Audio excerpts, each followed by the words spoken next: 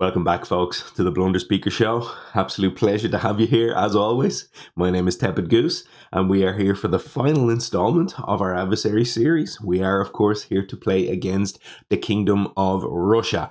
Absolutely, very much looking forward to this game, and a huge thank you to everybody who voted to get our two spirits that you can probably see right in front of you on the table here. It's going to be Hearth Vigil, and it's going to be Keeper of the Forbidden Wilds with the spreading hostility aspect. That was your hard matchup of the three. And they came in with about 50% of the votes total as of last checking. So really happy about this. We're going to get into all of that now in a minute, but you know me, I have to have a little bit of an intro. I have to talk about the room. I have to talk about my day. I've got to talk about the weather. Why don't we start there? It has been raining like hell, which is very typical for Irish summer. So I talked, of course, in recent weeks about all of the beautiful weather we've been having. That's a thing of the past. You can probably hear the cars driving by on the rain outside. Unfortunately, not a whole pile I can do about that, because in Ireland we get summer that has rain but loads of humidity, and it's been still kind of warm and muggy as well as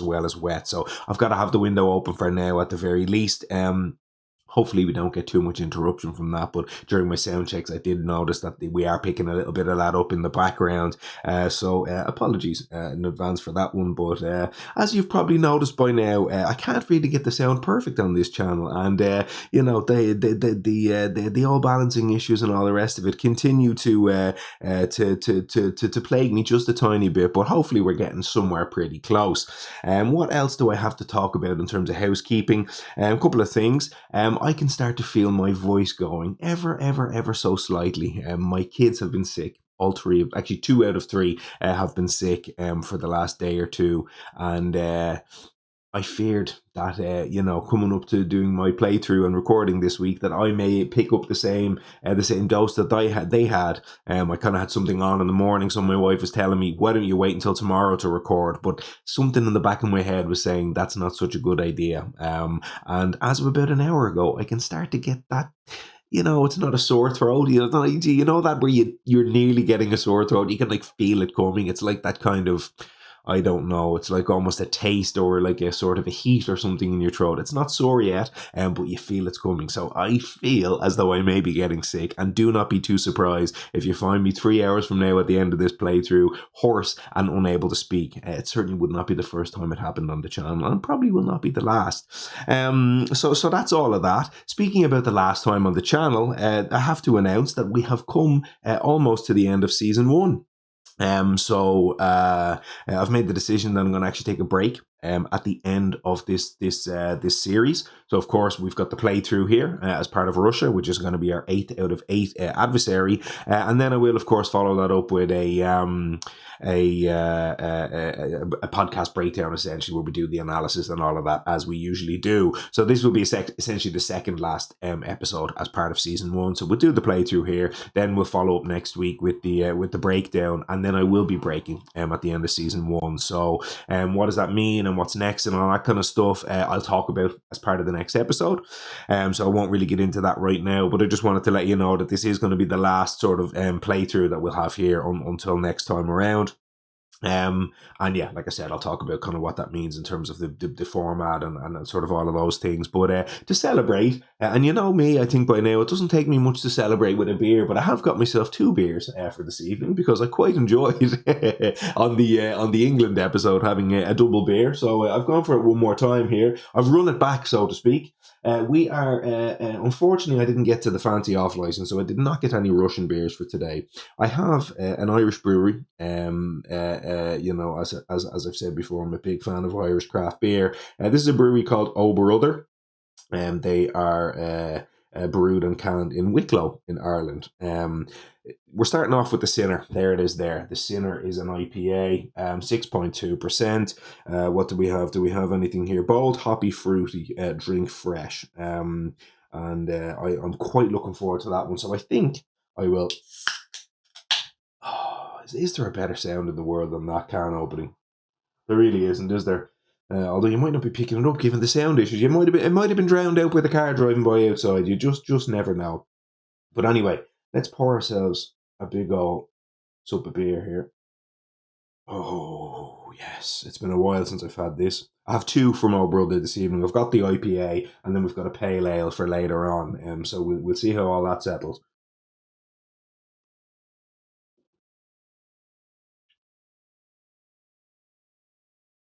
Nice. Yeah, nice. It is quite bold. Probably slightly bolder than the 6.2 would actually have you believe, if I'm being completely honest. Not a chugger. That's one you kind of sit and ponder over just a little bit, as opposed to getting it down the neck. The other one is more for down the neck. That's for later on when you're getting a little bit tired, a little bit dry, and then we'll break into the pale ale later, which is that bit lower on the absolute volume and probably a little bit better for my raw throat when we reach that point of the evening. But we're not there yet, thankfully. Now, anything else to speak about here? I do have one thing. You can probably notice here I have these packs. I could just remove that for a minute. You can see the three of them here on the table. And you can probably pick out that is for a game known as Dawn of the Zeds. It's shameless self-plug time, just a little bit. Given that it is my channel, hopefully you'll allow me a self-plug or two here for a moment. I have this game, Dawn of the Zeds, which I bought 6 months, a year ago, something like that. And I wanted another game for a rotation with Spirit Island, an every so often game. Heard a huge amount of good about this game and did a lot of research. It's a game that's been out of print for a number of years, very highly sought after, an excellent game. I actually saw it from the channel of Greg on Solo Playthroughs. He adores this game. Did a lot of research. I love the zombie sort of, trope and all of that. And I went all in like I usually do, 0 to 100, you know me. I bought the game. I bought the 3 available expansions, which were very hard to find and rather costly to find as well. And I've gone ahead and I've bought the sleeves. I've bought everything for the game. And the game arrived before all the other bits and pieces did. And I played it once. And suffice to say, it is not quite suitable for me. Now, why is that? In very short, it's a rather heavy, all-encompassing game. It's got big, meaty rule books. It's quite a long game. Very strategic, very thinky, all that kind of stuff. And it just isn't suitable to get to the table every so often because, it's just like you have to spend a lot of time reading the rules, all that kind of stuff. So it's more suited for a gamer who can play the game often. Huge amount of love about the game. I think it's a super cool game, really well designed. There's a lot of it in there that I bought it for a reason, suffice to say. But I made a decision in recent times. I did mention last time out that, a little bit short on cash at the moment and all that kind of stuff. And it sort of just seemed to me to be the right time to actually think about moving that one on. So the game has been played a grand total of 1 time, and I feel rather embarrassed and ridiculous saying I'm selling the game after 1 usage, but unfortunately that is how it is. You can see here these are 3 sealed packs. I never opened them. They are sealed expansion packs. I have 2 sealed boxes of Dragon Shield clears, which I bought to sleeve the whole game, unopened. I have the sleeves for sleeving the kind of big character cards inside the game. I never even got to sleeve the game. That's how little I have played this game. I played it once, and it is in immaculate, pristine condition, unplayed, like new. And I am selling the game. So I just wondered and figured there may be somebody out there who might be on the lookout for such a game. And if you fancied it and fancied, supporting the channel, if I may put it that way, I do have this game for sale. It's only 1 game. It'll be first come, first served, of course. And I did want to get this up as part of my playthrough and give a little mention to it. I will mention it one more time on the other Russia episode because not everybody watches my playthroughs and all that kind of stuff. But I wanted to give the playthrough watchers first refusal.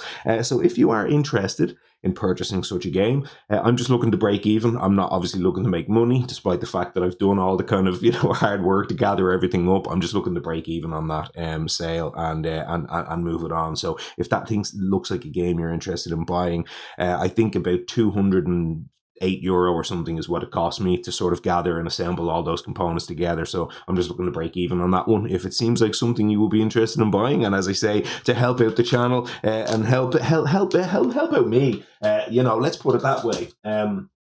that could be a wonderful purchase for your game backline, because, as I say, brilliant game. But anyway, we're not here to play Dawn of the Zeds. We're here to play Spirit Island. So let's forget about all that and put it out of our way, and let's actually talk about what we have in front of us for this evening. We'll start, I think, with Russia. As I mentioned before, very much, I think, the most difficult adversary in the game. We have a whole bunch of rules here on this panel, which we'll get into as part of the podcast, but we'll just talk a little bit through it here so people have an idea about what's going on. They're going to destroy our beasts if they ever blight the land with the beasts in it, so that's going to be the loss condition. It's going to check how many of those beasts die, and we'll keep a close eye on that. If it's coming up again, we'll come back and revisit this rule. The escalation is going to be on each board. We're going to have to add explorers whenever we escalate, and explorers are a huge big problem against Russia, so that's something very much to look out for here. Otherwise, then we're going to add an additional explorer and a beast as part of setup. Our explorers are going to do +1 damage. They're going to be a nightmare, so explorers will blight the land on their own. And as part of the second rule there, whenever we would kill explorers, one of them is going to survive and get pushed and generate a fear, so they're very difficult to get rid of as well. That third rule there is probably arguably the most difficult part of the whole panel, and that is going to say that Ravage cards are going to match lands with 3 or more explorers. So we need to be really, really careful about ever putting 3 or even 2 explorers in a land, because once it gets up to 3, that land is now going to ravage, and that's going to be all kinds of dangerous. Level 4 there, it's going to change the invader deck, so the deck goes 1-1-1, and then it goes 2-3, 2-3, 2-3, and it puts 3s all over the deck, and it becomes super hard because stage 3 cards are awful, as we know. Level 5 there then is going to be, we're going to put fear bombs inside the deck. So under the top 3 and then under the top 7 fear cards respectively, we are going to have a unused stage 2 card and then an unused stage 3 card. They're already in the deck over here. Very much afraid of those. That's going to be a whole nightmare. And again, when we talk about sort of spikes of difficulty, hugely impactful. This is the rule that turns Russia from, hey, this isn't going so bad, into, oh damn, I'm losing, very quickly, on the first one, but especially on the second one. So we'll have to keep a close eye on that one. And then finally, then the last rule there is going to say that essentially from turn 2 onwards, we need to allow a blight through every single turn on each board, and if we don't, we're then going to have to add more plastic explorers and towns onto the board. So all kinds of trouble with pretty much every single rule on that thing. And as I say, we will of course break them down on the podcast. Who do we have then to take them on? Well, we've already mentioned we have Keeper of the Forbidden Wilds, and if you remember from last time out, this is our team de-optimized. Keeper, I did mention, I think last time, is one of the best spirits, if not the single best spirit in the game against Russia. That much is clear when we're talking about the base level of Keeper of the Forbidden Wilds. Once we start introducing this aspect, however, the spreading hostility aspect, things get quite a bit more challenging. So here we're going to lower our energy income very badly. We're going to half the energy income on our top track. We're going to round that up. We're going to let our sacred sites can be badlands, choose for each action. So, may count as badlands, depending. The rightmost growth option, which is going to be our growth option over here on the right, is going to be replaced from the Add a Presence Gain a Power card, which was kind of broken, and it has been replaced to the to this Gain a Fire, Move a Presence, and deal a single damage. And of course, if you turn one of your if you kind of move a sacred site into a land, then that of course could become 2 damage. So that's not going to have a cost. It says that there we don't have to pay the normal sort of 3 cost that the G4 usually has. And this makes Keeper, for me, interesting. Whereas I find base Keeper not all that interesting. This spirit, I've said it I think on the channel already, and we'll talk about it more in the podcast when we do our breakdown, but this is very much a stats spirit. It does not have particularly strong unique powers. You've got one here that gains a power, which is their best card. Then you've got a blight heal. You've got this unplayable Sacrosanct Wilderness, which probably against Russia might be at its best, because adding wilds is very good into Russia, but this card is usually pretty pretty unplayable. And then you've got this Towering Wrath thing, which is your kind of your best sort of elementally aligned card. So it's not bad for that reason, but it's pretty overcosted usually, and it's slow and clunky and stuff like that. So your hand is pretty poor with Keeper. Your innates are, okay. They're middle of the pack. They're certainly not spectacular. I think, again, the right innate here is probably at its best into Russia, and if I had to guess in this matchup, so we'll be on the lookout for using that one as much as we can. But overall, Keeper's sort of cards and innate are only average. But its growth options and its presence tracks are broken, and especially when you combine the two. So that's why Keeper is broken. It's just a stats monster because it has way too much energy and way too many card plays and very little to sort of hold you back when all of that is concerned. However, when we play with the spreading hostility aspect, things change quite a bit. And as I say, we're going to halve the energy on that top track, which is going to hurt us a lot.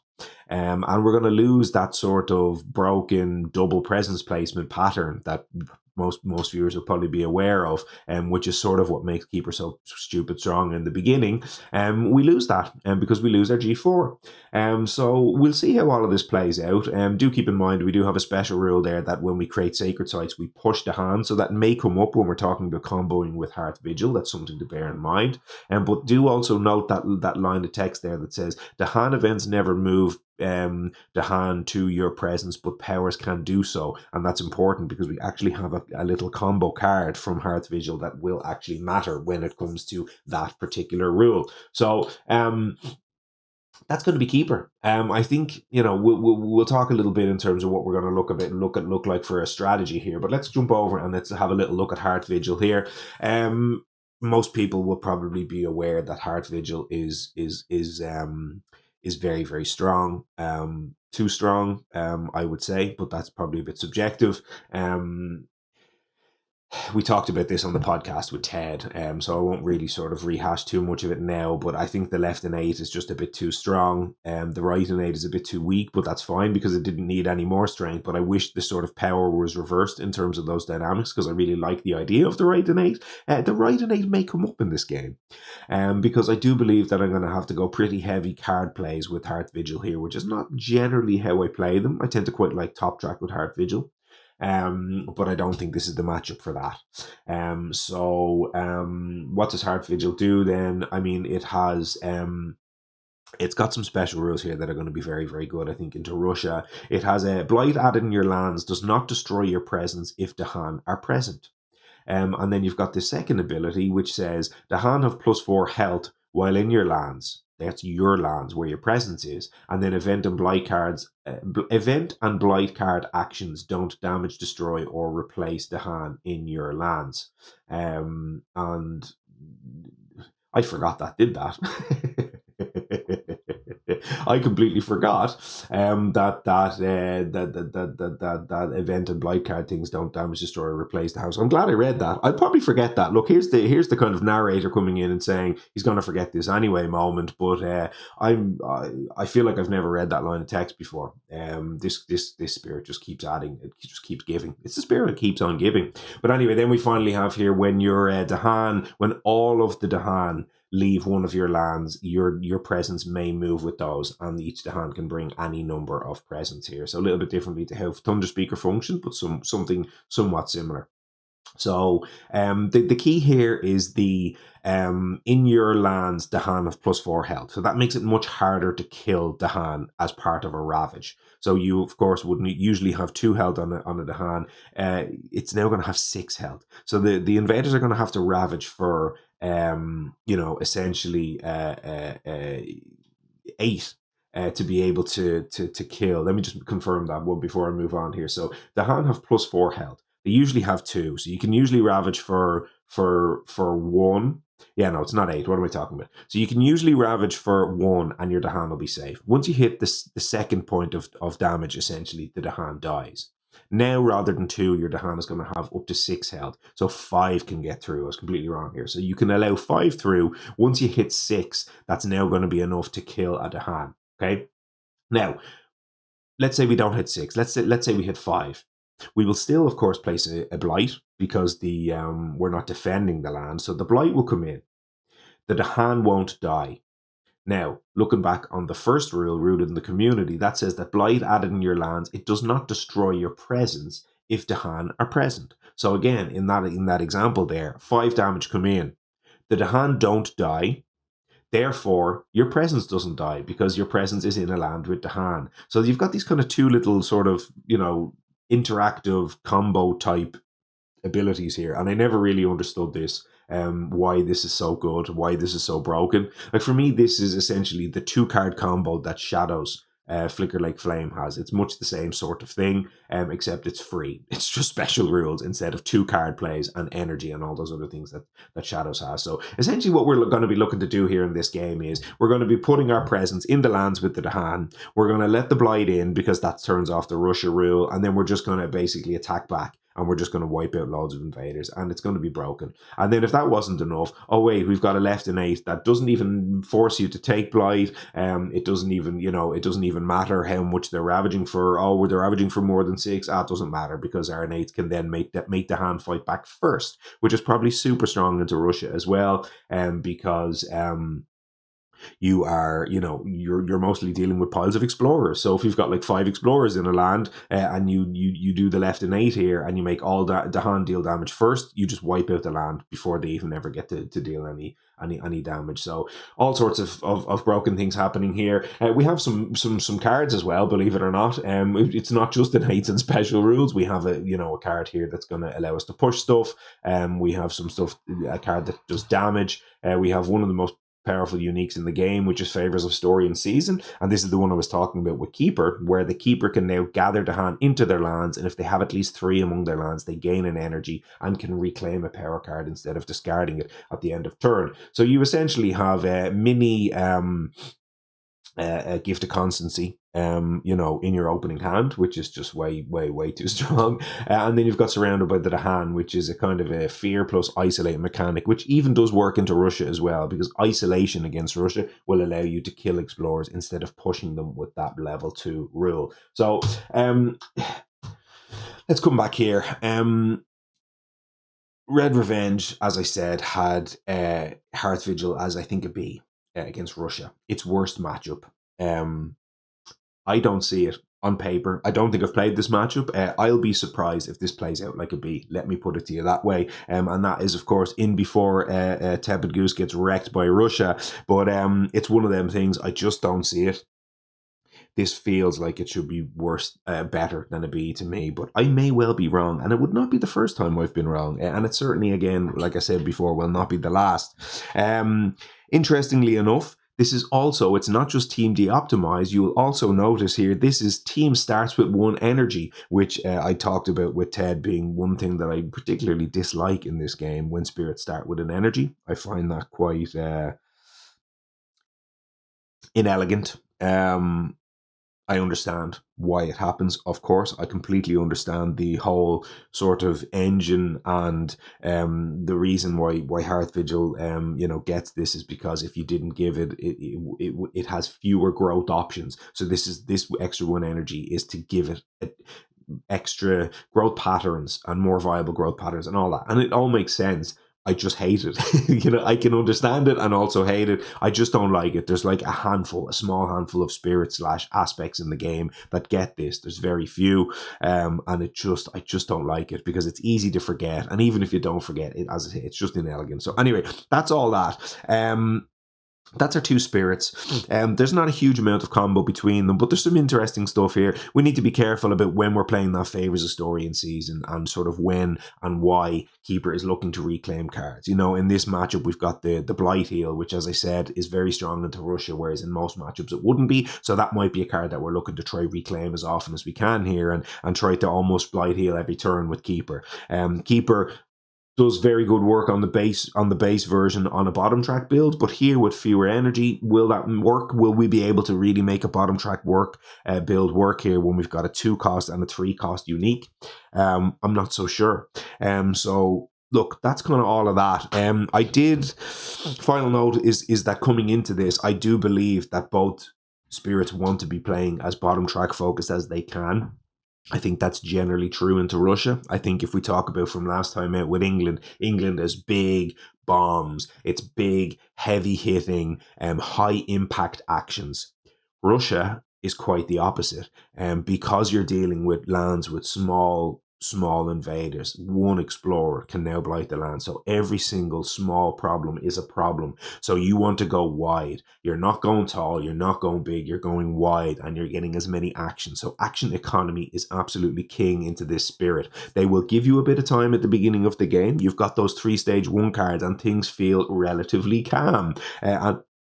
And it's always the same with Russia. As I said, that the fear bomb, especially the stage 3s and the fear bomb, are generally will come into play around about the same time in the game. You'll feel like you're going fine. You've got it under control. Yeah, no worries, no worries. And then it's like bam, and the game just goes.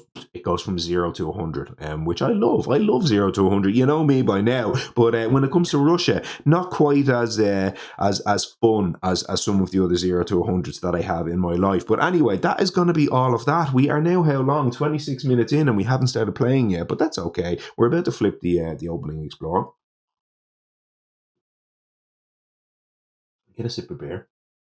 I burnt the roof of my mouth on my dinner earlier. I was rushing. Not rushing like this Russian, I was rushing. And I was eating too fast, trying to get everything organized, and I've burnt the roof of my mouth. You know that where you kind of get that bit, and it's like, it kind of like chars, not chars, but like it kind of like, scratches and grazes the roof of your mouth. You can just feel it. Yeah, I've got that to put up with for the evening. So that's going to be on the back of my mind. And if I make any mistakes in the game, I'm going to blame the burnt roof of my mouth. But anyway, I'm waffling. Let us go ahead and let us do the opening explore. We had no decisions to make, by the way, in terms of starting on the board here, so nothing really to comment on there. Just very briefly mention, of course, this was randomized, so I did draw board C and board D sort of respectively for the two spirits, but I'm actually reasonably happy with how the board state kind of starts. Might prefer, for example, if that sort of presence was closer to that explorer there with keeper, that might be a little bit more comfortable. But otherwise, we're actually pretty well situated, and both spirits have somewhat sort of proximity to some decent amount of lands and kind of each other's board, so not too bad. But anyway, let's go ahead and find out where we're going to explore. It's going to be wetlands, and that right away is going to threaten 2 of the 4 beasts on the island. So we're not hugely in love with all of that. So let's go ahead and we'll explore 1, 2, 3, 4. And of course, because this is a standard setup on the standard boards, there are no pockets. You will always explore every opening land at all times, naturally enough. So that's going to be all of that. Now we need to think about bringing our cards back in our hand and thinking how we go about solving lands and what we try to protect and what we don't. The loss condition from Russia is most often not an issue. A lot of games you play against Russia, it's kind of flavor text, in the grand scheme of things at least. But there are, of course, some games where it comes up and you go, oh, that's kind of problematic here. And, when you flip the opening turn, 2 out of your 4 lands hitting the beast land, that's not ideal, I'm not going to lie. What else do we have to think about here? We've got 2 lands with 2 Dahan. So that's something to think about here in terms of if we're, trying to do something about defending, or rather not so much defending, but more likely left in 8ing with Hearth Vigil. So we would probably quite like to left in 8 here if we can. That's going to require us going, top and bottom, give ourselves the sun, and then on turn 2, 2 card plays gives us the 3-1 there, which would allow us to have the 2 to hand in either of those lands deal damage before the invaders. And if we do that, we would of course stop any blight coming in. So that certainly seems like one thing that we want to be looking out for here. And given that this already has a blight in this land, I have to imagine that that's a land we'd look to be doing that with Hearth Vigil.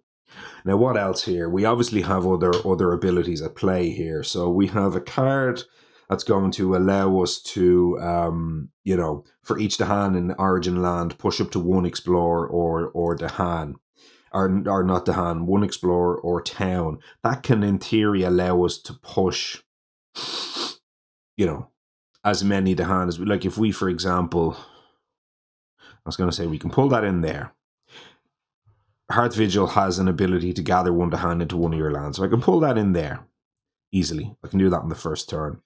Yes, I could then do that, but now we're running into that problem I talked about where this land will not do the thing that I said with the left in 8.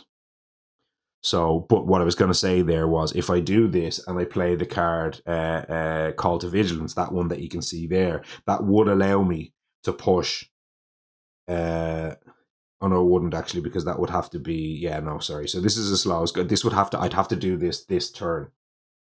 And obviously it's a slow power. So this is going to go build, and then I'll have 3 invaders in there. And as I said before, 1 explorer is enough to blight a land. So that Call to Vigilance will not deal with that land. Coordinated Raid and Call to Vigilance together. So the Coordinated Raid, let's have a little look at it here. We won't do this for the whole game, but we'll spend a bit of time looking at some of our cards here at the beginning of the game. That in theory, the 2 of these cards together would allow me to solve that land, because of course I could do 1 damage into the land to kill a single explorer, and then the other card could then push the other 2 invaders out. Now, if you know me, and you've been paying close attention on this channel, 2 actions to solve 1 land is not something I'm hugely fond of doing. So I highly doubt that that becomes part of my plan here, but it does mean that if I do not do that, there's a strong chance I'm giving up on that land 8 up in the corner, which I'm not in love with doing either. So I'll need to sort of think about what all that looks like.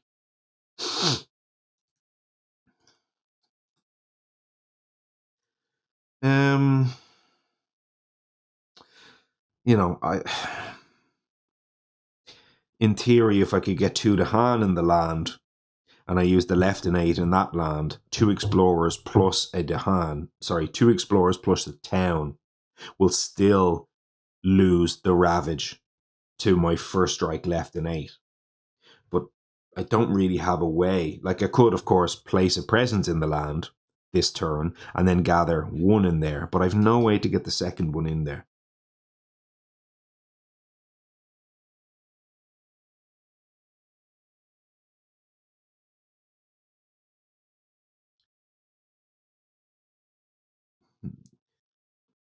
It's not entirely true. Technically, I do. And this is pretty, that will be a pretty high value play.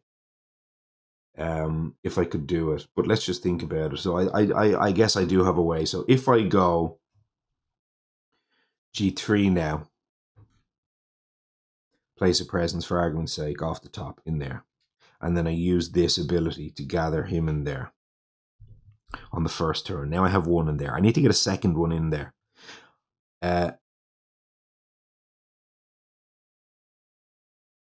Then what I can do is, on the next turn, I can use G2 from the bottom. That gives me my second card play that I talked about. So now this kind of top and bottom stuff is satisfied. I could now do this, make a sacred site there, and then I can use first the gather 1 to hand, so I could gather that in there on the growth step, and then use my right in 8, range 1 of a sacred site from a place with a hand, and then target there and say gather up to 2 from your lands only. So I could actually do that with the right in 8 on the second turn. So I do have a way to get myself to this board state here.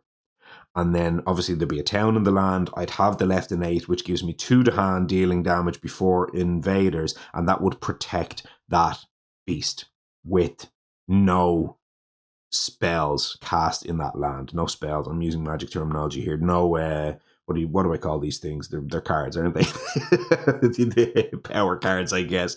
I do that a lot. So this would give me essentially a free solve in that land, and protecting that beast up there does seem like a pretty reasonable choice. So all I have to do in that case is I obviously have to think about my energy case, but in here I'd have to take a G3, which would give me an energy. So give me 3, and then I'd go top on the first turn most likely. So that's another 1, and then another 1. That gives me 5 energy. So that covers basically any of my card plays here. I wouldn't get a draft on the first turn, but what I would be able to do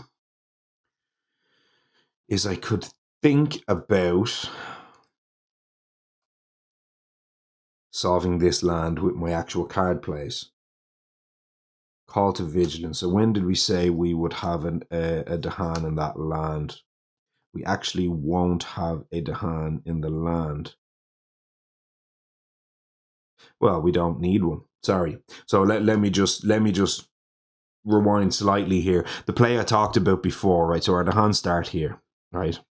And we start with this. I'm not going to re-show the growth options, but what I essentially said was I talked about on the first turn, gather you. Sorry, it starts like this. What I talked about was grow in there and then gather you in there. I actually don't need to make that play because this right innate says gather up to 2 Dahan from your lands only. So I don't need to do that at all. I actually don't even need to place presence in that land, do I? No, I do. Yeah. No, I don't. Because my presence can move with the hand. So actually it's much better than what I talked about. I can now think about growing over to this side of the island. Because what I can do here is put him back, put him back. Let's say I G3. I have to G3 first. Well, actually, now I don't even have to G3 first, although I might need to for energy reasons. I probably do for energy purposes, right? So let's say I G3 and I G3 across this side of the board somewhere. Anywhere, it doesn't matter. Leave this as it is. Next turn, I place my second presence. So this one goes over there somewhere, it doesn't matter. Second presence goes in here. And then I gather this. So I can also use this bonus gather over anywhere on the other side of the board as well. I can do that anywhere. It's not going to matter because I only need to do this on the second turn. So on the second turn, I place my second presence in here. I create a sacred site and I gather you in there. Now I've got 2 and 2. Now I've got the right innate. Gather up to 2 Dahan from your lands only. So range 1 of a sacred site in there, gather the 2 Dahan and pull probably 1 presence.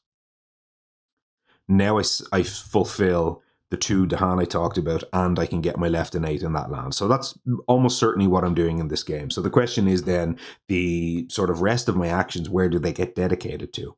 All I need to do is I need to make sure I have an earth for the second turn, an earth and a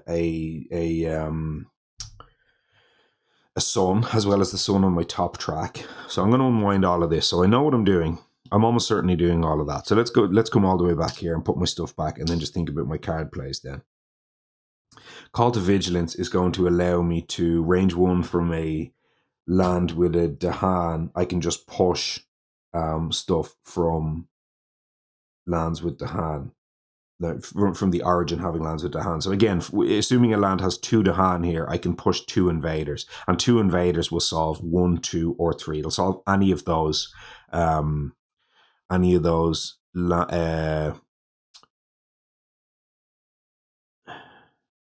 do you call it? Any of those ravages. Now, the other thing I want to point out here is, as we talked about before, I have my left innate, which solves lands without adding blight, but I also have this combo over here, which is the don't do the first strike thing, but just let a blight come in and let the kind of the hand fight back and kill the thing. And this seems like a very good candidate for that. So if I would G2 here on turn 1 or 2, I guess it's not going to matter, and get myself over into that land there, I actually don't need to do anything to solve that land. I'll just need to be there. Take the blight, because we want to take blight because of Russia 6. So that seems like a very good candidate for me to just jump over there into that land. We know we have to place 1 presence over here. That can be my other jump, and I can do it in either order, either on the first turn or the second turn. Because as I say, I'm probably going to need a G2 here to be able to afford this card, Call to Vigilance. But I can Call to Vigilance. Yeah, what I can do here is on the first turn, pull you in there. So I said I can do that either on the first or the second turn. If I do that on the first turn, right now I have Call to Vigilance in this land, which can push him plus the town out of there. Now, it does mean I will not be taking Blight as part of this opening Ravage, but I'm not in love with taking a Blight Cascade on the first turn. I think I can maybe have 1 turn where I allow Russia 6 to happen because it's our blighted land, and obviously first strike this land. I don't want to let that blight in for obvious reasons because it kills one of my beasts. And then what it means is I can call to vigilance to solve that land. This land I'm solving with my innate, and then this land I'm solving with my special rule. And if that right there is not a good candidate to explain why this spirit is just broken, I mean, what else is there? So, okay, so we have 3 lands solved from Hearth Vigil. And assuming I can do this in the order that I want to, well, actually, no, I can't, now that I say it. No, I can. Because I can go, because I have to G3 first, right? So that's what I said. I can jump in here on either order. So I'll G2 first, and I go in here. Top track. Just play 1 card. Get 4 energy. Oh yeah, actually I don't even need to, because I forgot I have 1 in the bank as well. So actually I don't even need to G2 here necessarily. I might still, but I don't need to. So put that in there, gather him in there. Call to Vigilance solves that land. We're done. Keep 3 cards in my hand.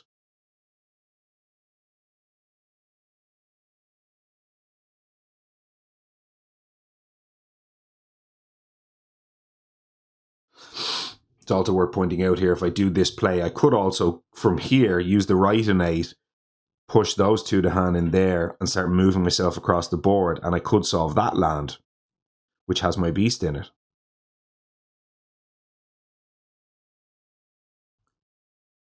So that's something.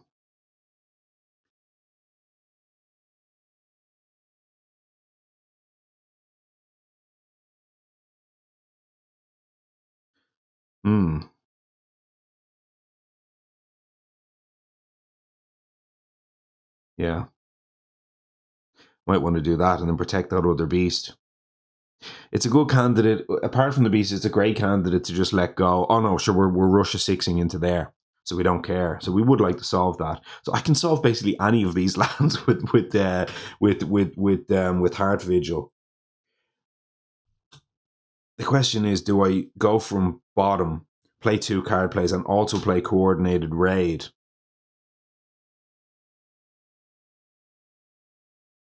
Because that can just solve and explore somewhere, which might be okay.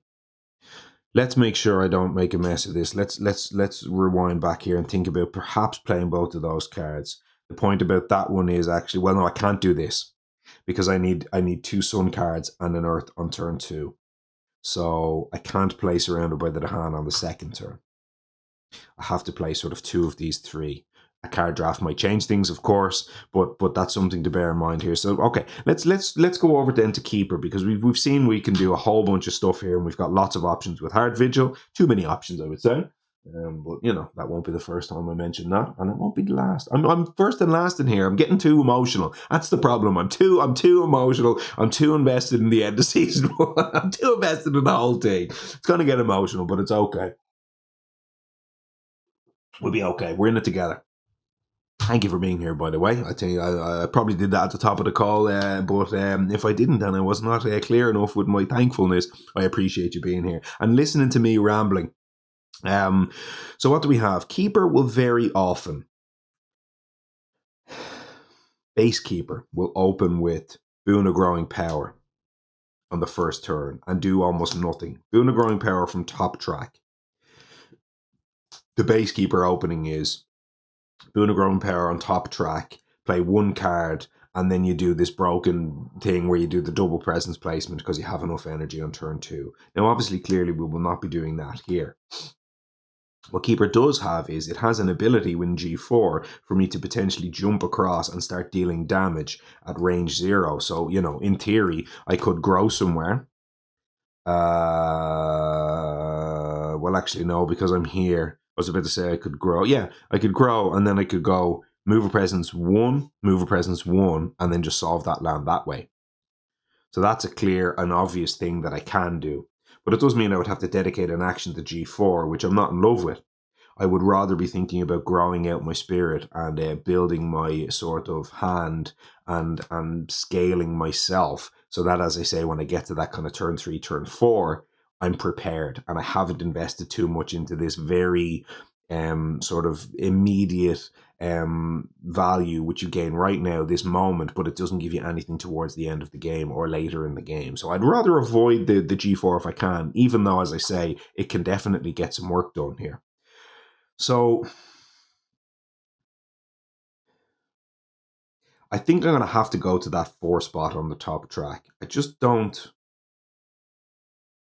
I don't see a way that I can play this game with Keeper where I just make do with 1 energy every turn. And yes, I know my presence placement will give me an extra energy as well. But I just don't see how I get away with playing 2 costs and 3 costs and stuff like that and not having that 4 spot unlocked.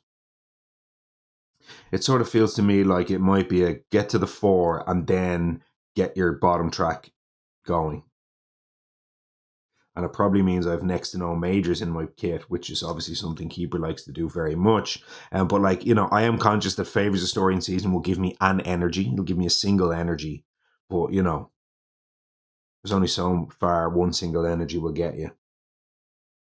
The Boon of Growing Power will also give an energy back across the other way if I decide to give Hearth Vigil the card, the extra card. It's worth noting as well here, both spirits generally pretty okay at reclaiming. They can both continue to grow while they reclaim, so it's not critical to stretch the hand out with the Boon of Growing Power and the Favors of Story of Season, as it would be with other certain spirits here. So I'm not absolutely drawn to definitely doing this particular thing. There could be a thing where we could like Boon of Growing Power loads, do it on the first turn, do the Favors of Story of Season, get them both back in my hand, do it again or whatever. Not both back in my hand, but you know what I mean? Like kind of force the issue that way. I don't think that's necessarily, overly important here. We will, of course, want to hit the right innate with Keeper every turn. Whether that's going bottom track to 2 plays straight away or whether it's going top track to Sun and playing a Sun card, but we are definitely going to want to do that sort of spreading wilds thing here. So we should bear that in mind. The other thing I'm going to do here, so I don't make a mess of this, is I'm going to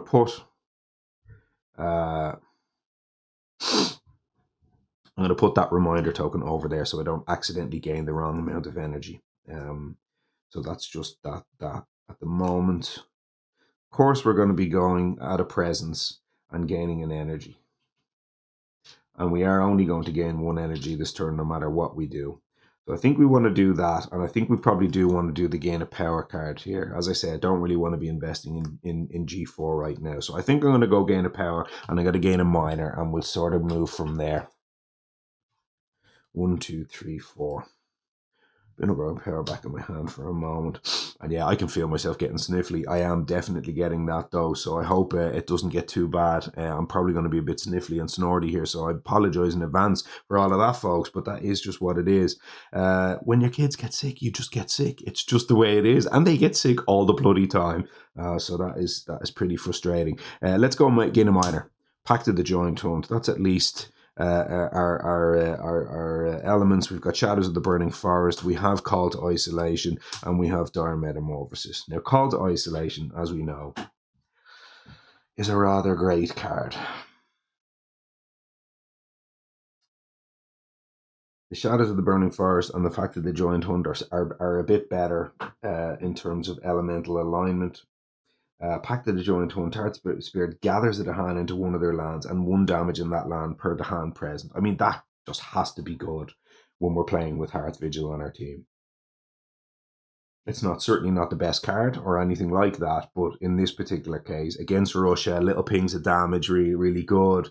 Obviously, with Hearth Vigil, we can do things like set that up, get extra to hand, and all of that kind of stuff. It's just got to be good here, surely.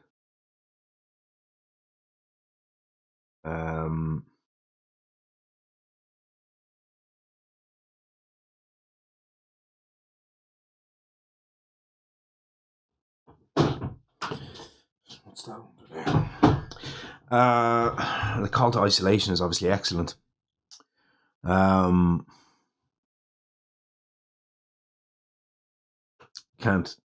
In theory, I mean, no, we now can't G4. I was going to say in theory we could G4 to move across, but we're clearly not growing on the first turn. So G4 is out of the question now. So I was going to say Call to Isolation over there could have helped, but no.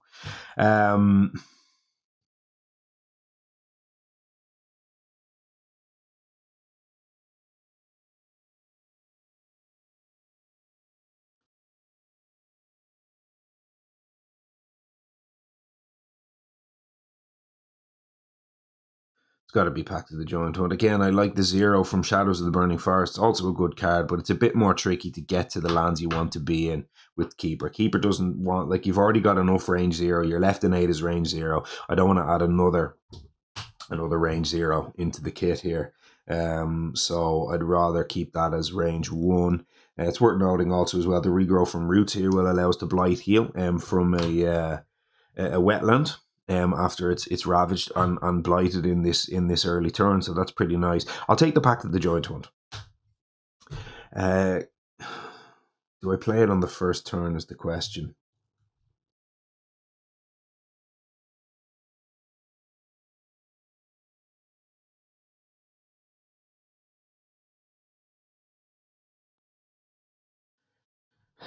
Let's.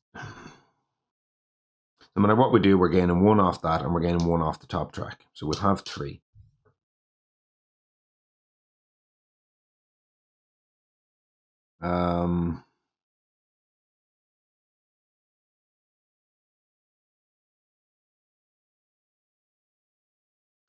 Back to the Giant Hunt. So we said on the side of, sorry, I should have put that in the card cam here. Let people have a look at that while I'm thinking about what I'm actually doing. Then, so again with Hearth Vigil, we know we're placing over here, and that has to be, if it's on turn 1, it has to be with a G2. If I wait till turn 2, I could have moved those presents in there that I talked about, and I could, in theory, get it with a G3.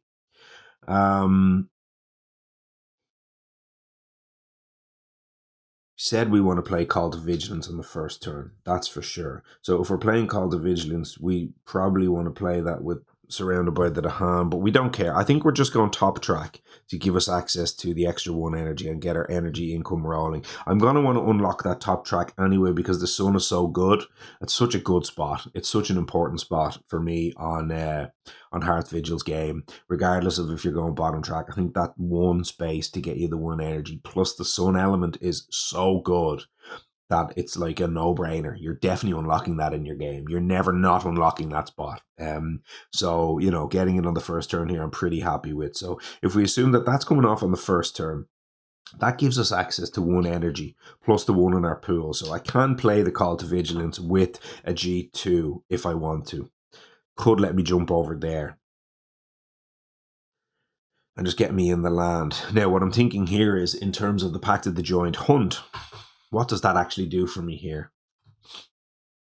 Where will I be? I'll be in this land. And then, as I say, I can either move into here to solve that land, or I can still over here pull him in on the first turn and I can solve that land. So I can solve either that land or that land on the first turn with the Call to Vigilance. But I won't be in a land where the Pact of the Giant Hunt can matter either way. Like, sure, if this explores or something, I can Pact of the Giant Hunt to solve the Explorer. Similarly here, so that can give me a solve in either Sands or Mountain.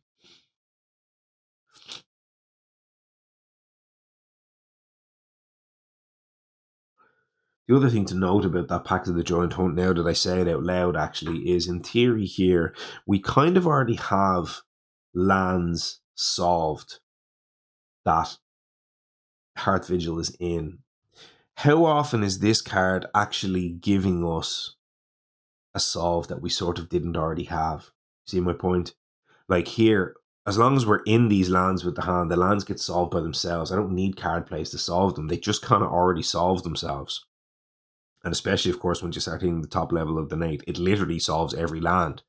But like, how often is this actually, see what I mean? It's like, I have to gather, you know, Dahan into one of their lands, but all of my presents are most likely going to be in lands with Dahan anyway. So it's like, for me, this is more, can Keeper target themselves here with this and use this to solve their lands? Maybe. Is that a reason to not take this card? Now that I say it out loud, I'm not sure how much this is actually comboing with Hearth Vigil. Maybe I just want Call to Isolation.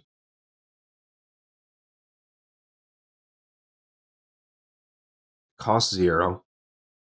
It gives us a zone. It doesn't give us the plant though, is the problem.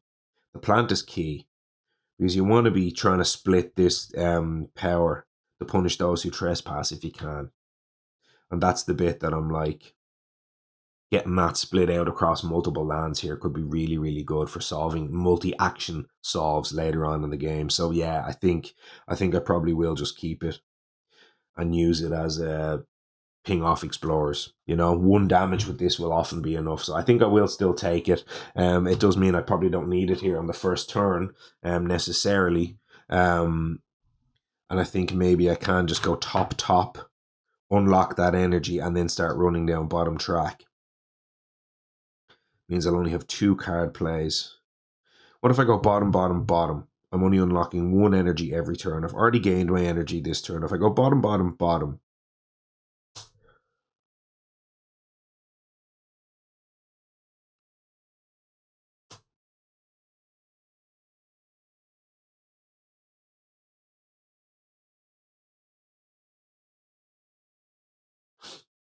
spend 2 of my 3 energy on this.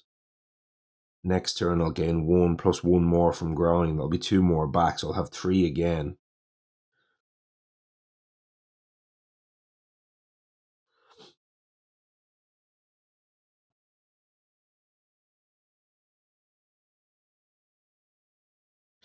I think I might do this. I think I might just maybe try to avoid, because that top, the double placement on the top is what's killing me here.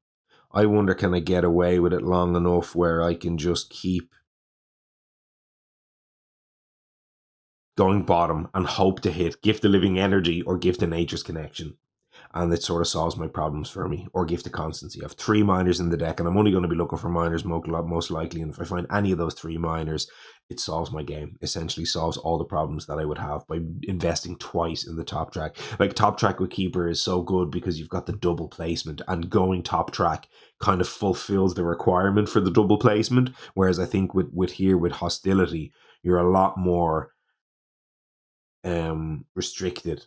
You're slower. You don't have as much to play. You're more like a big slow lumbering tree here. So I think I've made a decision on this. I think I'm going to do this, and I think then if I do Pact of the Giant Hunt, that will give me a solve in a jungle if I target myself, or a Sands if I target Hearth Vigil, and if I don't move these, it also gives me a solve in a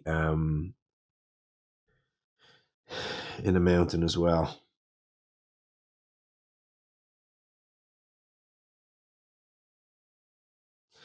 See, I have to protect this land. I can't let 2 to hand go.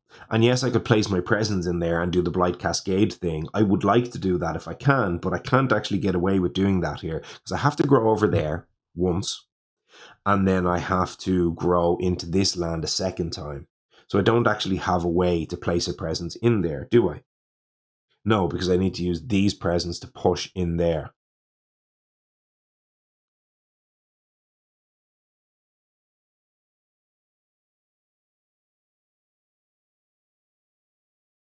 Like, I need to make a sacred site here and then push them in there that we talked about. So I have to place a presence in there, and I have to place a presence in there, and I need to use my right innate once on the second turn in there. So I can't go push in there and then push in there, you know? So I don't have a way to get myself in there as well as there and here. I have to make a choice between them. And we've already said about how important it is to do the one up there, and this one is a kind of a no-brainer. If I'd have found the defend card from Bringer over on this land, that might have made a difference here. But given that we didn't, I think we're okay to kind of go about doing this way. And I think with all that's said there, did I just move something? No, I don't think so. Did I? I was wondering, did my camera move? But no, I don't think it did. I think we're good. So I think we have what we need. Again, of course, given that it's my channel, we spend a lot of time on turn 1 talking through the options, looking through it, seeing kind of what way things work here. And I think we found something good. Now let me have a look at that camera. Now, does that all look a bit dark? I think that actually all does look a bit dark here. I'm gonna do one thing. I'm going to stop just so I can remember where this is, and I have the split in my thing. I'm going to turn the light up a little bit here, because I think it's all a little bit dark on the table, and then when I'm in post-production, I can edit that first clip and make it brighter, and all of that. But if I don't stop this video now, I'm going to forget to do it. So if I stop it now, I'll at least remember for sure, and I'll have definitely a better, or at least hopefully a better, because it's too dark on the table. So let me go ahead and do that. Well, here we go. I hope that's better. I'm not going to sit here doing all sorts of testing for the evening because it'll slow me down. Where now I never even told you what time we were when we started, or the date. I forgot everything at the beginning. We are the Tuesday 27th of May, and it is now 8 minutes to 10, and we still haven't gotten through our first growth phase of the first turn. However, I do believe we're almost there. So we've gone with all of this, and we're not going to hit, unfortunately, that first level of that innate, but we'll hit obviously the first two over there, which is going to be the important one. So we'll go 1 and 1. As I say, the Pact of the Giant Hunt is going to give us a solve in basically any of the three terrains that explore here, because we're going to choose to solve this land with the Call to Vigilance over on the side of Hearth Vigil. So let's go ahead. So we basically said we were going to take the G3 to place our presence over into there. That's going to give us the power card. So let's go ahead and draft a minor as well. 1, 2, 3, 4. And here we're going to see Inflame the Fires of Life. We're looking for sun cards. Gift of Power is a good one, but it doesn't contain a sun. Steam Vents doesn't, and Domesticated Animals is a defend, but it's not really where we want to be. We missed out on sun here, which is quite a pity. Gift of Power is obviously a good card. If we've got lots of card plays, it's kind of gets extra cards, and it kind of does that scaling thing we talked about before. But again, reclaim loops on both of these spirits aren't really a problem. Inflame the Fires of Life, not really. It's not really exciting. I already have enough in my hand that's going to be expensive enough with 2s and 1s that I sort of probably just want a 0 here. Gift of Power, it just gives us that single earth element, which we talked about already. 2 of our cards don't have earth, so it's probably not terrible to have a card that can give us extra earth elements towards the higher levels of this innate here. It might be a one and done, you never know. But like, we don't really need domesticated animals. Again, if we're in lands at range 0, that's just not going to be something. Steam Vents for 1 energy, destroying a single explorer, not really exciting me here. So I'll take the Gift of Power, throw that away. We'll go top track, I believe. Unlock that 1, because we're going to have to do it next turn anyway. So whichever order we do this in, like, I could this turn go, well, no, I can't. I was about to say go bottom track, but not if I want to Call to Vigilance. So I have to go top track to get the 1. That's fine. The Gift of Power goes back in my hand. That's all fine. We did that over there. We placed that over there. And then, as we said, we're going to go here on the second turn and gather that 1 in. So that's 1 and 1. That pays for that. And the G3 will pay for my sort of second turn. So that's all good. We're going to use this to gather you in there, as we said. And then that'll sort of give us the sacred side stuff for next turn, but it also gives us the 2 Dahan in the origin land for the Call to Vigilance here. So that's all fine as well. So we know we're solving that, we know we're solving that, and we know we're solving that. It's just 3 solves from Hearth Vigil, which is just way too strong. It doesn't mean we're going to lose a beast over here. Hopefully it's the last one that we lose for the game, and we don't need to worry too much about the loss condition that we talked about. So I think all that's good. We do have this ability, which, as I said, allows us to move these anyway.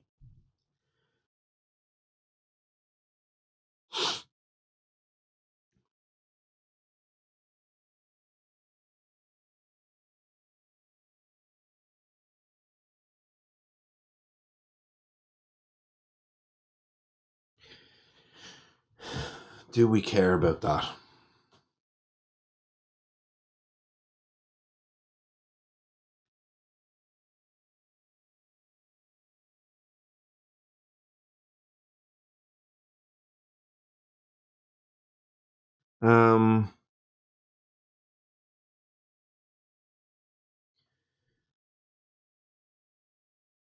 Don't think so.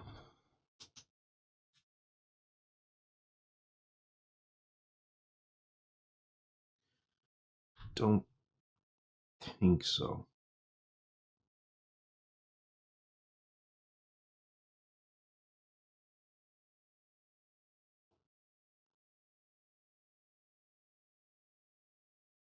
This gives us the solve that we talked about, one of each type. So if I push this out here, I don't get one of each type.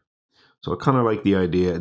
Again, the thing is, like, solving an explorer into there doesn't really do that much because we have the land solved anyway via the special rule.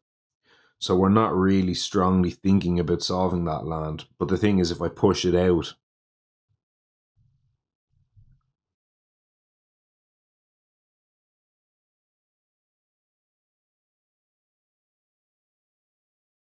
you know, I'll have to maybe push back in there type of thing. So I think I just leave it there. And we waste that in 8.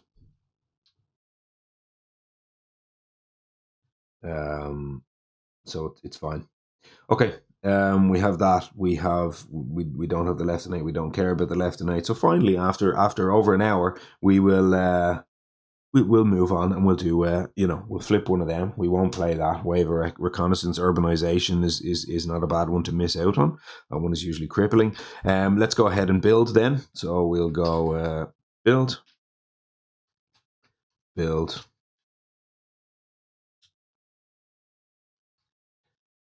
I could have moved in there to give myself a draft next turn at solving that land, which is maybe something to have considered. But anyway, it's just one of them.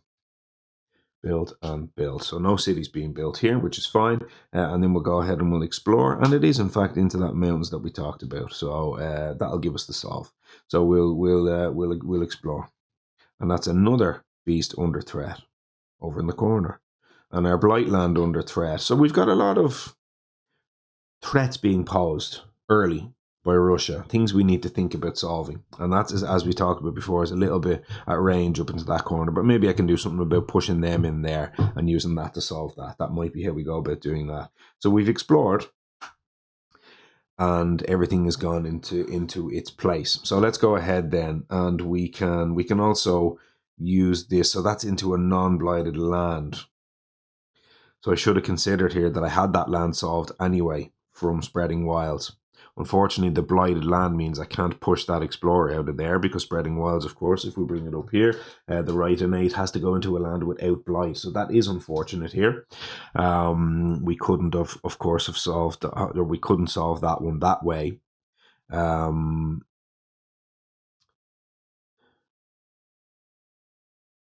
to Vigilance, we know what that's doing. 2 fear if invaders are present. There's the first 2 fear off the board. For each Dahan in Origin Land, push up to 2 things. So we push the 2 of these out of here. Now, where do we push them? I still think we want to be pushing you into that Beast Land. We probably want to push both into the Beast Land.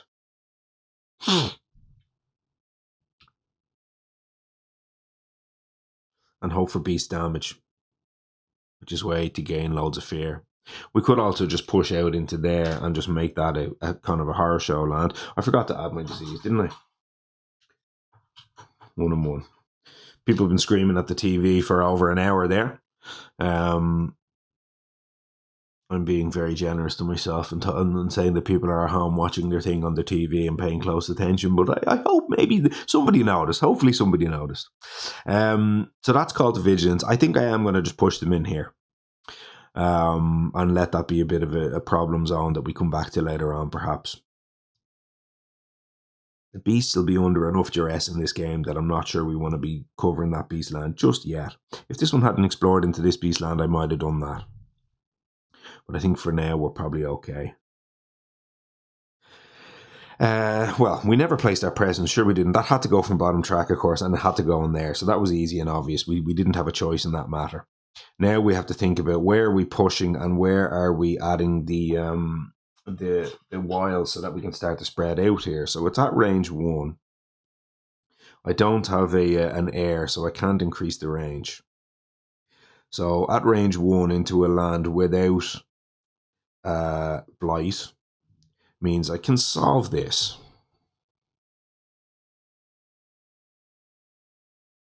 By pushing that out of there.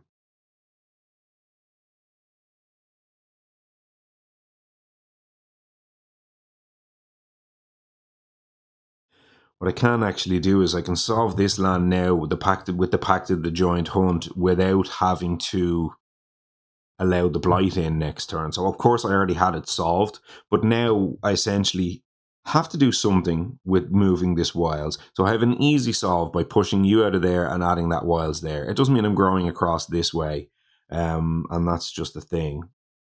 But you know, otherwise I'm just going to randomly put a wilds maybe in there and then spread that way. That could be a thing. Don't really want to spread into the corner. The Pact of the Joint Hunt can either solve this land and just push him away and then solve that build, or I could solve this because we're already ravaging here. We're already fulfilling Russia 6 on this board with this land. And despite the fact that I would like to solve it with a draft next turn, I'll have one on Keeper side and none on Hearth Vigil side. So I'd have one shot at a draft with Keeper to solve that land in the fast. But I don't really want to.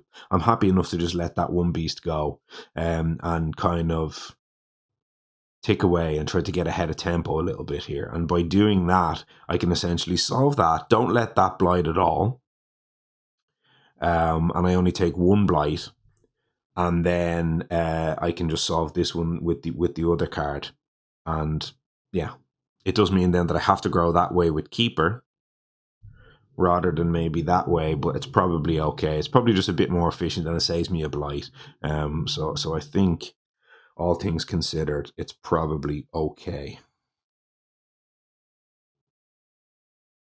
And then next turn, maybe I place a presence and start to spread up that way. Something like that. Not having access to that range, the G4 to move your presence is also super clunky. Or, well, not place, place your presence far away. Of course, I can G4 to move my presence, and that's something for sure. And I may want to consider that next turn. But for now, let's go ahead and do this. So what will we do? We will gather a target spirit gathers a Dahan into one of their lands, and then 1 damage in that land per Dahan present. So I can gather out of either here or here.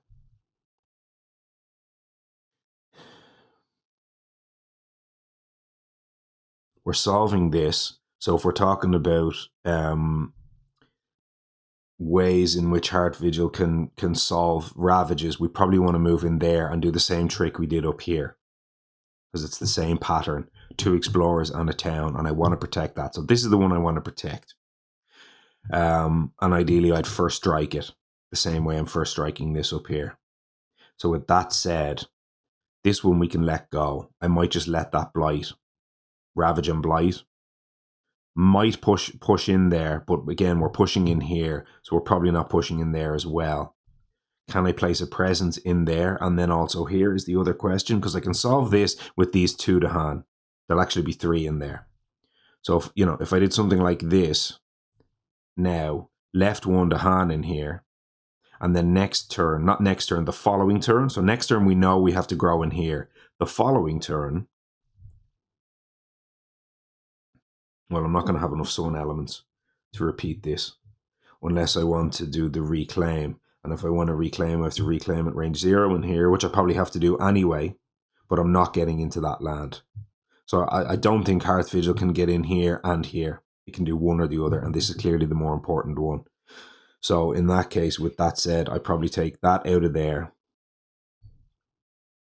Because we know our innate next turn needs to go in there, and innate the following turn needs to go in there. So we're not getting into that land. So I think that's all pretty okay to say all of that. Keeper might be able to do something with the Towering Wrath. So let's show what we're doing here. So the Pact of the Joint Hunt, we gathered that Dahan out of there and we put it in there. We target, of course, Hearth Vigil here. We pull the 1 in. We do 3 damage in this land. We're going to kill this town. That's a fear. And then we're going to kill this, but that generates a fear and pushes it. Where does it push it to? It pushes it to the coast, I believe.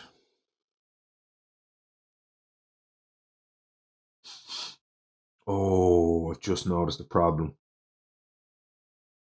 I'm not going to be able to do this trick in here because I have to be able to push all of my Dahan, and I can't. I can only gather up to 2. And when I gather 2, I can't move my presence, so I'm not going to be able to do that trick.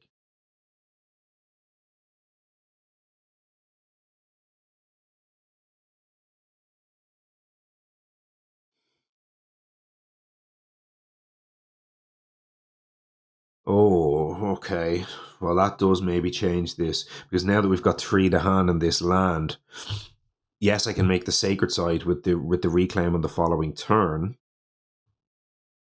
So next turn, right? Let's just rewind here for a second. I'm rewinding back several steps. So let me undo the 2 fear I just gained. Let me put you there, put you back there, and put you back there. I'm thinking 2 turns ahead here, but let me step and talk you through it. I placed that there because that was going to be part of that ability. We haven't done any of that yet, and this hasn't been resolved. So what I was talking about doing there was, if I resolve this way to clear this land now, I have to pull a Dahan in here. I need 3 Dahan to clear the land. Once I put 3 Dahan in the land, if I want to do this same pattern to solve this land up here, which I really do, when I have 3 Dahan in the land, now when I use my right innate to gather up to 2 Dahan, I'd have 3 in there. I'd gather 2 in there, but I now cannot move my presence with the Dahan. So I'd need to, kind of use my track bonus here to pull one of them back out of there again, but I don't have a way to do that. And I don't have a way.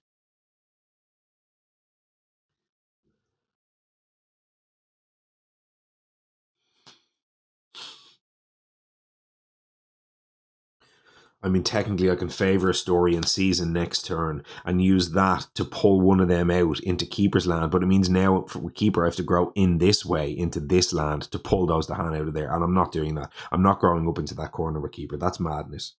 Otherwise, I don't have a way to push any Dahan. Again, Keeper can push Dahan by growing into the land and pushing them out of there, but I'm not doing that. I'm not getting over there to do that. So I have to actually leave 2 Dahan in this land and not put it up to 3. Getting 3 Dahan, and that will not allow me to get in here and solve this. Next turn, I have to play 2 Sun cards, and I don't have a draft, so I have to play those 2 cards next turn. And then in order to do this thing, I have to also do the same on the following turn, and I do that by reclaiming. So next turn it'll be G3, gets me 4 energy, spend 2, and then spend 2 the following turn. So I can do all of that no problem by reclaiming. That's all okay. And that will solve me that land, provided this stays at 2 Dahan, not 3. So at that point, I can only go, next turn, we know I have to place my presence in here to get my sacred side. And the following turn at range 0, I have to place my presence in here. I can never get my presence in to, for example, an adjacent land to pull one of them back out of there with the track bonus. That won't work. So I think we're all good. I do have Boon of Growing Power here, actually, which will give me another energy. So technically I can maybe, I was going to say maybe I can do it where I don't have to reclaim and I can use my G2 instead to gain a power card, but I think I'm taking risks by doing those kind of things, so I don't think I will. But having said that, anyway, what I will do here is I'll have to then reverse what I was going to do. So I'm going to allow this one to blight like I talked about. I'm not going to do the Pact of the Joined Hunt to solve that land. What I will instead do is use Pact of the Joined Hunt to solve this land.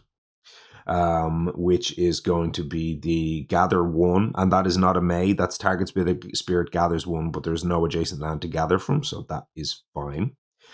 Deal 1 damage, which is going to be 1 fear, push this.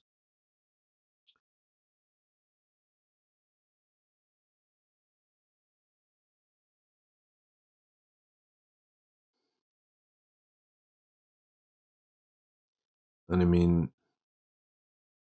it's funny, I can like push this in here and then use my Keeper Spreading Wilds to go that way and push it again or something like that, but I'm not sure where I even want this.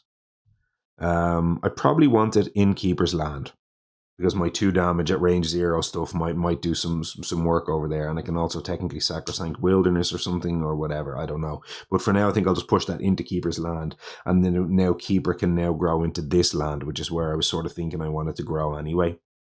So I'll add the wilds there, because also that gives me a shot at wilds being relevant for next turn to actually solve and explore.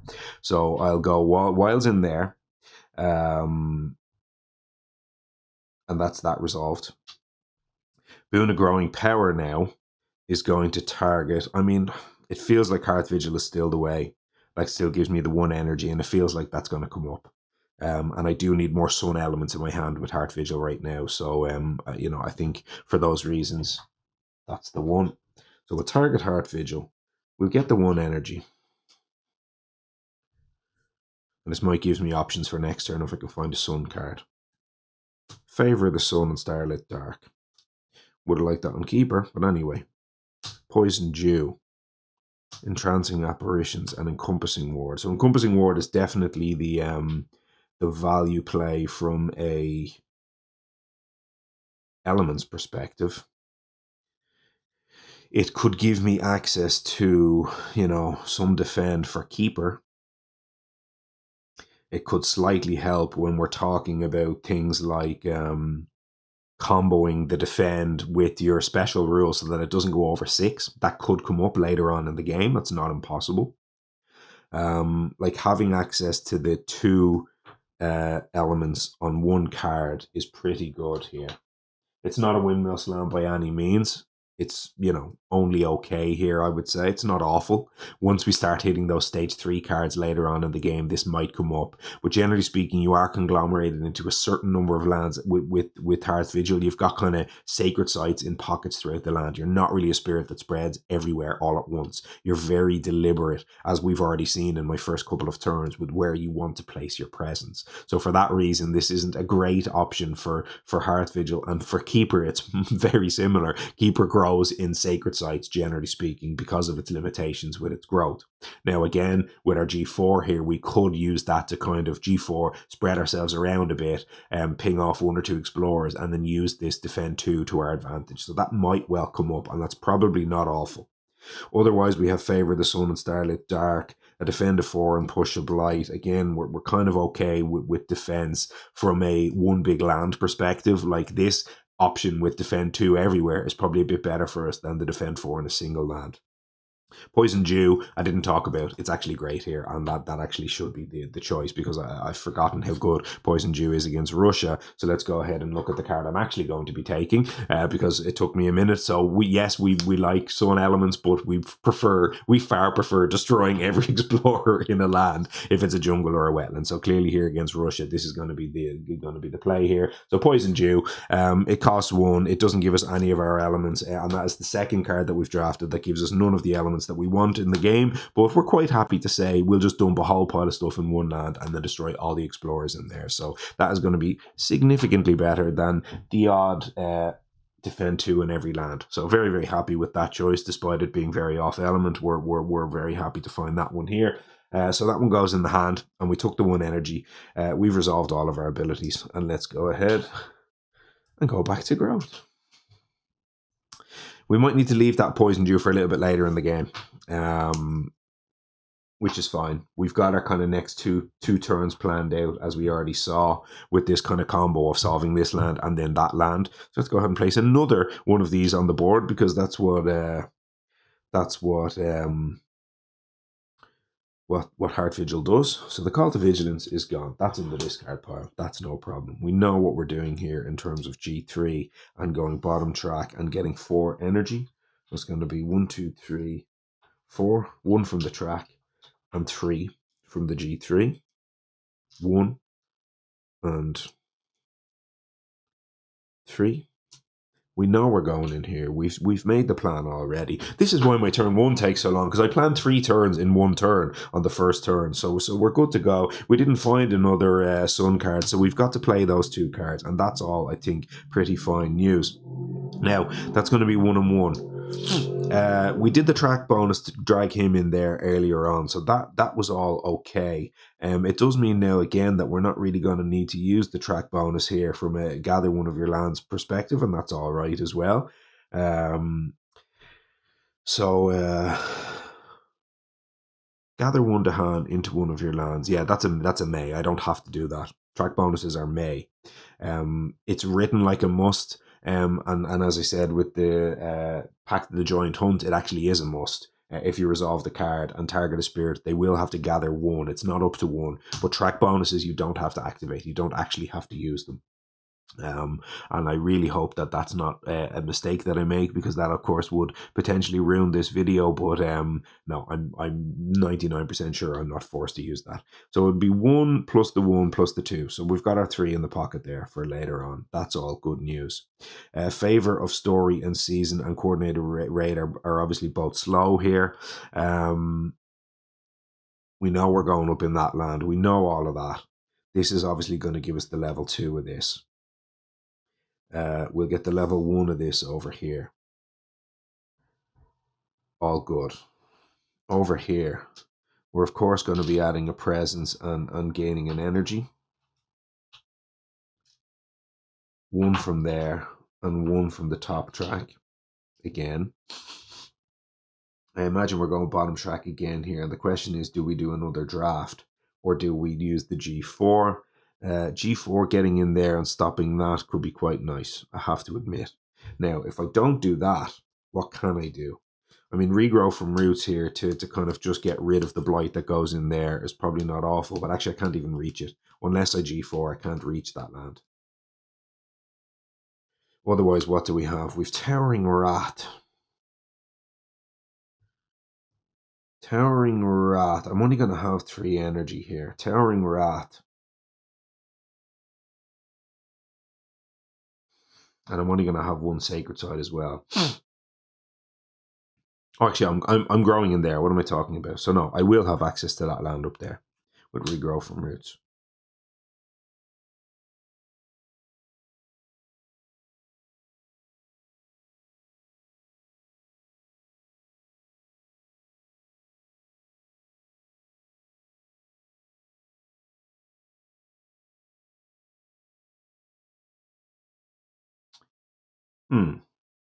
So actually,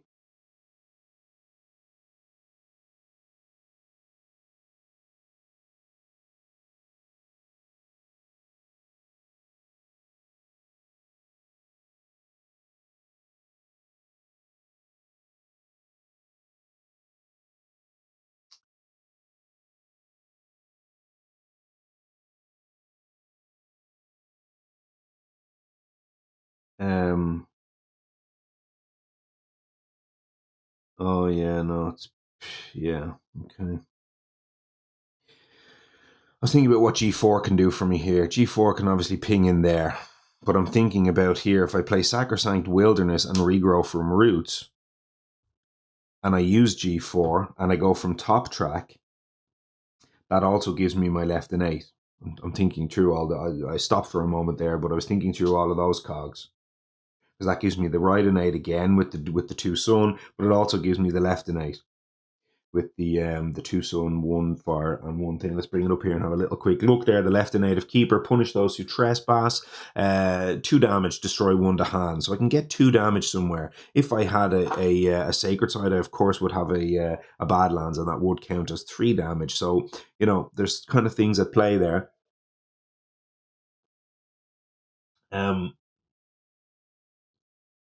I'm just wondering where that damage goes and where it's relevant. You know, in theory, finding my way over this side of the board could do something, but, you know, really that's not going to matter. If I grow in here, I am growing in there, right? That's just definitely happening, okay?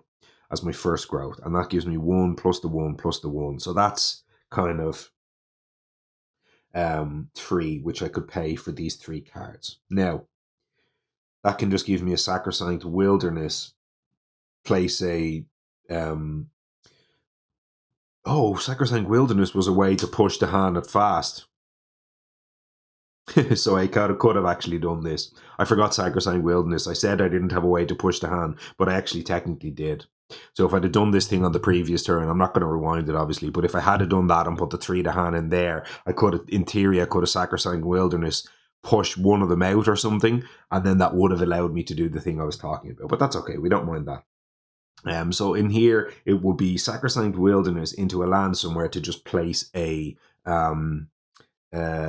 wilds, which is unexciting, but it, you know, and it, in theory, gives me a way to move some Dahan around if I need that, though I don't think I really do as such.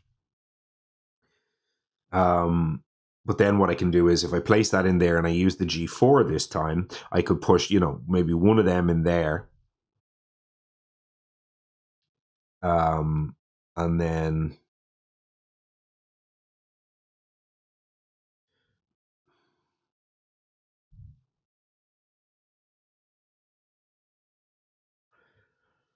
I could leave one in there, and then maybe move one of them over there. And then that would give me punish those who trespass at range 0 to solve an Explorer in here with 2 damage. And I could also push him out of there with the left innate, or vice versa. Assuming it was a jungle Explorer. Sands Explorer we have solved there.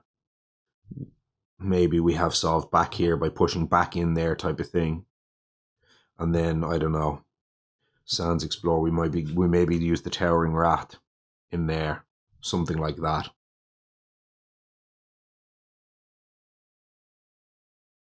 Something. So that's not, the alternative here is obviously just gain a power card and just go like this. But it does mean that we leave that go. Not in love with leaving that go, am I? Gives me a draft to try find an answer to it. But I'm not in love with that. The other thing I was thinking was I could push two things in there, but sure, if I push in there, I solve the build. So my left innate punish those who trespass isn't doing anything anyway.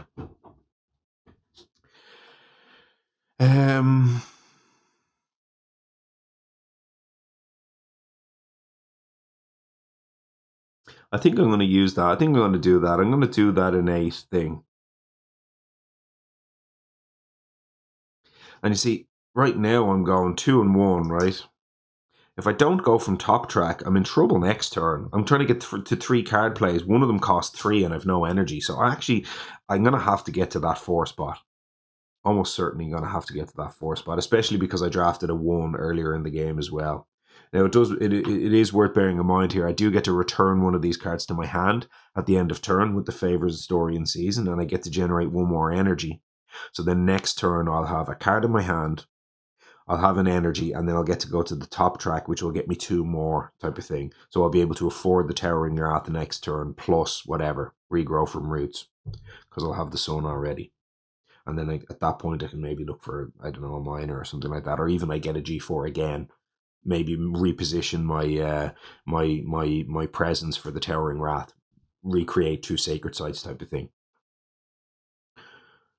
So for that reason, I probably don't want to spread too far across the board here either, is something to bear in mind. So let's go ahead and do that. We'll G3 and then we'll G4. And let's one more time just bring up Keeper's G4 here. It's going to look like gain a fire, move a presence 1, move a presence 1, and then 1 damage at range 0.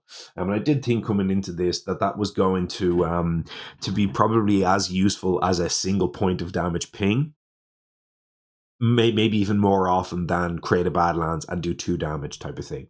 So we definitely want to move one of our presence here. We want to be in that land, of course.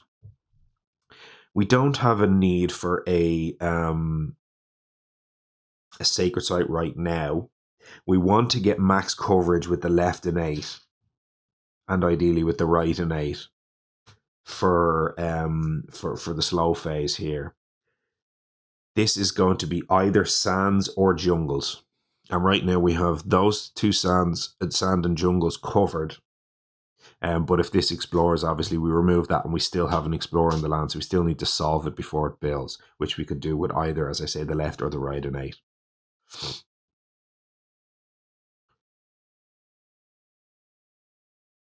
If it sands, that we don't need to be in this land is kind of the point.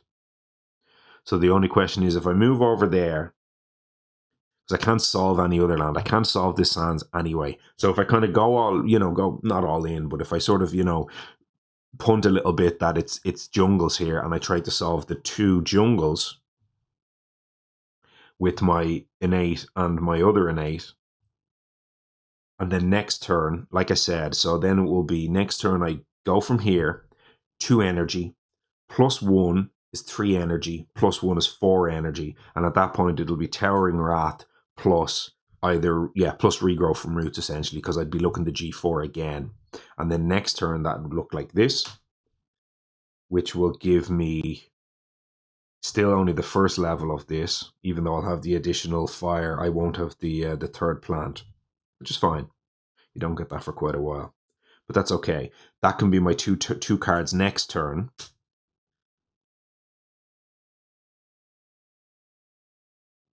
Then I can maybe solve that blight over there,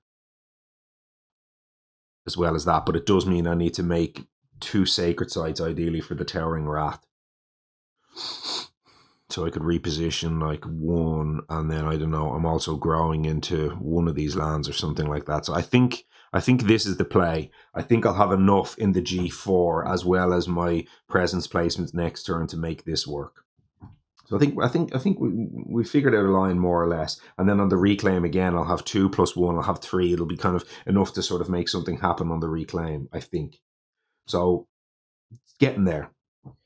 I think I will go only as far as the 4, and then I really will go onto the bottom track at that point to try to get down and start unlocking those third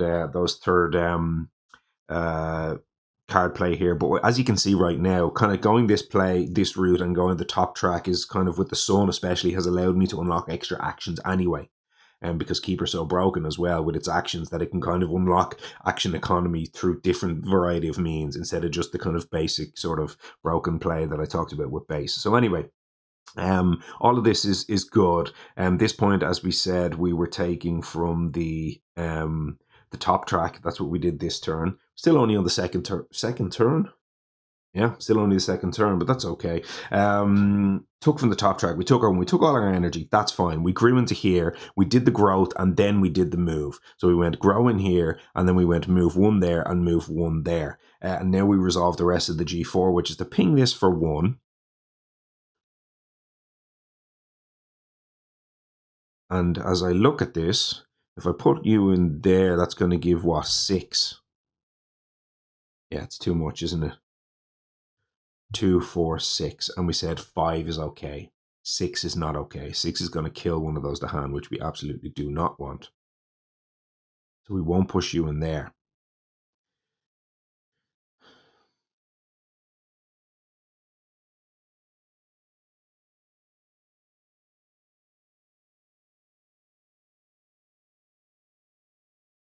If Jungles Explores, we know we have 1 Jungles covered. If we push you in there, if Jungles Explores, I can remove that and still deal 2 damage with my innate in that land, and then in the other land use the right innate to push the Explorer. So I think I'll do that. So I'll fear damage that. That's 1 fear. Push him in here. We also do, of course, have Poison Dew that kills all Explorers in a jungle or a wetland. And so ideally here, conglomerating into one of those 2 terrain types is going to be good for us as well. So for multiple reasons, we'll push him in there. That's all done. That's slow. Sacrosanct Wilderness then. So we did say that the 2 options are here are either going to be sands or jungles. We have that sand covered. We can't get over and cover that with an Explorer, nor can we cover that one. So we can't reach either of those 2 lands. Putting a wilds into that land is not particularly relevant for us. So, and I'm not going to use Sacrosanct Wilderness to deal 2 damage in that land right now. It's just not worth the value. It sounds good, but it's not. I'd rather just get an extra wilds on this board because wilds are so good against this adversary. So, and it has to go in an unblighted land. So, like it's a 50-50 shot. But if I basically go in that land right there and I hit the jungle, then I don't now need to solve that land with my right innate, and I can place the wild somewhere else.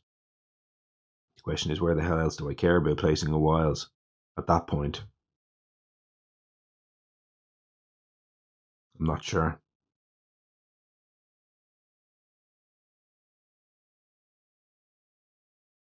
Do I have a reason to push 2 to hand anywhere? Actually, I do.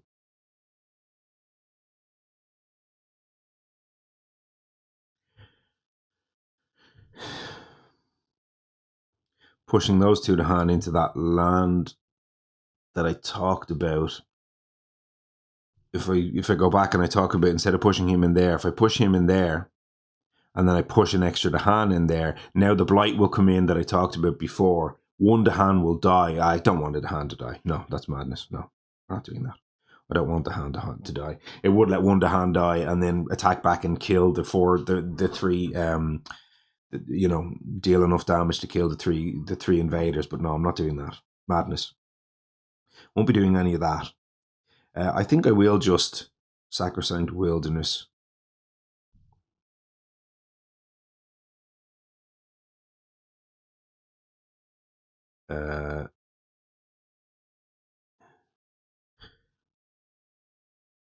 Actually, you know what? I wonder whether this is better. Let's not do that. Let's place this in here. And let's push these 2 to hand in there. And let's push my presence in there. And now if Sands is one of the explorers, I have a way to kind of do some stuff in that land with Hearth Vigil. So I think that's better.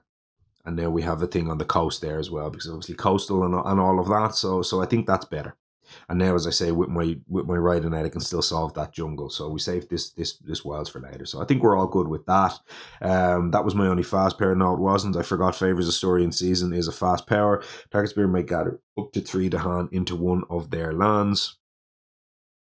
Funny, that would have been a second way to get a hand out of that land. But again, I'm not so sure that I care about doing that. I don't think so. Could gather you out of there and sort of protect that to hand if that's one of the explorers, and then just let that go. Probably not awful, and just pairs up my Dahan here. We don't really want individual Dahan on the board as such. That's probably just okay. Although I need 3 Dahan now in my land, so actually gather up to 3 into one of their lands. What am I talking about? I need to gather more than what I've just done there. So I'll gather 1 and 1. That's the way I do that. So now I do have the 3 in my lands. If they have 3 in their lands, gain 1 energy. They gain an energy and may reclaim 1 power card at the end of turn instead of forgetting it. So I suppose we'll just gather the regrow that we talked about there. So all good. We do of course have fast innates over here as well. So gather up to 2 from one of your lands. We'll go in there with the 2 in there, and then we will go in one of your lands. Essentially 2 to hand, deal damage before the invaders. So all good news there. We get first strikes, we get all sorts of things. So yeah, we're good.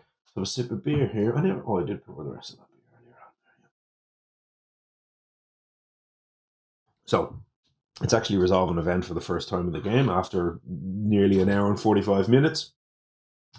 Card cam. What are we talking about here? We are we are terror level 1. Of course we are. For the rest of this turn, ignore strife. That's good news. On each board, destroy 2 among lands with beasts. We will certainly take that.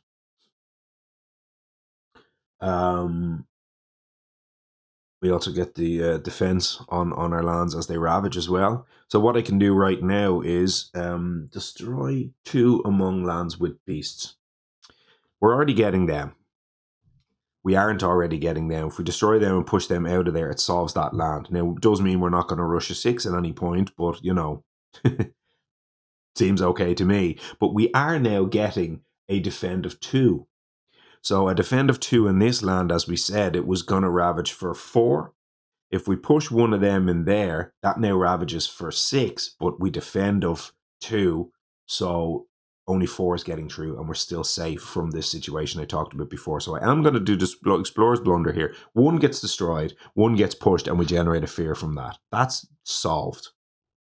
That is that beast no longer at risk. Over here, Explorer's Blunder. Well, I mean, look. On each board, destroy 2 among lands with things. So I actually have to do this. So destroy this. and then fear destroy the other one. Pushed you. I think I'm just letting this land up here go.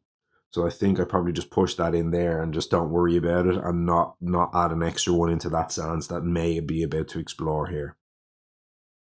So we put a lot of effort in up there in that corner, and you know, in the end, the sort of the beast event sort of did it, but that's okay.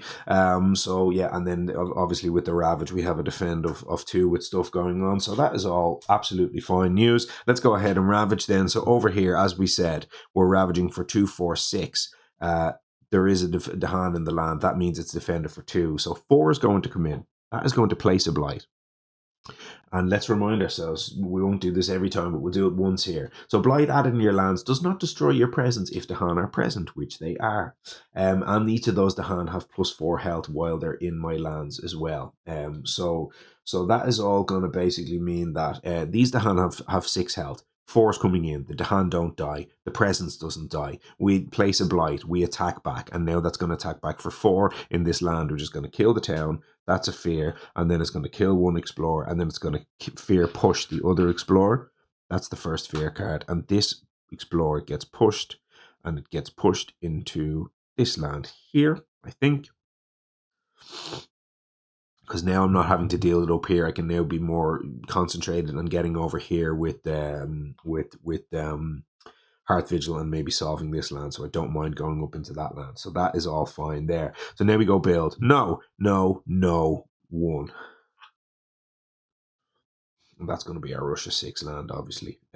Well, Russia 6, let us remind ourselves, of course. Let's go and look at the Russia card. After the Ravage step of turn 2, of which this is turn 2, on each board where it added no blight in the land with the most explorers, add an explorer and a Dahan. So that does actually change things. So let's go back and have a look here. So when we fear push these explorers up here, I know I'm Russia 6ing on this turn. I know I'm not going to place a blight. I actually didn't even do this. That was another fear. I killed that. That was 1 more fear. Forgot to carry out the ravage. But when I did the fear push with the explorer, I know I'm Russia 6ing on this turn. And I know if I push that in there, I have to Russia 6 into that land. Because again, remember, it's the land with the most explorers. So I'm now going to have to go Russia 6, Explorer and Town into that land, which puts it at 3 explorers, which isn't a problem for next turn, but it's a problem for every turn thereafter, which I'm not willing to do right now. So instead of pushing that in there, I would have pushed it in here. And then I now have to Russia 6 in that land. Now, I may well still have a problem. If I explore into that land right now with Sands, which is a 50-50, I have a big issue. But it's a 50-50 to be a big issue, as guaranteed, instead of guaranteed to be a big issue. So I'm still willing to make that play, given the situation. So yeah, that's all of that. I'll take that back. So yeah, apologies, slight retcon there, folks. But again, it's kind of face up information. It should be sort of something obvious for me to take into account here. So we've done the Russia 6. We finished the ravage over here. We didn't even finish the ravage over here. Look, I'm all over the place. I'm building before I've even ravaged. I ravaged in 1 land. That ravaged, that did that, and that killed that beast. And that's going to be my little Russia card land. So I've now 1 beast in there, and I've 3 on the island. We didn't really go into detail earlier, so let's look at it now. So you put the destroyed beasts by the adversary on the panel, or in this case, in my little wee box. If there are ever more beasts in that box, excuse me, then on the island, the invaders win. So as it happens right now, I could lose 1 more beast, and there would be 2 and 2. And in that case, I would still be okay. The problem arises if there's ever 3 beasts in this box and 1 on the island, or, you know, basically more. So right now we've got 1 versus 3, so we're still pretty okay in that sense. So all good there. Ravages were done. We of course took 2 blight on this side of the board, so we don't have to worry about the the Russia 6, so we're fine. And then we did the build, so we already built in that corner. So now here's the key. We really, really desperately want this to be jungles. If this is sands, we have problem. We're not in love with this being sands. It's a 50-50 to be pretty horrible. So, you know, if we have jungles, we've got ourselves set up where this is solved, and then we've got our 2 Russia lands. But if it's sands, we're in quite a bit of trouble here. So really hoping for it to be, well, obviously it's sands. Of course it sands. Well, look, it's going to make a game for us.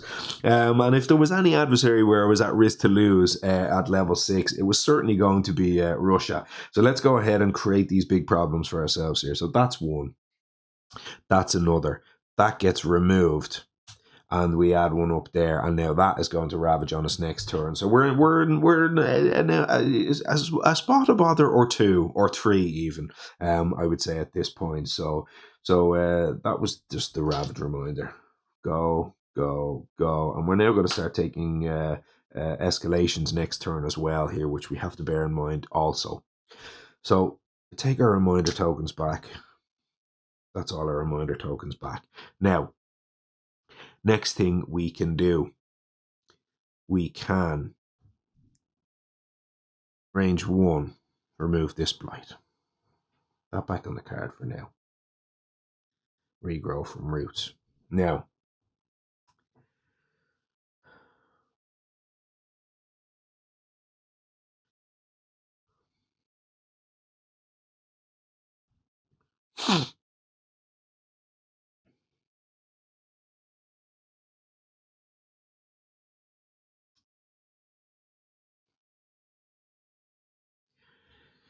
like we've coordinated raid into that land, which stops it ravaging next turn. So that seems like a kind of a bit of a no-brainer. It just pings a single explorer and it pushes them out of the way, and then we sort of just don't have to worry about that immediately. So it sort of feels like that's kind of got to happen here. So let's go ahead and coordinate a raid and do that. Range 1 from a Dahan, 1 damage. If Dahan are present, 1 more damage. So I'm going to kill 1 damage. That's a fair push. And I'll push you back into, I think, into that land.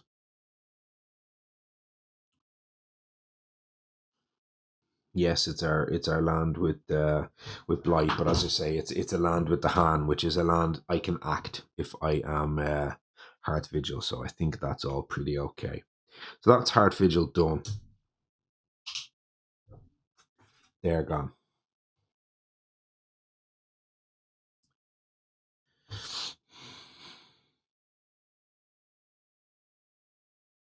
Now, on the side of Keeper,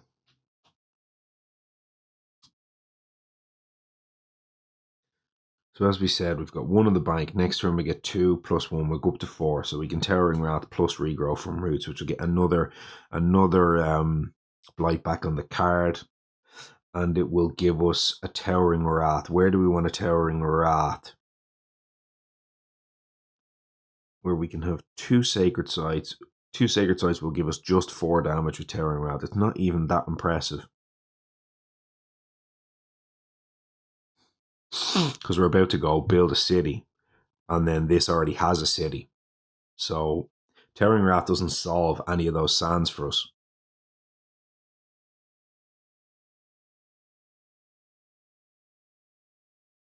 Towering Wrath plus the innate would, most likely. So, you know, if we assume that this is our land to solve with Hearth Vigil. By the way, Hearth Vigil now does not need to hyper reclaim, because from a Ravage perspective, next turn we've got no, and we're letting this one go anyway. So we actually don't have to go all in, and we can give up on the left innate next turn, and we can do a kind of a gift of power type of growth here. Plus, I don't know, Surrounded by the Dahan or something like that. Go for more of the left innate. Well, actually, no, because it's impossible to hit, so it doesn't matter. Poison Dew isn't really doing anything for us. We could, you know, in theory, get over near this and potentially solve this if it explores, type of thing. Not hugely exciting, and of course it only works in lands, in jungles and wetlands, to destroy all explorers. But still, the point here is that we don't have to hyper reclaim, and on the hyper reclaim we could be going back into here, at which point we'd go here and then here, two growths away in this land, so we'd go bottom and then we go bottom again, and that can now give us the third level of this ability, which is in that land all to hand, deal damage before invaders during ravage, and that will allow me to, for the next 2 turns, do the gather 1 and then gather 1, and that gives me 8 damage for a strike in that land. 3, 5, 6, 7. That solves that land without taking a blight, and then we allow the blight in there. So that's that land solved from Hearth Vigil, assuming we have enough energy to do all of that, but hopefully we should, especially because we've got zeros here. So all of that sounds nice. So on this side then, this is the land with Keeper. So if we would innate plus Towering Wrath solve that land is pretty good. Does mean that this won't ravage and we'll take another rush of 6, which isn't ideal.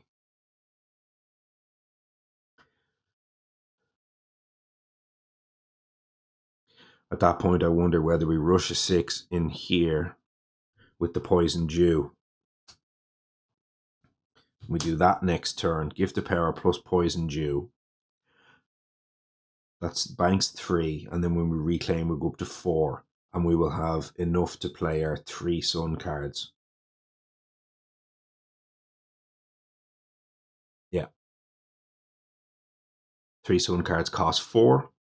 Next turn, we'll gain 1, we spend the 1, and then when we reclaim, we gain 1 more, and we go up to 4. So that covers us. So we can actually Poison Dew in here next turn, which means that the rush a 6, because we're not going to ravage, we rush a 6 in this land, and then we just Poison Dew, and we kill the 3 explorers. So it just means we need to get within range 1 of this with our growth this turn, but I think that can be done. So that's all good stuff there. We've got the rush of 6 on lockdown just a little bit. So now with that said, well actually, with that said, we actually only have 2 damage in that one land, because the only land when we have where there are invaders. So actually it's the only place to do it.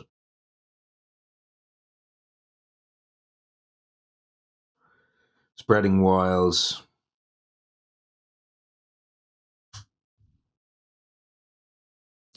Well, okay, so let's think about it then. So then in that case, then we don't need to Poison Dew to do the, because I'm about to kill these 2, so forget about that. I'm about to kill these 2 and then do a fear push. I'm not obviously pushing in there. I just push, and I'm not pushing in there. So actually I'm not, oh, I don't really have a good spot to push this, do I?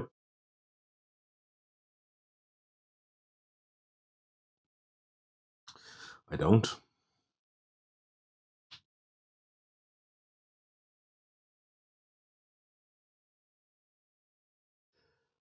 Well, actually, I lied. So I can punish those who trespass, push this, and then use my right innate to solve the land it goes into. So I can push in there, and then I can again right innate and push him out of there back into that land. So that's fine. And then what I do is next turn I rush a 6 into this land. So it's going to go build a city. Then I go city and town. But at that point I have grown into the land. Not grown, but I've moved into the land with the G4. I essentially grow and then push these.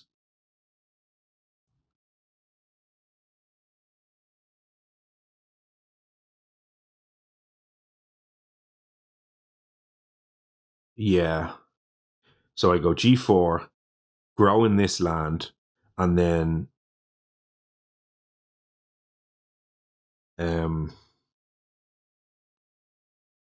oh, I can't make 2 sacred sites next to this land, can I?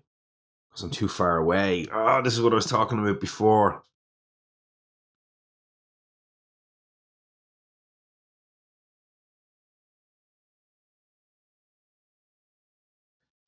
Oh.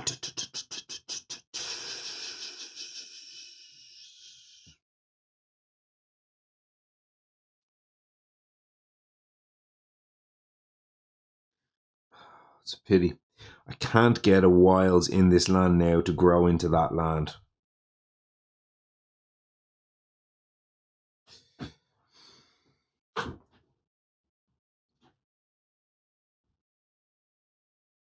I can obviously push my presence in there next turn, but then at that point it'll be a towering wrath.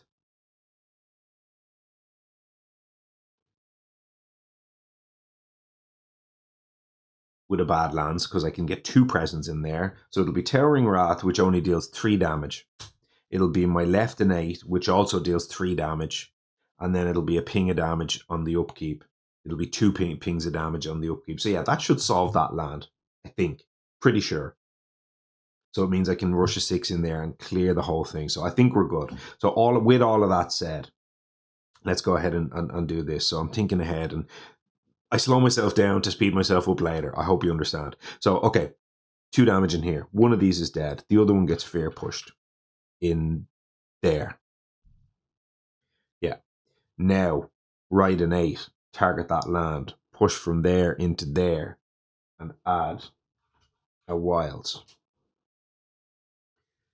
Both of them are done. Everything done. And then this goes back in my hand.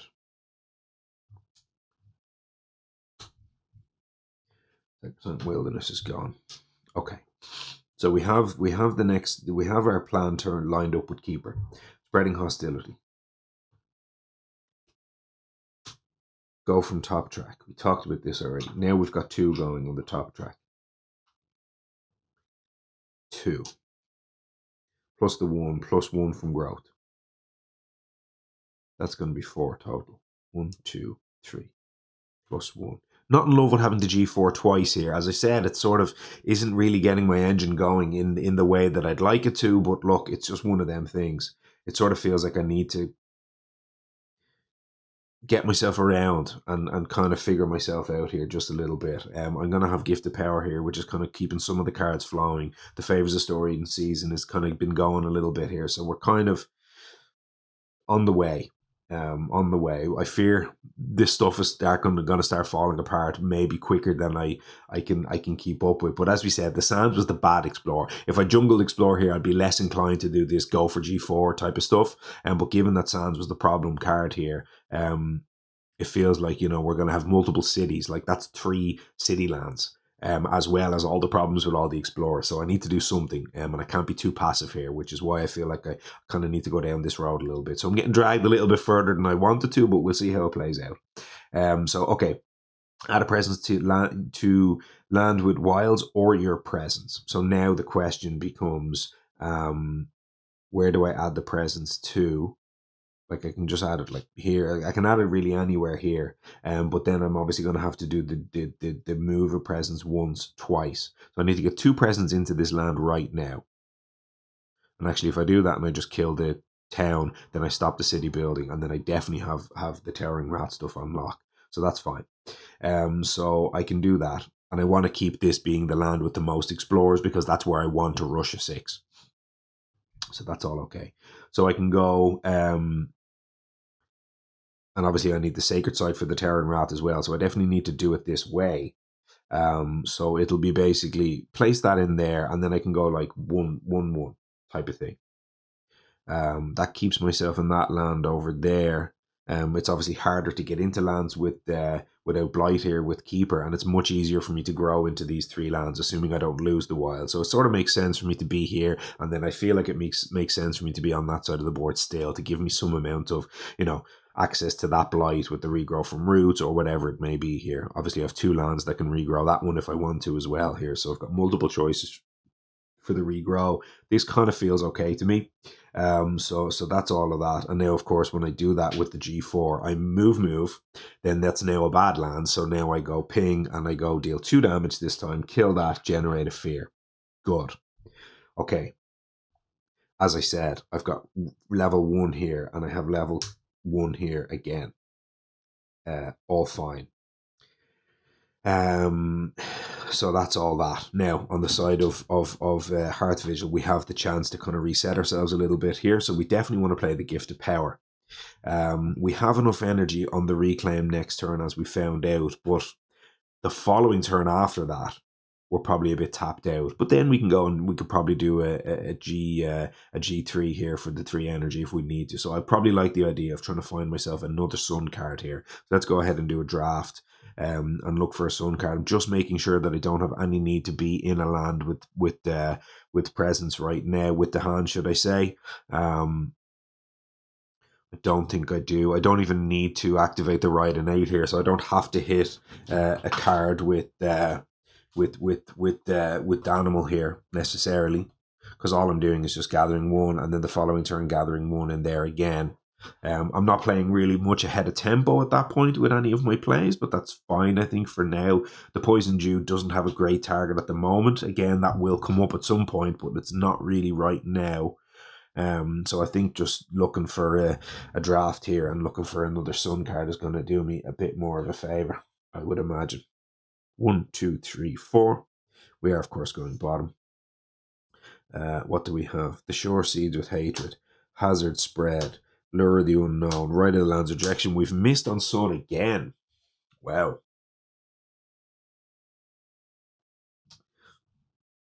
Not getting any favors from the minor power deck when it comes to my elements, at the very least. I mean, there's some good cards in here, don't get me wrong. Right of the Land's Rejection. I mean, I could stop this wasting that disease, but I'm not doing that. Lure of the Unknown. Can that stop a build? No, can't. Stop a city build. It's not exactly exciting though, is it? Pull, the town onto the coast or pull it up there. It's not hugely exciting. Hazard Spread is obviously giving us some amount of elemental alignment, and it's a very good card. It also gives us access to Beast here, which basically turns off all but ends the threat of the Russia loss condition. Doing that once is probably enough. As I said, Russia loss condition is flavor text in most games. It also gives us access to extra wilds, which can potentially be useful for something like Sacrosanct Wilderness at fast speed. It can give us, some build prevention, maybe if we manage to hang on to this disease or something like that. It can give us, it can give us kind of multiple things here right now, and just the fact that it prevents the loss condition as well as helps keeper maybe grow with extra kind of wilds placement and things like that. It's probably not a bad one. Sure, Seeds with Hatred is okay, but again, I'm not really looking for more 1s here. I think 0s are probably better for us. So if we take the Hazard Spread, Right of the Land's Rejection is not a bad card, but Russia, you're not exactly about the builds. Lure of the Unknown can work, but again, we're probably getting to a point in the game here we're going to start getting bits and pieces all over the place. So Lure of the Unknown, not hugely relevant. It's good, but I feel like it's not perfect. I think Hazard Spread's going to be it. I think it's going to be fine. And it's a 0, as I say. Surrounded by the Dahan, I can play it to try get some fear. I'm not rushing fear right now. I'm happy enough that I'm tipping away without doing huge amounts of fear. I'd rather be a little bit more in control of my fear just at the moment, so I think I'm okay to be tipping and slowing. We're getting to the point where we're starting to unlock the higher levels of this innate with Hearth Vigil, and that's where I want to be before I start flipping that fear bomb if I can. So let's go ahead and take the Hazard Spread. We won't take the Surrounded by the Hand. We don't need the Poison Dew. So they're the 2 things that we're taking. We'll take our 1 energy. That goes in the bank. We add a presence to a land with the hand. I mean, making a Sacred Site over there is probably okay, but I'm going to be reclaiming next turn anyway, so placing it range 0 there next turn is probably just fine, so I don't want to do that. Add a presence to a land with the hand. We're pulling them 2 out of there anyway, and I don't need a triple stack, so triple stack is not much use to us. The only thing is, once we quad stack in here, it becomes very hard to get the hand out of that land. We can't really move them anywhere after that point. technically with keeper, of course, and things like that, we can. But just wondering right now whether getting my presence into that land there, maybe at a later stage pulling like one out or something like that, and then sort of maybe going about it that way might be okay.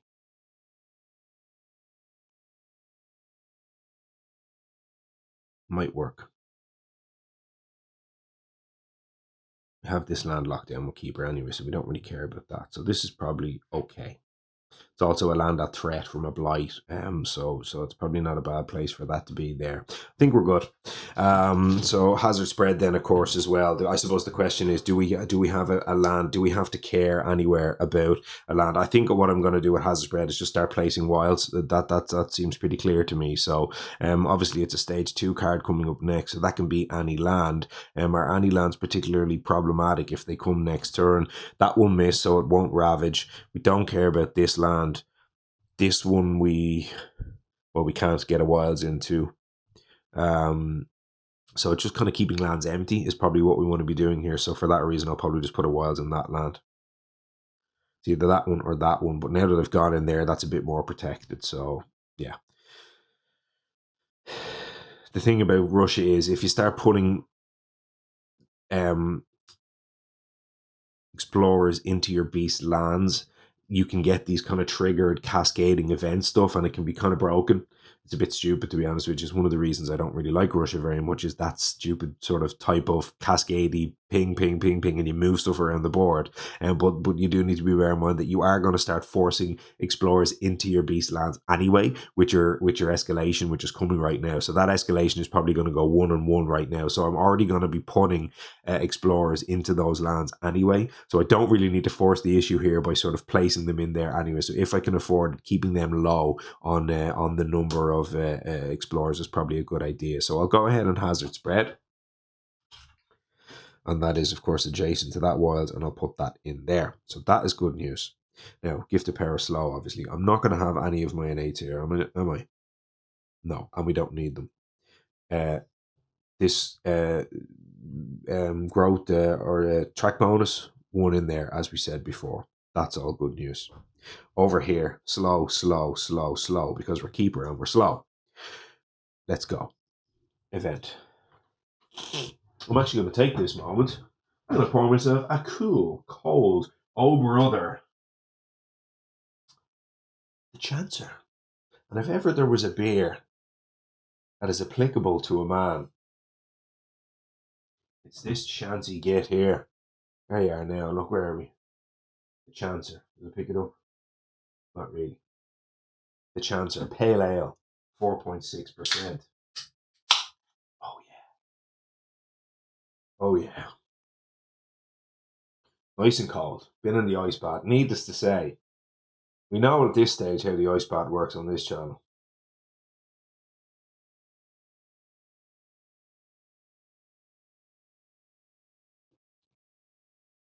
Oh, yeah. Oh, that's better. That's even better than the first one for sure. It's more fitting to me right now, being stuffed up and not feeling too hot, not feeling too good. This is a kind of a, what are we? Crisp citrus tropical drink, fresh. Yeah, tropical. It's definitely tropical. There are definitely some more kind of hazy flavors in there. Papaya or something like that. One of those kind of tropically type flavors. Not too much citrus, definitely more on the tropical end. Guava or one of them, I don't know. My palate is not refined enough to tell you which one of those fruits it tastes like, but it definitely has that kind of flavour. Pineapple-y, actually. There's pineapple in there. Nice. Very tasty. Okay. Event. What do we have? Eager Explorers. Not in love with the sound of that against Russia. What is this? On each board, after the first successful build action, add 1 explorer to an adjacent land without invaders. Not in love with that. After the first successful build action, we are going to be building on both boards successfully, which is not ideal. Okay. And of course, that is tier level 1 still. Now, beast chase off the homesteader. So we are getting another beast event here. So on each board, push up to 2 explorers or a town from a land with a beast. And in that case, that is not going to be applicable at all. So nothing in lands with beasts. And then finally, at their gates, demanding redress. 2 fear per land with Dahan and cities, which as of right now is only 1 land, and that's fine. So we will get 2 fear. Don't really want fear at the moment. I'm not really pushing for fear. Thank you very much, event. I appreciate the effort, but right now I'm actually all right. So let's go ahead and what are we? We're saying after the first successful build action on each board. Okay, no problem. I mean, it's a slight problem. It's giving extra explorers. We're not in love with it, but we'll be all right. So let's go ahead and resolve a fear card. Tread carefully. Let's put it back over here. It is going to say each player may choose a land with Dahan or adjacent to at least 5 Dahan. Invaders do not ravage there this turn. 1, 2, 3. Okay, no, that's fine. So no stress there. It's not doing anything. So we're okay. So let's come back over. So let's go ravage. No, yes. Place a blight. Now, rush to 6. We didn't do it on this board, so we already talked about this. We're going to have to go ahead and add an explorer and a town. Now that is after the ravage, of course, so that is not going to create. It's not now going to match. It didn't match when we sort of the way this works. I'll talk about it on the podcast, but you kind of go, okay, go to the first card. What lands match? Doesn't match. No. Okay, then you move on. Actually, if you have 2 cards, do you check at the beginning of both cards? I'm saying that out loud now. I need to check that for the podcast. But in this case, we don't have 2 cards. We've only got 1. So we check, does any of those lands match? Yes. Then we do all the ravages. So in this case here, obviously that was after the Russia thing. So it definitely isn't going to work that way. But for example, imagine I had, in this case, it had been like this. I had done the ravage here, defended, killed him, and he got pushed in there for whatever reason. It wouldn't now qualify for the ravage because it's already checked and it already didn't qualify. So that is how that works. I will be sure about that when I get to the episode, and I'll clarify myself before then. Now, so that was after the ravage. Then we did in there because that's the land with the most explorers. Now we're going to go ahead and we're going to do the build. Oh yeah, so we're going to get the city back in here, of course, into this land, but that's okay because we've got loads of damage. So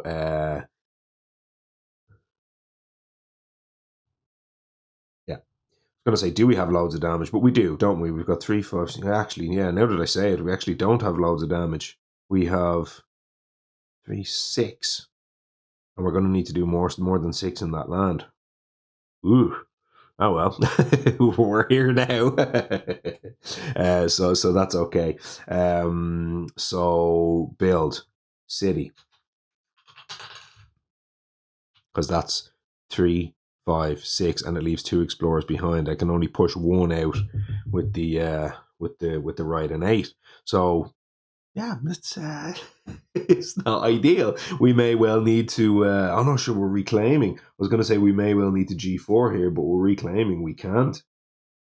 We're going to have to reclaim and then add a presence because I'm not adding presence. But we'll need to figure something out there, won't we? Yeah. Anyway, okay. Build over here. No, over here we remove this. And then over here, we'll build a city. Now, of course, we have to do this trigger thing here, which says on each board after the first successful build action, add an explorer to an adjacent land without invaders. So over here, we did the first build, and then we have 3 choices. 1, 2, 3. That explorer card can, of course, be any of them. I think so. We are going to have to escalate into that land, so I don't want to add it into there. I think I'll do it in there. And then, as I say, on this board, then this was the first successful build action, and I have 2 choices. It can be here or here. In this case, I'm going to probably be escalating into there, so I think I'll go here. Even though that's on the coast, it's more likely to hit, but I'm definitely hitting there. So yeah, that's fine. And that was both boards. Yeah, so build is done. So let's go ahead and do the explorer now. And it sands again. It's the back to back. Okay. Definitely not in love with this, because that's another explorer. That's another thing into that land, which is problematic. But this is our big problem land. The rest I think we can solve. So okay, first of all, escalation on each board. So this is not after exploring. Add 2 total among lands with beasts. If you can't, you do it on the other board instead. So we do have beasts on both boards here. So in this case, we're going to have to add 2 explorers in this land up here. And we're thankful that it didn't explore mountains, because that will be an immediate issue. So that's that. On the other board, we now have a choice. And I think in this case, on the other board, we will probably just do 1-on-1, so that we don't explore up to 3 at any point here. This is what I was talking about, Rush. You end up in the spot where you end up with sort of bits and pieces everywhere kind of thing. Because obviously if I choose here or here, I'm 1 explorer away from that going to a triple land. And that can cause all sorts of problems once you start doing the fear bomb. The fear bomb creates a big issue. But anyway, that's where we are for now. And that fear bomb is coming, by the way. We're not that far away from it.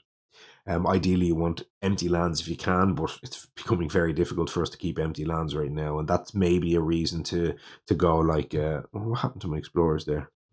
I put them there, didn't I? Yeah, 1-on-1. No idea why I put them back in that land. I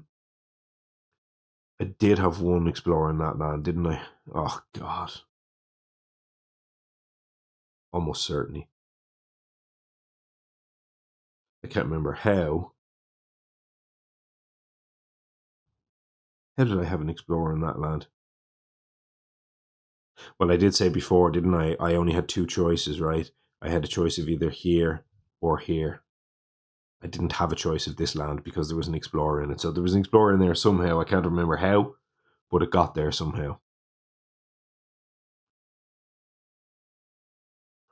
Probably when I dealt the damage from this one, I pushed it in there. I think that's what it was. Yeah.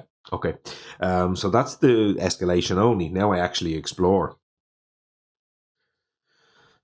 And now, of course, we hit triple stack, remove, and quad stack. But we're going to do something about that quad stack now momentarily. So the triple stacks aren't necessarily a problem in that we are already ravaging there. So not a problem from that perspective, but it does mean that we're going to go ravage, build, and then ravage, and then just keep ravaging. So Blight Cascades are starting to look very, very risky on that side of the board. Now, easy. Remove a Blight from a land. Let's go ahead and remove that Blight from there. Range 1. That's the easy part. Now, gain a minor power card. Are we getting to a point where I need to give that to Keeper is the question. We're definitely reaching a point in the game where I'm not going to have any downturns available to me anymore with Hearth Vigil. So I know that's for sure. So Hazard Spread is going to be gone. Next turn, we know we're doing the reclaim and we're going to play the 3 Sun cards. That's going to cost us 4 energy. We will go up to 5. But then we're going to punt away 4 of the 5. We'll have 1 left. And then we can't do the reclaim thing because we'll have 1 left. And then if we reclaim again, we go to, well, at that point, I guess we could go to the 2 track. We could go 3 plays and 2 up here. But it still wouldn't give us enough. We'd still be short. So unless I fed in a Boon of Growing Power, which I could do maybe on the reclaim for me here with Keeper, that could maybe put me back up to the 4 that I need. The point I'm getting at here is, do I need to find another cheaper Sun card, a 0-cost Sun card, to make my reclaim loop much easier if I go into a reclaim loop now? It's starting to look like I almost need to. So I might need to look for a 0-cost Sun card on the side of Hearth Vigil. The problem is I'm also pretty expensive on the side of Keeper. I've got a 1, a 1, a 2, a 1, and a 3, and not a lot of ways to generate a lot of energy. So I kind of need zeros on both sides here.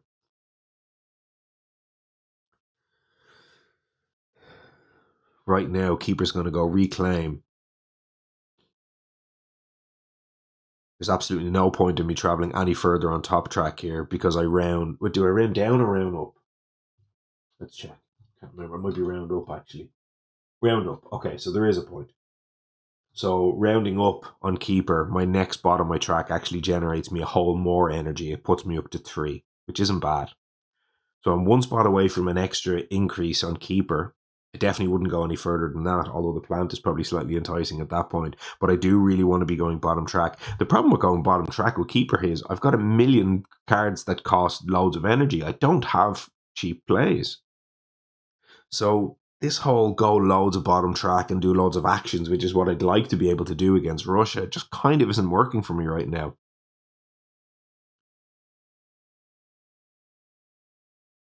So I sort of might need to go to that 5 spot before I then focus and go to 2 more on the bottom track. Which means if I reclaim next turn, I could have access to 4 energy. And only 2 plays.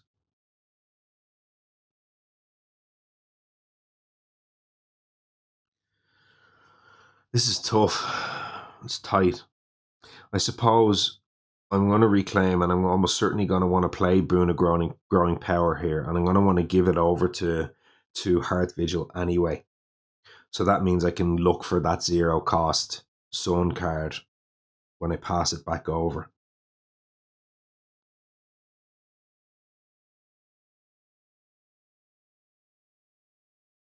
I feel like I need cheap cards here with Keeper.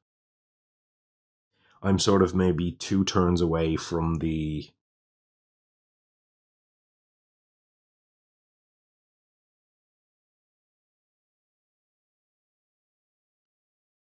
problem I talked about with things. So I'm what? So I have 4. As I say, I reclaim. I go to 5, spend 4, 1 in the bank. Go to 3 plays. Following turn, go up to 2 plays when I or 2 energy when I reclaim. So 1 in the bank plus 2 more is 3 in the bank. So I've only had at that point I've only had 1 single shot to find a 0 cost card, and if I miss, I'm in trouble.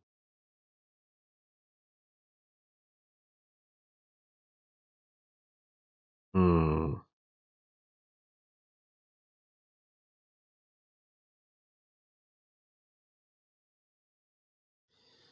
Ugh. Tough.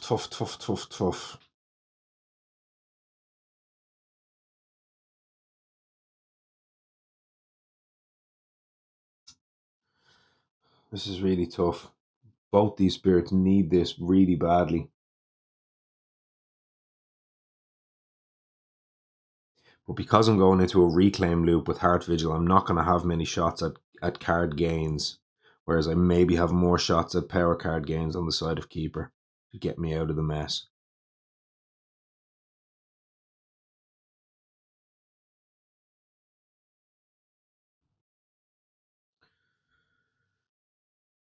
Oy. Tough one. I'm going with Hearth Vigil. It's a really tough spot, actually. I think this is a tougher spot than it looks. 1, 2, 3, 4. I'm going with Hearth Vigil. Gain a minor power card. Target any player. Really need a 0 cost Sun here. Badly. It's Gift of Living Energy, and there is the skipper. I don't even need to look at the other 3 cards. I would, of course, have loved that card on Keeper, but I am not about to look a gift horse dog thing in the mouth and complain about finding a Gift of Living Energy. Let's throw that into the card cam. That's going to be the choice without a shadow of a doubt. We will look at Devouring Hands, set them on a ever-twisting trail, and Call to Bloodshed, and say thank you very much. In the bin you go. And that is a reclaim loop card worthy of great note. That one will go in our hand, and we'll be chuffed to pieces to reclaim loop with that one. So that's all good. Cards gone from Hearth Vigil, and they will be reclaiming back with that card in their pocket and be overly overjoyed with that. Now, on the side of Bringer, we will not Bringer, Keeper. So we said We've got 2 damage. Destroy a Dahan. Oh, that's going to destroy that Dahan. We're not in love with that, are we? Oh, hey, I forgot the special rule, and I don't get to forget that special rule. I had to push that Dahan out of that land when I created that sacred site. So apologies for that, folks. Where would I have pushed that out? It's a good question. Because of what I've talked about with, and obviously I've got loads of information from now, but I'm going to try to keep this as generic and sort of fair as I possibly can here. I don't want to make stacks of 4, right? I already talked about over here how that's going to become a problem. So I definitely don't want to push it into that land. I don't want to make stacks of 2 for the exact same reason here, because you're right, innate gathering 2 Dahan is the key. So you want to be in your lands for the most part with 2 Dahan only. So really my choice was either going to be into that land or into that land. And at that point here, given that that was going to be the land we were definitely going to have to kind of escalate into, I think putting a Dahan in there and hoping for some kind of like fear cards or events or something is probably the land where we want to go. That's a less safe land than this one. So I think putting a Dahan in there and giving ourselves a shot to maybe push in there with Hearth Vigil was probably the play. So that's that. And you'll forgive me for that one, I hope, because I have 2 different effects that destroy Dahan in the land that I'm about to go into here. So obviously pushing that out is not any gained information. It's just obvious, and I in fact have to carry it out. It's not a may. So that's all of that. Now, after that, we basically have 2 different cards that are both going to deal 2 damage. And of course, I have a sacred site here, which is a Badland. So I get to deal 6 damage at this point. Now, how do I want to go about kind of assigning this damage here?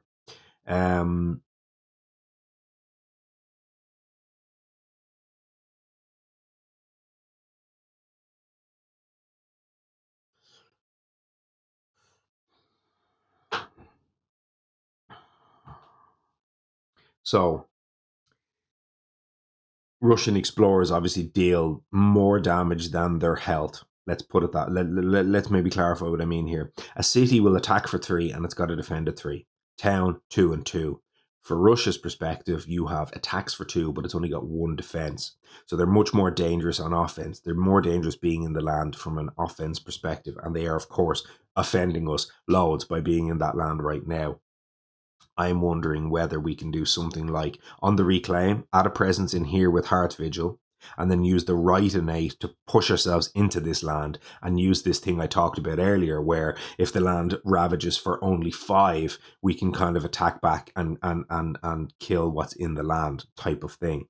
So that's what I'm getting at here. Now, can I do that is the question. Well, if I kill the explorers using these damage effects and leave the towns behind, it's a better transaction from a what's left behind perspective, how much it attacks us for next turn. Or let me be more clear what I mean there. I have 6 damage right now. If I kill the city, the town, and the explorer,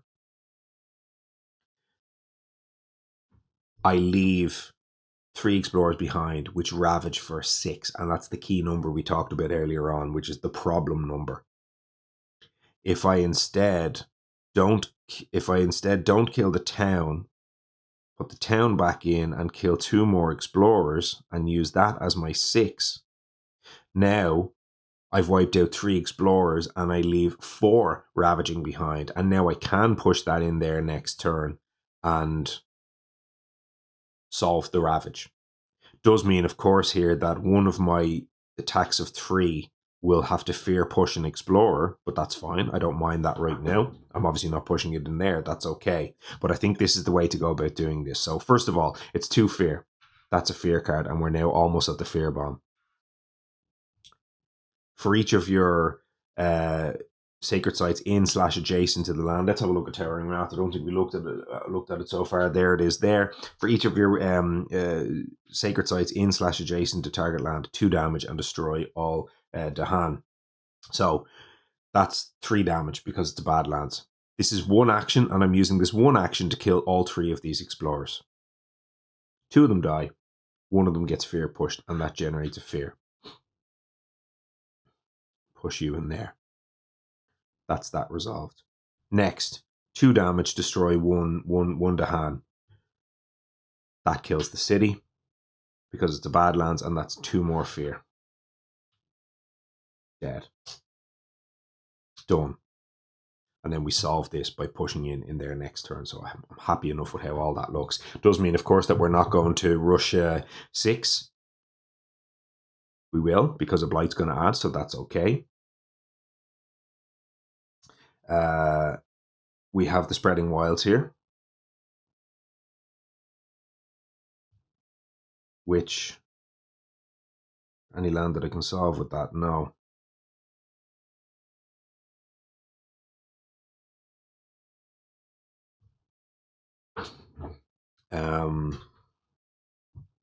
Wondering about this land over here. If I do my maths on this, so I'm going to pull that one in again. That's going to be 8. But now we've got 3, 5, 6, 7, 8. We actually have the full 8, don't we? 3, 5, 6, 7, 8. Yeah. So we don't need to push anything out of that land. That's just going to solve. So that's all good news. Do we want to put a Wilds anywhere else on the board? I mean, yes, of course we do.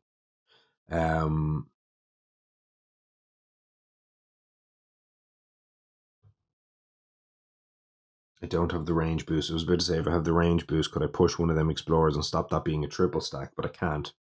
But, you know, that's just one of them things. That's a big problem, and we'll have to deal with it later. I'm thinking Fear Bombs here. I'm thinking, how many lands can I get clear so that when the Fear Bomb lands, I don't potentially build into the land? So we know the Fear Bomb. The Fear Bomb's a stage 2 card, by the way. It can't be Sands.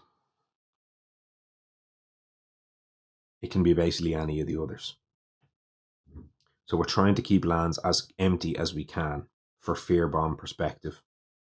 But of course, we've now got a stage 3 card coming, so we need to keep lands away from 2 Explorers if we can as well. So we've got 2 conflicting problems there. One, we don't want to have our Explorer spread out. So, like, you know, do we push him out of there, empty this land from a Fear Bomb perspective? But now we make this a big problem if it explores. So Russia puts you in a chokehold from every angle. They're extremely difficult for all of these kind of reasons here. So I'm between a rock and a hard place a little bit here now, because I have to decide which problem do I want to lose to. I suppose this one, yeah, I mean, I won't be pushing that out of there because that's already solved from the stage 3 card. That won't go to 3 Explorers, so that's fine.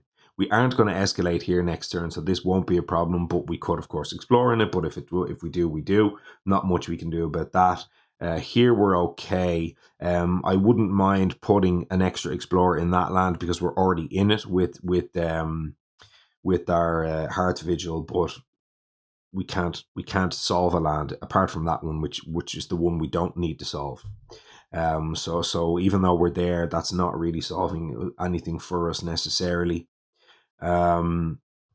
This is already solved, so that's not a problem. I guess I could push another Explorer into that land. It's probably not a bad idea. Getting another Explorer in that land saves us from an Explorer, from a stage 3 Explorer, but it won't. And by the way, when you flip over the Fear Bomb for stage 2, you have to escalate. So putting that in there means that I now can't escalate in that land.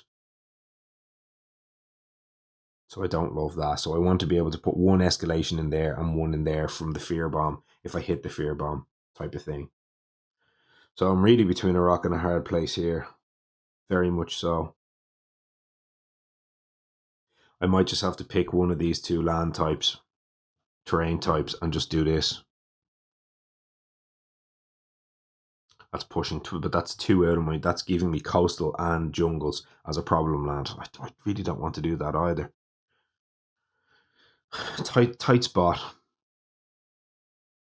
Could also empty out of there and then escalate into that land.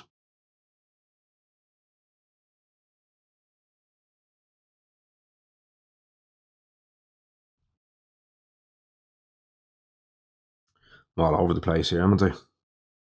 All over the place. Sorry, folks, I'm all over the place.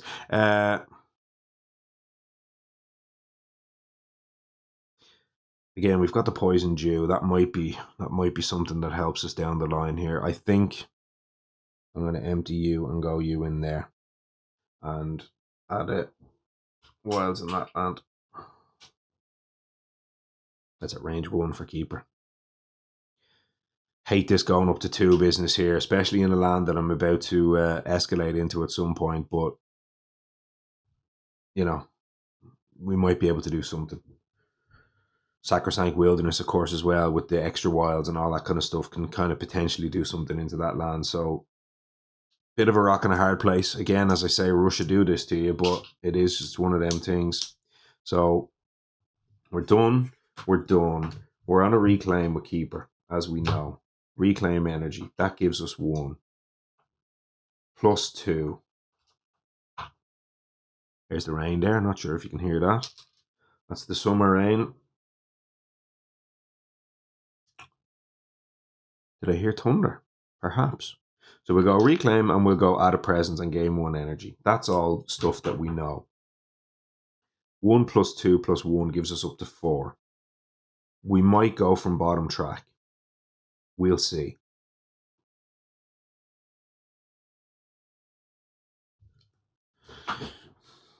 We know what we're doing over here, so let's go ahead and do it and see how the lay of the land looks. Reclaim cards, add a presence at range 0. That goes in there. We know this.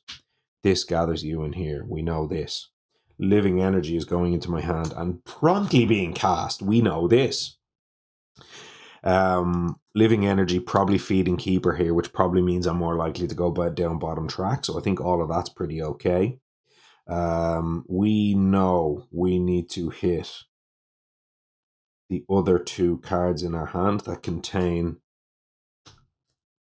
mountain or earth, should I say. So we have to play this. If we want to play the Gift of Living Energy, we have to play this. And I'm very happy to say I will certainly be playing this.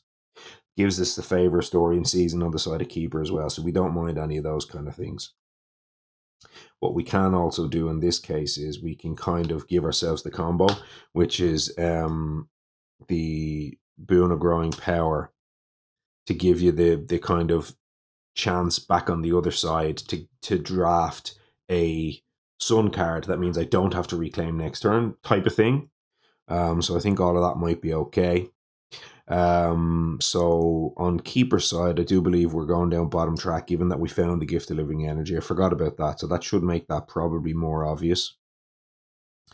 2 card plays. Do we just Towering Wrath? We go 1 and 3. That's the 4 that we have. Play the Towering Wrath, and then because we're gaining 3 energy here, we might even reclaim the Towering Wrath and use that to start clearing out some problems on our board. Is that kind of a thing right now? Can that possibly be a thing right now? Well, the problem is we can't get over here and solve this at all.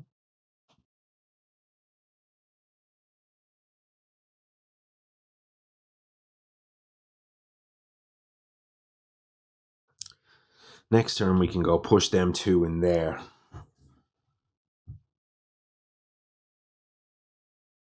But that's it.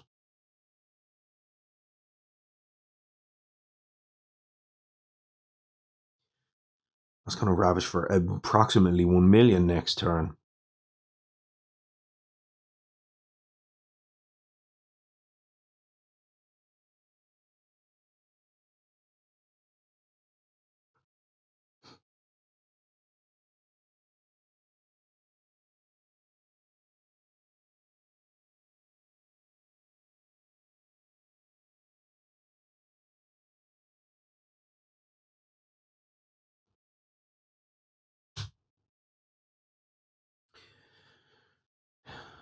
What can Pact of the Joint Hunt do?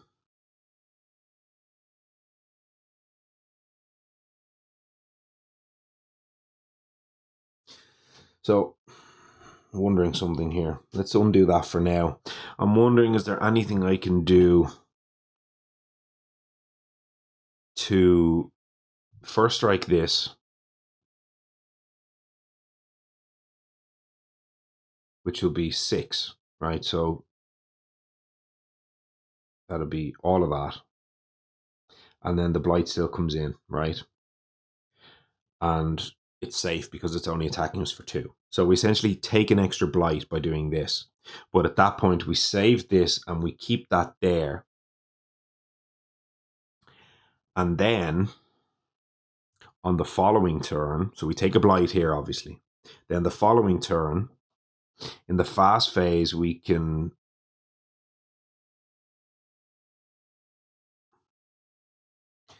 push them 2 in there. What I was about to say was, can we also get that in there? But that's a track bonus. So I would need to grow into land first, which I can only do with G3. So with the boon of growing power, we would have had to have hit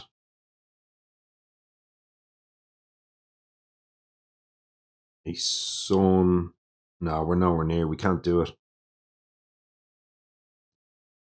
I'm gonna say if we get 3 to hand in the land with the extra with the 4/2 with the 3rd level of the innate here, that could solve that for us next turn.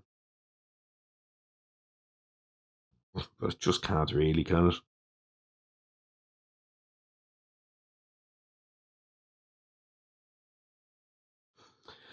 I suppose with Keeper, if I grow in there and then do a Sacred Side in there, I can push that in there. So that's maybe something.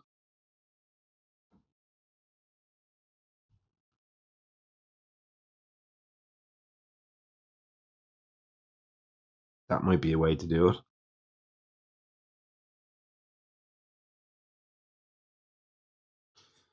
And that can allow me to just reclaim my way through this. So just reclaim loop this next turn. So take the blight this turn. Kill all 3 of them before damage. First strike 3 of them. Let the blight in. Take a blight here. I think we said we have to take a blight here, and we have to take a blight here. That doesn't flip the blight card.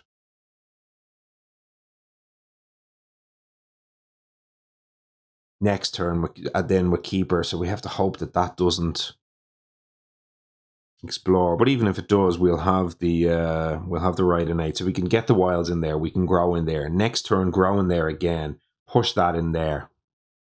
Push them in there with the right innate. Now we've got a 6 to hand first strike. At this point, we will have another town in this land because it's going to build.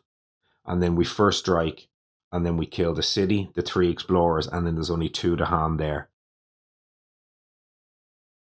But of course, you just know that stage 3 card is definitely going to contain sands. It's definitely containing sands. But this is our best shot. Even though it's definitely going to contain sands and cause us all kind of problems, this is the play. So yes, I take 1 extra blight by not gathering him in here this turn, but this gives us a chance to actually solve that land, because if that's a stage 3 sands and I've done nothing to get near that land, I'm just dead. It's just going to keep ravaging, and it's just going to cause me all kind of problems. So this is the play. This is the way I'm doing it. I also have coordinated raid in there, actually, which can ping off one of those explorers maybe in the slow here to kind of deal with the stage 3 problem, which it's definitely going to create for me. So I think all of that is okay. So we have a plan. I haven't now used my track bonus on this side of things, which is okay. Do I, in this case, want to use one of my, given that we're not pushing for more cards, at this point now I can actually just reclaim loop this, and I don't need to go up to 2 here, because I'm going to, I said I was going to 5, so I haven't gained my energy yet. So it's 1 plus the 4 I had, but I'm only spending 2. I'm banking 3. Next turn I'm going to gain 1 more, and I'm going to go up to 4, and I'm just going to essentially play the same 3 cards again, unlock the animal this time, and then finally get to 4 card plays to unlock the max level of the innate. I actually can't, because I don't have another sun earth card at that point. So at some point I'd need to get a boon of growing power in there and try to find the sun earth card. But it's okay. Still, what I'm saying here is I don't necessarily have to play this boon of growing power right now. Regrow from roots gives me a better chance to kind of get another blight back on the blight card here, and just give me that little bit extra buffer to not flip the card. because the following turn I'm still going to have to take one here, but my other sands are going to be empty, I think. So I think the regrow from roots is the play here. The question is, do I have a reason or cause for trying to hit Towering Wrath on my left innate? And the likelihood is, I would say yes. Almost certainly.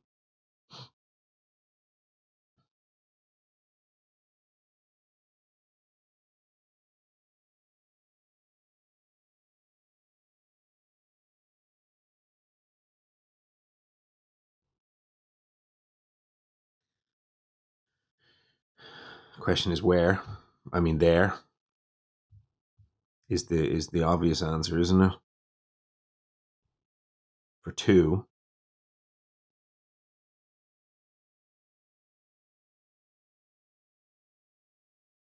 But then where do I Towering Wrath? I don't really have a place to Towering Wrath because this is going to be empty. So no, Towering Wrath's no good here. I don't think I do want a Towering Wrath. I think I'm okay because I'm also not going to escalate this turn unless I hit the Fear Bomb. But I'm not fast phasing that Fear Bomb into our way here. We're waiting on getting the Fear Bomb maybe in the slow. So I think in that case then here I do.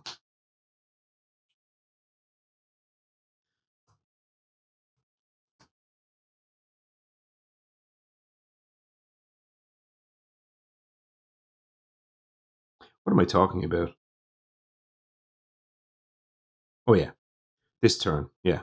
Add lands, that's where my presence is going. I was thinking, what am I talking about? How am I getting... yeah, that goes in there, and the next turn I create the Sacred Site. So that's the kind of the thing. I was thinking, before I was talking about needing to put a Wilds in there, but I was thinking about the slow phase. I'm just growing there right now. So that's that. So I'll have the Sacred Site to push that. I'll have the thing to push that in there next turn anyway. So that's all fine. Pact of the Giant Hunt can give me what? Pings of damage in maybe this land or something like that. Like if this explores jungles, it doesn't matter because there's a wilds there. I don't really need the Towering Wrath that I talked about because it's just over here. There's nothing for it to Towering Wrath. I might still just play the Boon of Growing. No, because we want to regrow from roots. The Pact of the Giant Hunt, what does that give me? It gives me a ping of damage. I think Boon of Growing Power is more important here. And this gives me a shot. Boon of Growing Power will give me a shot at finding that Sun Earth card for Hearth Vigil, which should hopefully clear up the game later on. So let's do it this way. I think it's not that impactful on the board, but we've got a tiny breather here. We've got a minute or two. So let's go ahead and take the minute or two that we have.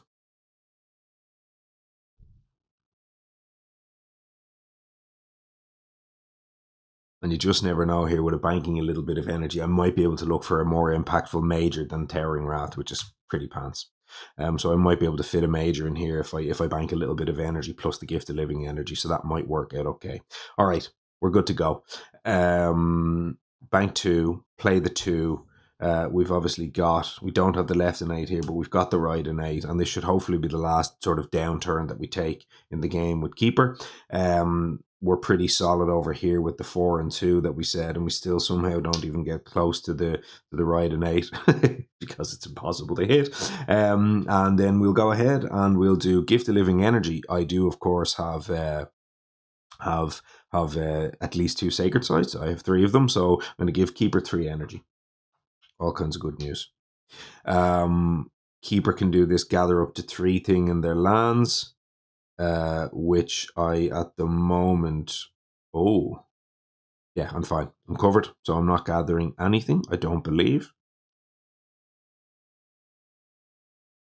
I don't think so.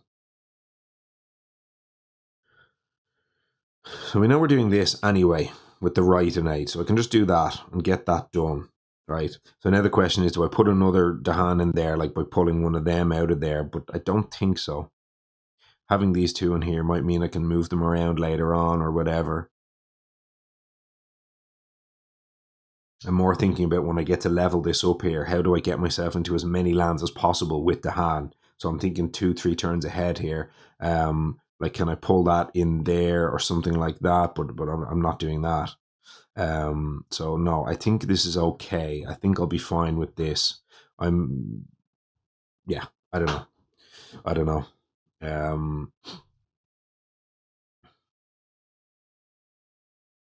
Yeah, I think we'll be okay. I suppose, do I get edge cased here is the question. 4. I'd need to get edge cased by 2 damage. If I get a +2 damage, which I think there are some on unhealthy island cards, a +2 damage here will cause me problems, but I think they're only really on cities, not necessarily on towns. So I think I'm fairly safe on a +2 damage over there. +1 is still fine. I think I'm okay. Not doing the gather here with Keeper. Oh, yeah, no, we're okay. So not doing the gather. I'm going to give Keeper an extra 1, and they can reclaim a card at the end of turn. So we'll put this on probably there. And then fast in this case is here. We're going to do obviously the trick. So that's all good. Let's go ahead and have some beer and then move to the event. It's a slow one here today, folks. Rush are so fiddly. I'm trying to explain all this nonsense, and it's definitely slow. Again, I'll talk about the future of the channel and what it looks like on the next episode, but suffice to say, I won't be doing this every time. But anyway, hopefully it's somehow enjoyable or insightful for you watching. And if you're still here with me, I think we're pushing 3 hours already. Hope you're having a good time. Now, healthy islands, cities rise. On each board in the land with the most towns, replace 2 towns with cities. In the land with the most towns. Well, thankfully right now there are only lands with single towns, so I am going to get a choice on this because this could have wrecked me. Land with the most things. So okay, so I'm going to have to do this in 2 lands right now.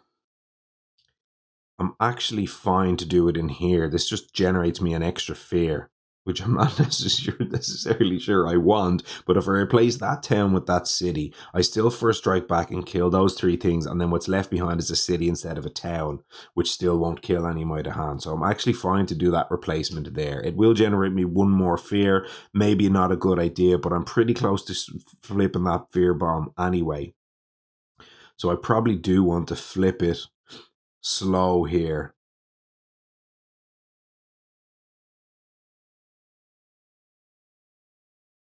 Well, actually, 1. Yeah, this is going to flip this fear bomb. By doing this, I'm actually going to flip the fear bomb in the Ravage. And I'm not sure I want to do that. So if I flip the fear bomb in the Ravage, I put it straight into the build slot and it goes ahead and it builds right away. And right now, I have so few lands. I've got basically... Wetlands are reasonably safe. Wetlands are only 2 out of the 4. Coastals, 2 of them are empty. Sands it can't hit. Mountains is not great, but we might be able to survive it. Mountain's going to escalate over, and here will be a disaster as well. Like, hitting this fear bomb right now is a tragedy, isn't it? I think I probably want to wait 1 more turn to hit that fear bomb before I do anything else. I think.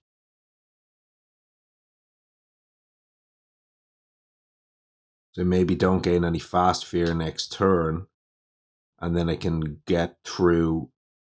I suppose at that point I'll definitely flip it in the Ravage. But it'll be 1 less turn of the double build and double Ravage, and I'll have a little bit longer to kind of figure myself out. So I'm actually going to undo that. And I'm going to put that town back there. Change my mind. In here we said if we did it in here, we were very close to the edge in terms of what we were able to achieve next turn with that land. We were right on the edge of that working. So I don't think I can do it in there either. I think I have to do it up here. That land only has 1 explorer, so it's slightly safe-ish from kind of, going to a triple explorer perspective. And then on this side of the board, I presume I can just do it here. Oh no, again, we don't want to do that because we don't want to generate the extra fear. So right now we're generating 1, 2, 3, 4 fear, and I have oh, what am I talking about? Of course, I'm going to kill and explore and push it, so I'm definitely flipping the thing. So no, let's undo this. I forgot. Here's me being all fancy. And I don't need to be fancy at all because I'm going to, of course, generate 2 fear from this explorer being pushed and one of those explorers being pushed. So let's go back and do this. We might as well do it now, given that we're about to flip the fear bomb. We might as well. So we'll do that in there. And then I guess, of course, then on this side of the board, we'll also do this here. Because that was ravaging for what? 4. And now it can push to 5. This is not increasing our damage in any perspective. It's actually giving us a defend in our land, so it makes things slightly even safer. So we'll just flip that there and just generate the extra 2 fear. So that's all okay. So that was the healthy land thing. Now we do beast chase off homesteaders, push up to 2 explorers or a town from a land with beasts, and we do quite like the sound of that. And given that I have a defend at 2 in here, I might be able to do this trick again. So I might need to undo this city swap now. But so right now, it's going to be 2, 5. There's a defended 2 going to be in the land, so it's ravaging for 3. So I can actually put 1 explorer in there and increase this to 3, 5, 7. Defend at 2. We're safe. We're happy days. We won't get to attack back and sort of kill the explorer, let's say, in the ravage. But it's probably okay. Well, actually, no, it's not okay. I need that land to be empty. So, no, that's terrible. But what I can do is, if I swap over here instead, do this in here, right? So that was the swap that I did with the city's rise, okay? Put that on the coast. Not ideal, but I think it works better. Now we can do this push here. So push up to 2 explorers will allow me to push 1 of them in there. I might leave the other one in there because it's in a land with a Dahan. And now I can same thing before. It's ravages for 6, but it's defender for 2, so we're safe. But now the ravage will kill all those. It'll push 1 explorer, and that's okay. But then I can kind of keep the land empty. So this is, I think, better because it gets 1 more explorer away from that beast, which I think I want to do. And push it away a bit. So I think that's fine on that board. And then on this side of the board, push up to 2 from a land with beasts. So I can clear a land here. I'm wondering what happens if I do this. Let's do the maths again. If I do that, if I push him out of there, gives me 1 more extra land, and it gives me a better chance at, if I flip the wetlands, I'm in a pretty good spot then on the fear bomb. So push you in there. Now again, next turn, this is obviously going to ravage for 1 million. That's fine. Next turn we'll have the 6 Dahan in there. Sorry, 3 Dahan in there. And then now we can go first strike, kill 4 Dahan plus 1 town. Because we'll just be replaying this. So it'll be first strike, all of them away, and then 3 attack. We will Blight Cascade, of course, yes. But we'll have a shot of a fear card or 2 to maybe even, damage per Dahan, defend per Dahan, all that kind of stuff. So that probably seems pretty good. Yeah, I think that's pretty good. Yeah. So we push that there with the event, clear out 1 more thing, and really hope that this is fear bomb as wetlands. This would be really nice if it is wetlands. This will work out really well. And then finally, when the thing defend of 2 that we talked about as well, and actually defend of 2 consequently is perfect for over here. That means we will not take a blight on the coast, which is really, really good news. So excellent. Right, that's that. Now we do have a fear card here that we have to resolve now. So let's go ahead and resolve our 1 fear card at terror level 1. And it says each scapegoats, each town destroys an explorer in its land. And this is some of the silly Russia stuff that goes on with this adversary that I'm not at all fond of this kind of carry on. I think it's so stupid. Because it does these triggery things where it pushes stuff all over the place. So the way this works is each of these things is an individual action is 1 land. So like the Russia stuff, you can keep pushing things across the board with this. You can do it with events with like beast damage as well. You can kind of do these triggered lines of stuff across the board. It's so stupid. I really wish it didn't work this way, but it is what it is. So let's go ahead and do scapegoat. So we have up in this land, we can now push and explore. One town destroys an explorer in its land. So I can go push you into here, which generates 1 fear. Now I can push you and push you back in here, and that generates 1 more fear. I can technically destroy the same explorer with that, or another one. It's fine. And then over on this side of the board, I've actually only got 1 more land where this is relevant. And I didn't want to push those explorers out of that land. This is kind of annoying, actually. Destroys 1. Yeah, I don't have a choice here. I have to do this. So push you, and I'll push you in there, and I'll generate another fear. Yeah, didn't want to do that at all. It's a pity now I didn't push both of them in there. But anyway. So that's all of that. Scapegoats is resolved. Let's go. Ravage. Here. Blight. It's ravaging for 4 to defend. So we add a blight. And this rule only works with your presence. Yeah, so it doesn't stop Keeper's Presence being destroyed. So Keeper's Presence gets destroyed. Now, the hand survive, and then they attack back. Town dies, that's a fear. Explorer dies, that's another fear. That pushes the fear thing, and it flips the fear bomb. And then we'll push this explorer. Where do we push this explorer?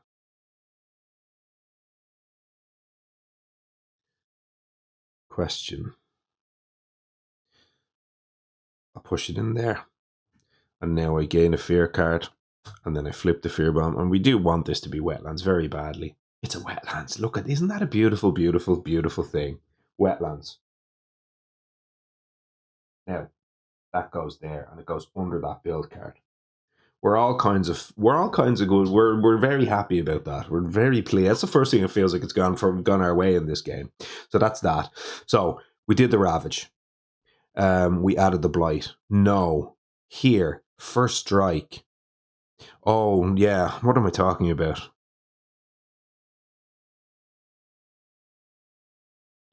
I made a very foolish decision here. I'm going to have to stick with it. I'm certainly not rewinding, but I made a very foolish decision here. People probably looking at me going, what on earth has that man done? He's lost the plot. And I have lost the plot. It's entirely true. What I've done in this case is I've first striked, and then for some reason I've assigned more damage per the hand, which makes absolutely no sense whatsoever. And it makes me wish I had played Pact of the Giant Hunt. But I didn't, because I'm a fool. What I did here was I made a big mistake. First strike does indeed kill the 3 of these. Okay. Which is going to generate 2 fear. And it's going to kill 2 explorers. And then it's going to generate 1 more fear and push this explorer. Now, this explorer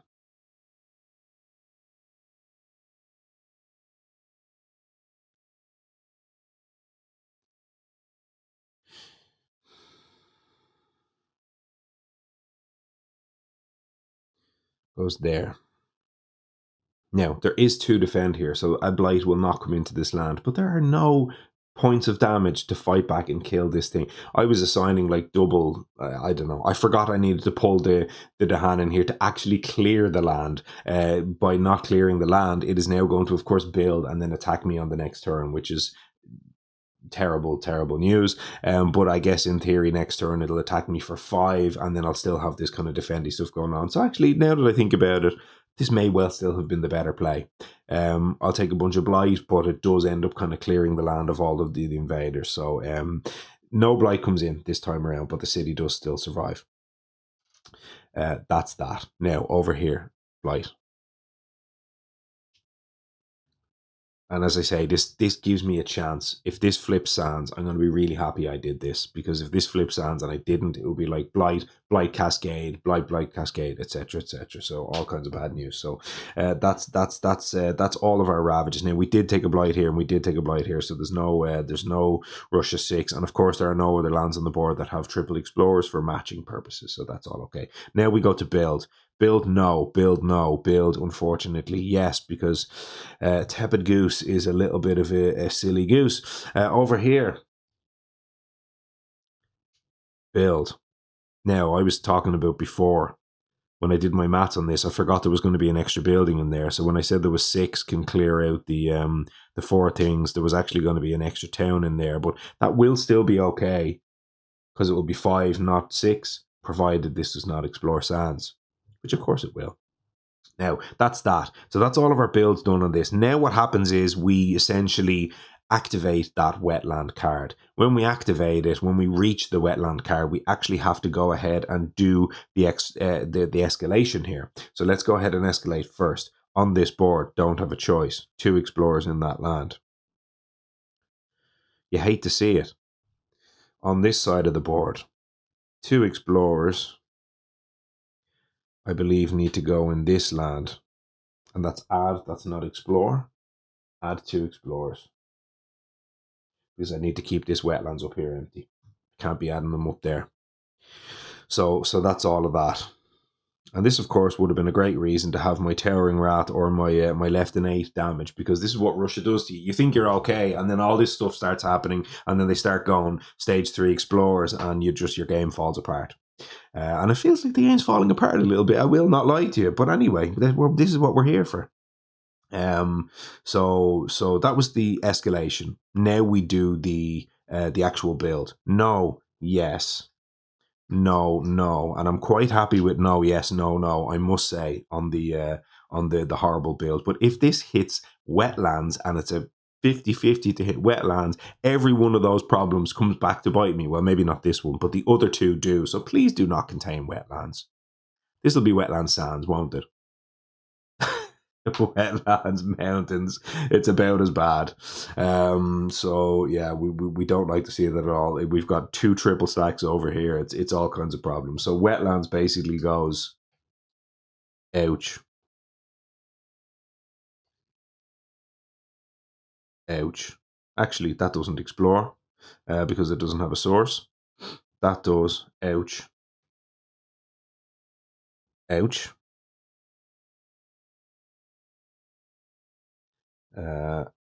Ouch.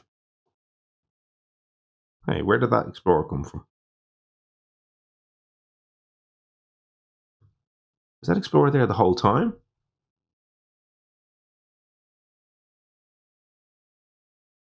I think it was, wasn't it? I was just saying that I was fine, but that land just contains an explorer. Did I just skip that build for no reason? Oh, my head is gone here.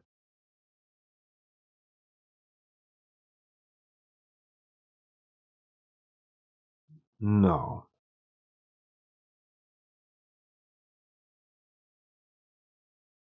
Oh, I know what I've done there. I pushed that out. It was empty, but I pushed it out with that. But I talked about wanting to keep that land clear to try go all in on the wetlands being the fear bomb stuff. So I was talking about fear bomb perspective, which land type. I was kind of all in on wetlands, wasn't I? That's why so I pushed that in there. I said I didn't want to push it there because it was a 50-50 for that to be a problem. And when I did this, I still hadn't flipped the bomb, obviously. And the bomb was not a 50-50 because it was either coastal or jungles was a problem. So I didn't want to push it there. But that was an empty land. We said we didn't want to push it there because that was 2 out of 3. But we would escalate on everything except coastal. But if I push that there, it's just like definitely making a triple stack.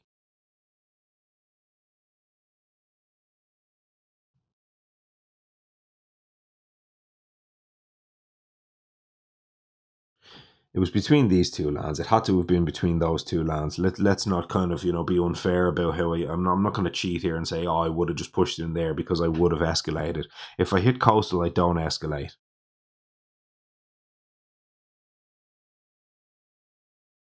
And if I miss on wetlands, I can just escalate both in there.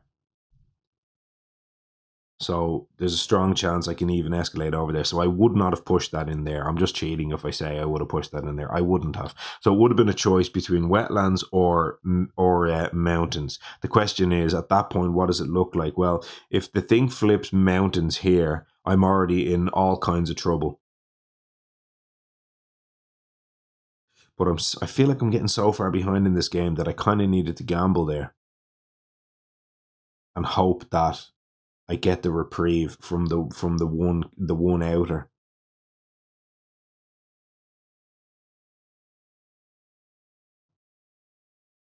So it was a 50-50 shot on them two lands. I was already covered on wetlands here and wetlands here. So I had two wetlands covered. And I didn't have two mountains covered. So yeah, I probably would have pushed that in there, in truth. Because I probably would have said to myself, I've got 2 out of the 4 wetlands are safe if it flips. So I'm probably better going give myself a free mountain instead of trying to go all in. All in it's one of these spots, and I talk about this on the podcast quite a bit, of you have to kind of find your risk moments and calculations of risk and give yourself chances to win instead of not lose. And in this case, this is one of them interesting moments where if I feel I'm far enough behind in the game, I might look at that situation and go, the only way I win this game is pick wetlands. But in this case, it might not have been quite there yet. Although now, given all these things flipping over and exactly how bad it goes when this happens against Russia, it might have been one of them spots where I had to gamble on wetlands. But anyway, in hindsight, I'm not going to move it. I put that there, so I'll leave it there. So it would have built, and now it won't explore because the thing is there.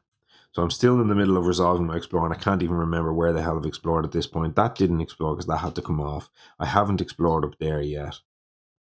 I have explored up here. I just did that. So yeah, I was on this side of the board. So I went explore. Explore had to be added there. I removed that and I removed that. And on this side of the board, that didn't explore. That did. This did up to 3, and then this did already. So I've actually finished resolving all of my explores. And suffice to say, we're in a spot of bother. More than a spot, it has to be said. Now, the way this works is I have 2 cards in that ravage spot next turn. So if I happen to have a mountain, for example, or a mountain, for example, with 3 explorers in them, they will both ravage next turn. They will ravage twice next turn. Not just ravage, they'll ravage twice because they'll match both cards. Just really, really, really tragic. Tragic news.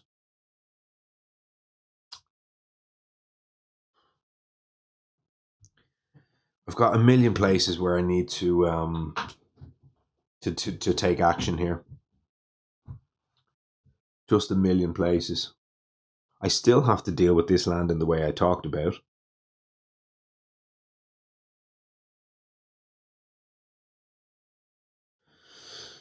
Because if I don't, it's got 4 explorers in it, so it'll ravage once and then it'll ravage again.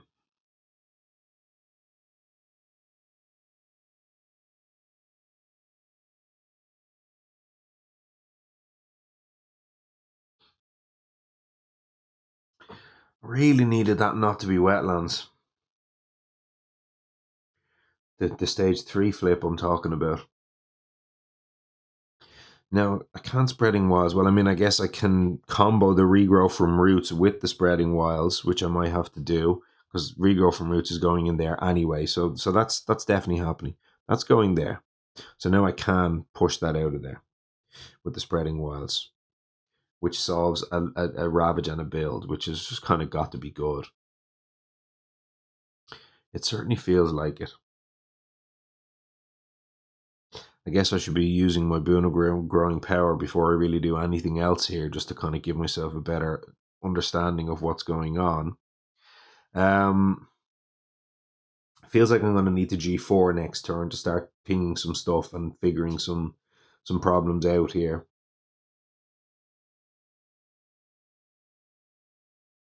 We know we need to grow in there next turn to push that in there. So that can be a sacred site.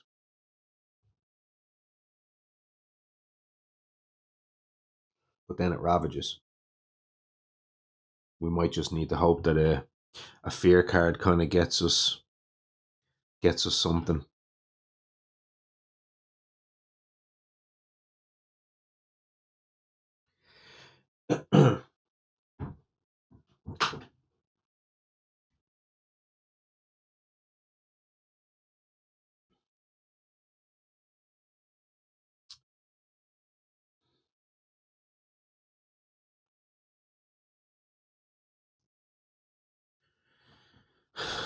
Six, ravaging for 6 in there. Technically, we can do the Blight Cascade thing because we're in this land with these Dahan.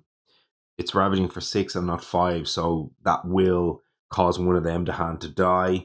But one Dahan can die, and then the other 3 can attack back and kill those 3, the other 2. So technically, that one, even though it's going to ravage once and Blight Cascade and like kill Keeper's Presence, it does all kinds of bad news. But technically, it does solve itself. So I don't need to do anything about that land. Do need to do something about that land up in there, quite a bit. If I don't do anything about that land, I'm in trouble.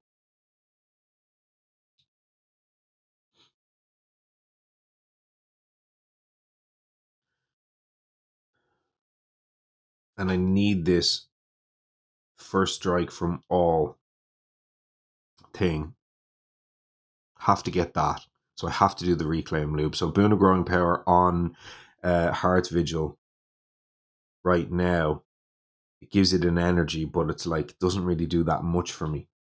It sort of feels like I might need to keep her Boon of Growing Power and search for a major power. Next turn I'm going to gain +1, +3, 3 more. Probably want to be going bottom track at that point, so it'll be 3 more on top of 4, 7. Towering Wrath, you know, plus Pact of the Joint Hunt, plus like a 3-cost major. Not ideal. I guess I can get Boon of Growing Power or Regrow from Roots back in my hand here.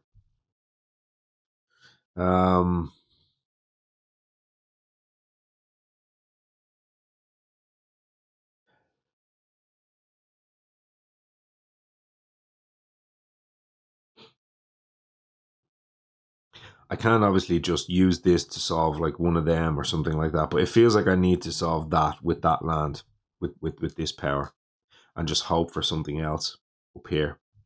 Hope for like a Dahan ping or something like that, and just hope for the best on that land, because it's going to ravage twice and it's going to be a disaster.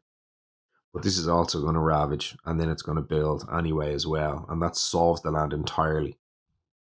Although solving double ravage on this land is huge.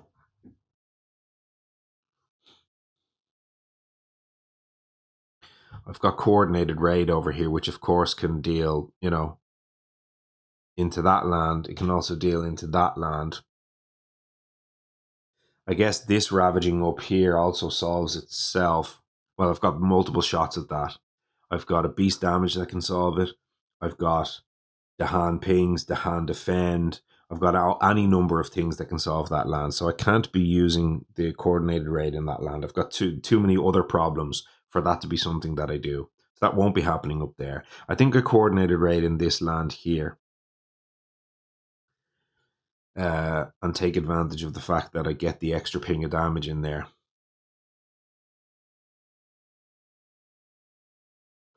You could go in there. That's also a problem land for us, of course, and it's another beast land as well. And technically, actually, I'm dead on board,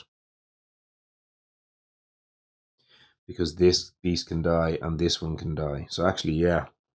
So, oh, God. So I am going to need to stick for a major power here with Keeper. That's clear to me. So let's do that. Major power time. 1, 2, 3, 4. And we do love a good major power. Even a spreading hostility, I can't help myself. I just love a major power. So let's look. I'll move this stuff out of the way. I actually get one of those cards back in my hand at the end of turn. But anyway, for now, Accelerated Rot is not going to be it. Blazing Renewal. I do have a dead presence with Keeper. That might be it. Oh no, Blazing Renewal is to buildings, not invaders. Entwined Power and Tickets Erupt. I mean, Tickets Erupt is, yes, I can hit the threshold. Yes, it's 4 damage. Yes, I'm gonna have to take Tickets Erupt. Blazing Renewal 5, too much. Tickets Erupt will give me something. Accelerated Rot, slow, no good. Entwined Power. Nah. No time for that nonsense. And Blazing Renewal is just not going to. 4 damage in that land. Can I hit that threshold? Highly, highly doubt it. Nah, surely not. No, not with 3 card plays. Need to play the Sacrosanct Wilderness as well as this. As well as. No. Technically, I guess I could gain a minor power that contained exactly fire and earth, would also have to cost 0. A 0 cost fire earth card would let me hit that threshold. And yes, it would be nice to hit the threshold, but no, I can't be messing around with that nonsense. I'll take my 4 damage medicine. That's my spinach, and I hope that we will find something a little bit more succulent for later in the game. But we'll take that for now because that is going to solve a problem or two for us. So let's think about what that might look like. Well, Tickets Erupt with every touch of breeze. Actually, I'm going to need to make a Sacred Side, haven't I? To be able to solve some problems over here.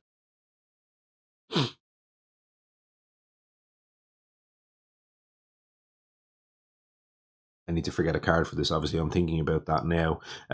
So next turn will have to be Place of Presence and G4. I think we knew we needed to G4 anyway. And G4 can do things like solve maybe 1 or 2 of these kind of explorer situations as well. So, okay. G4 could also, in theory, in there, if I make a Badlands, it can stop that. But I don't think I can make a Badlands because I need to go. Well, actually, I need to go place a presence in there first to push that out of the way. Then I can move 1 more presence back in there with G4, and then I can move 1 of these presents together to make a Sacred Side on this side of the board, which actually could be quite nice. So that actually can work. So my G4 can do a Badlands thing and do that, and then it can push 1 of those explorers out of there, which I don't even know what that does at that point. It maybe pushes in there, which is still a big problem, but that's for the following turn. So that kind of, sort of does that. So in that case, then my Spreading Wilds.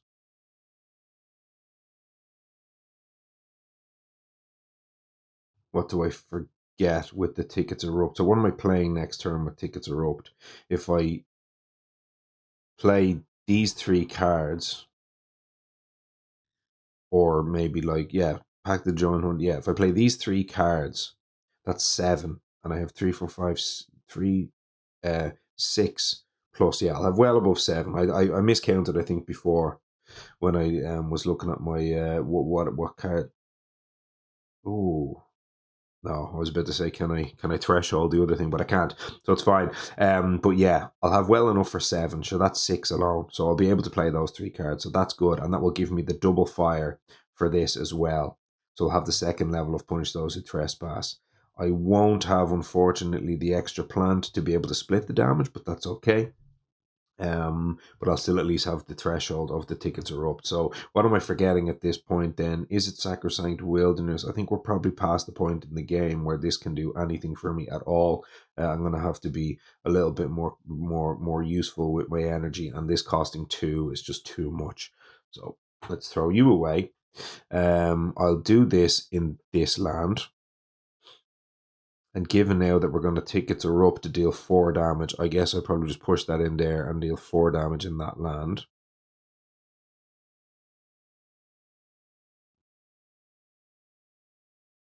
So I think that works. And I place a Wilds in there as well. That's that. end my turn on this side of things, and then what card am I putting back in my hand? It's probably the Boon of Growing Power. I don't actually have a land right now. I suppose I will next turn. Actually, no, I won't. So yeah, I don't have a land for the regrow. So I'll put the regrow over here and put the Boon of Growing Power back in my hand. That's all done. Now, on this side of the board then, Coordinated Raid. It actually does hit this, I think. Push that in there now is the question. Now I'm not going to be able to do what I talked about before, because first strike will deal 1, 2, 3, 4 plus a town, and it's going to leave 6 behind.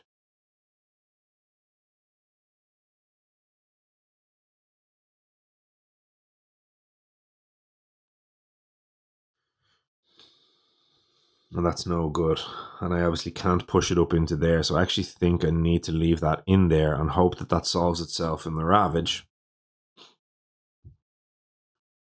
Where does Coordinated Raid go? I guess Coordinated Raid then goes in here. Yeah.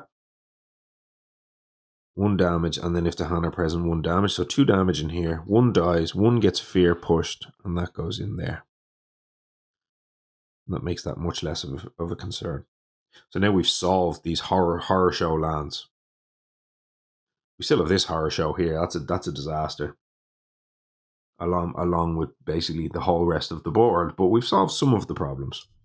And some of the problems about as much as I can hope for right now. All gone. Back. Reclaim cards. No doubts here, pal, about reclaiming cards. Bottom track. In here. Gaining energy. Play the same 3 cards again.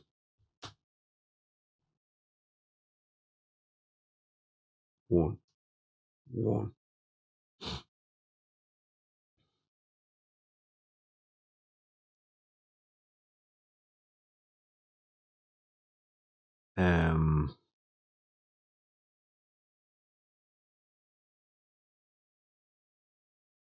Yeah.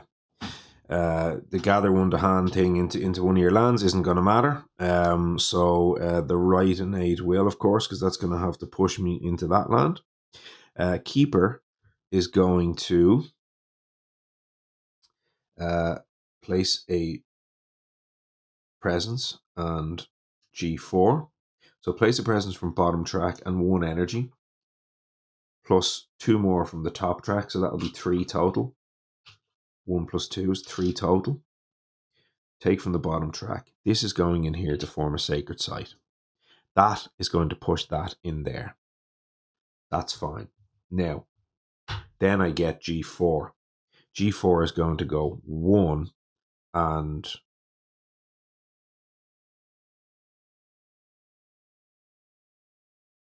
1, I guess.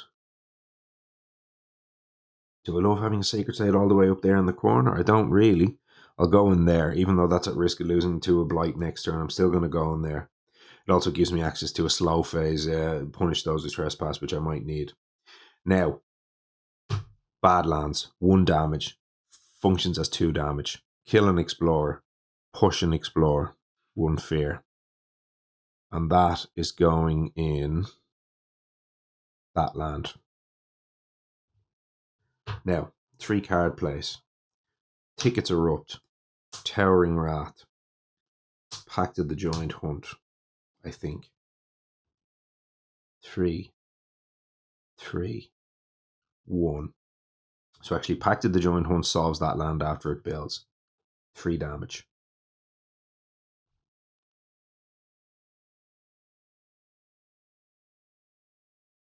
I just noticed something. Tickets Erupt with every touch of breeze, and that land is going to push one of them out there, isn't it? And then that's going to cause a problem. It's a pity. I do have this card over here that lets me isolate a land, but obviously I'm nowhere near being able to use that in this particular spot. I might just need to push it in here and hope for the best, similar to what I'm hoping for the best up there. You know, obviously it doesn't. It'll. You know, die in the Ravage or whatever. It'll fear push in the Ravage. And then I can push it where? Maybe into here. Something like that. So I don't want to push it in there because then it's going to build. I don't want to push it in there because then it's going to be a triple stack. So I don't even know at this point what I'll be doing with that. But I think I have to push that probably in there and then hope for a defend or something. So we'll do that. So that's fine. We'll obviously again have this. We gained our energy. We played our stuff. We gained all our stuff over on this side of the board as well. We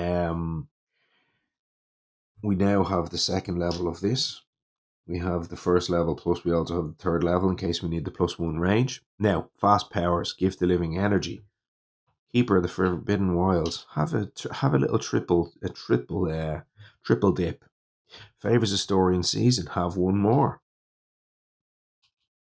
You get to reclaim a card at the end of turn.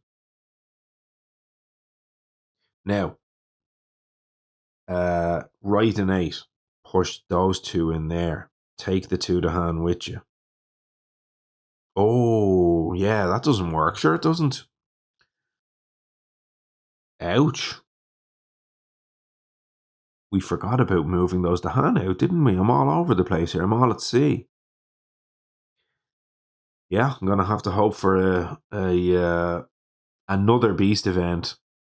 I've hit a few of them already. I'm going to have to hope for another one here. But like beast event just pushes that in there or something and it's just still a disaster. So that is at risk. That beast up there is very much at risk, but unfortunately it is what it is. Okay. I had to get that out of there anyway, so it was on the previous turn. Could I have hit that? But again, yeah, hitting that and pushing it out wasn't gonna solve any problems for me anyway, because I was gonna push it in there and that was gonna ravage. So I have all kinds of issues. I need a fear card that removes one explorer from an inland land, and that is asking a lot. I do appreciate, but that's one of them I'm gonna have to hope for. So that's that. That's in that land. We've done that. Now, this side of the board. 2 damage, then either add 3 wilds or remove a blight. Add 1, 2, 3 wilds up in there. And then I do have the threshold. So I'll have 1 fear. And it'll be 4 total damage. 1, 2, 3, 4. 3 of them die. One of them is a fear and push in there.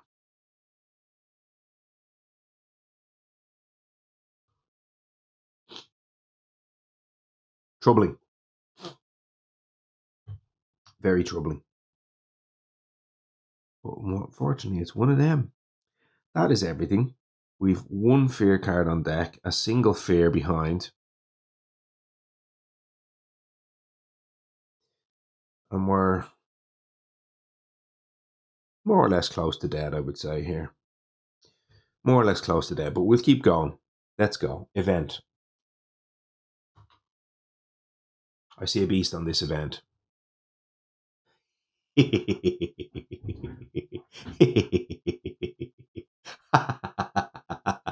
This isn't bad. We'll see. Let's have a look. What are we? Stage 2.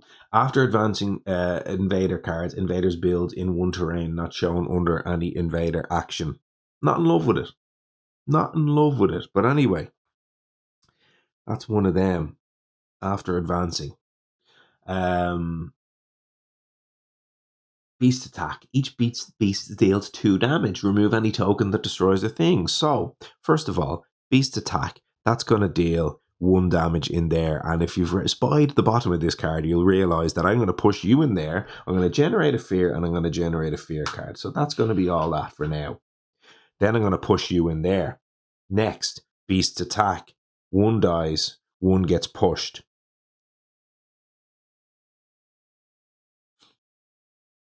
Ooh, where the hell do I push this? It's generating a fear, first of all, but where in God's name do I push this?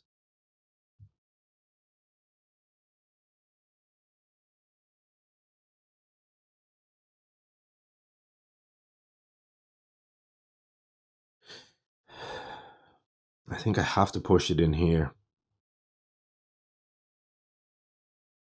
Can't force this to ravage now. Can't force this to ravage now. This is a blight. And then this is a build. So all of those are really bad news. And obviously I'm clearly not putting it up in there. If I push it in here, this gives me a shot at the hand defend. But worst case scenario is this ravages for 6 and 1 the hand dies, but I still get to attack back for 4. So it's not a total catastrophe. It's not great, but it's not a catastrophe. But I do have a shot at, like, you know, the hand pings, the hand defend, all that kind of stuff down here. So that has to go in there. Now, beast attack up here. We've no more things in that particular land. Now, the last part of the card. On each board, add 1 the hand to a mountain or sands with the hand in there. Gives me an extra 2 first strike. Over here, mountain or sands with the hand. I mean, I think we said we wanted to go in there because this is the Pact of the Joint Hunt land after it builds, so we can now afford to deal 4 by pushing you in there, so that could work. So that's definitely the land we want to go in there. All good stuff. Now, that's that. Now we've got 2 fear cards. All at level 1. Anything with the hand here saves me, I think. Not saves me, but does some pretty good work. First, each player chooses a different land of the hand. 1 damage there. Well, isn't that a little joyous occasion? Okay, so each player chooses a different land of the hand. 1 damage there. So that will be a nice little pingaroony of damage in that land. That goes in there. That generates a fear. That stops that problem. Now we have another land. 1 ping of damage. Well, isn't that a little... Oh, that solves everything I need to solve in there. That's a fear, and that solves a blight cascade. Things slightly turning in our favor. Maybe. That's the hand raid. It did a lot of work for us. Over here, in each land, defend 1 per the hand, and we don't mind seeing that one either. I will tell the truth. I will tell the truth. We don't mind seeing that. Actually, in fact, we don't care about seeing that now that I say it, because this is already ravaging for 5, so defend at 3 doesn't do anything. So in fact, that actually doesn't make any difference at all. Now, and this problem was already kind of quote unquote solved, so actually we're okay. It would have solved that down there, but again, that's also solved. So all of this stuff is pretty nice. So what do we have? Let's go ahead and do ravages. So ravage sands first of all. No. We've no matching cards, by the way, apart from this, which is already ravaging in sand. So it's no. Over here, this is ravaging for 5. So a blight comes in. The hand don't die. The presence don't die. We attack back for 6, and these 2 things die, which generates 3 fear. Now, over here, we have a nightmare. We go blight. So we first strike first. 8. 1, 2, 3, 4.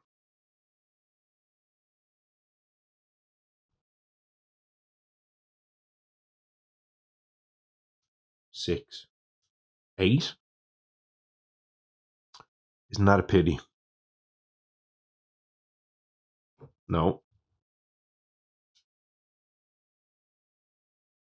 What did that thing do? Defend 1 per the hand. It's beautiful. 6, 8. Yeah, 1, 2, 3, 4, 6, 8. For the hand. First strike.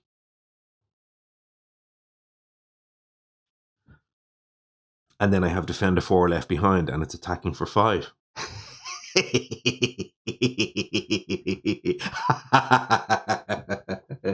It's the hand on their guard. The hand are very much on their guard in this particular instance. So let's first strike and kill all of that. That's 2 fear. That's a fear card. I do fear we're gaining a little bit too much fear. I'm getting slap happy with the fear here. So I now have what? I've got 2 fear cards until I hit that horror show of a bomb under there, but that's quite okay for now. So that's a fear card. Now, that's the 2 things dead. We killed 3 explorers and we push 1. Where do we push an explorer to? Well, I dare say we push it in there. Now, defend 4. attack for 5, which will kill all of them. And of course, because this is the same Ravage, that Explorer will die this time. So that's going to be 2 more fear. That's dead. That's dead. And didn't that all work out very, very well? Those 2 fear cards were sensational. And I think, I have to say, that's worthy of pouring a bit of beer and finishing my last, or not my last, finishing a big old gulp of beer. Oh yes, baby. I feel it. I feel it. Come on, I feel the momentum. We're getting there. We're getting somewhere. Okay. Now, Wetlands Ravage. Oh, I forgot Wetlands were ravaging for this turn. What am I talking about? I forgot Wetlands were ravaging. I was thinking Wetlands were only building. This is still a disaster. No. Blight. So we do flip the Blight card. I was thinking for some reason these got to build first before the thing, but no, of course, that's the mountains. I got ahead of myself. I got cocky. Last thing you want to do against Russia is to get cocky. What do we have here? A still healthy island card. This can't be good news. Oh no, it's the fear one. No. If the terror level is 1, 2, or 3, right now it's 2. So we will round down a terror level 2. So we are going to add 1 fear marker per player to the fear pool. Hate this one. 1, 2. I hate this one. But it's still healthy. 2 fear per player. And I dare say we will need these Blight. Actually, it's a combo. It's a combo. I added extra fear to the fear pool, which makes it takes longer to flip the next thing. So the fear bomb just got slightly further away. It's the absolute combo. Okay, 2 fear in the fear pool. We're still healthy. We're miles away from the fear bomb. We're feeling good. We're happy about life. Okay. Yeah, where were we? I've lost the plot here. I'm going mad. This is going to be a long video, folks. This is going to be the longest of all. But what a way to go out, as they say. So that was the Ravage on Wetlands. Now we have to do build on Wetlands. And build on Wetlands and Mountains. So we've got no. Yes.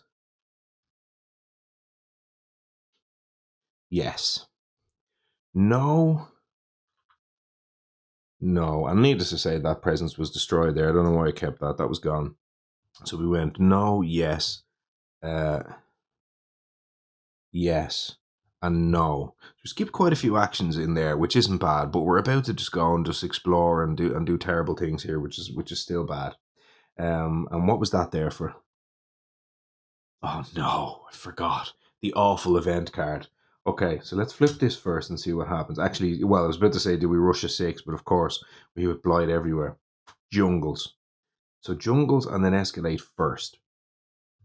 Right? Yeah.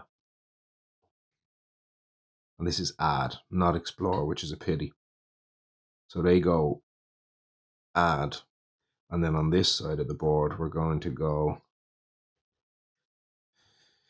Unfortunately, we're going to have to go add to keep that wetland safe up in the corner. Now we're going to go explore. Remove. Triple stack. I see a pity because that was almost pocketed, but that one town in there was kind of causing that. But, you know, we can slightly pocket here if we get rid of this. But anyway, up here, this very clearly isn't pocketed, but we remove that.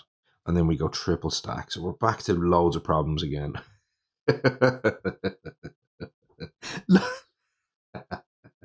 We're back to loads of problems, but we killed M2 at least.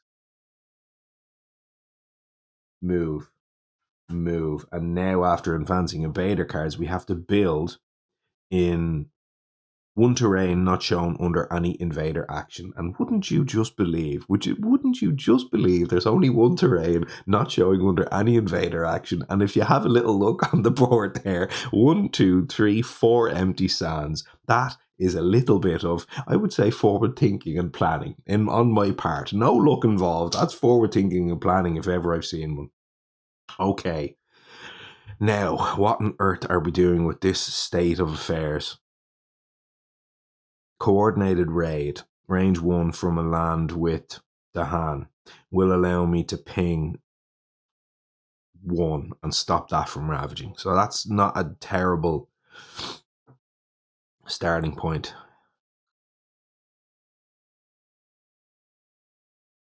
Quite conscious of the fact here that my tickets are erupt with every touch of breeze. Can't solve coastal or coastal here, so that's something to bear in mind.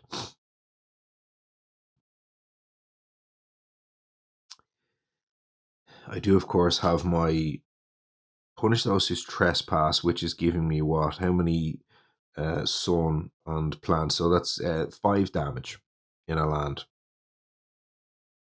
which right now is basically this land. And then I can Towering Wrath for 2 damage, basically. So not great.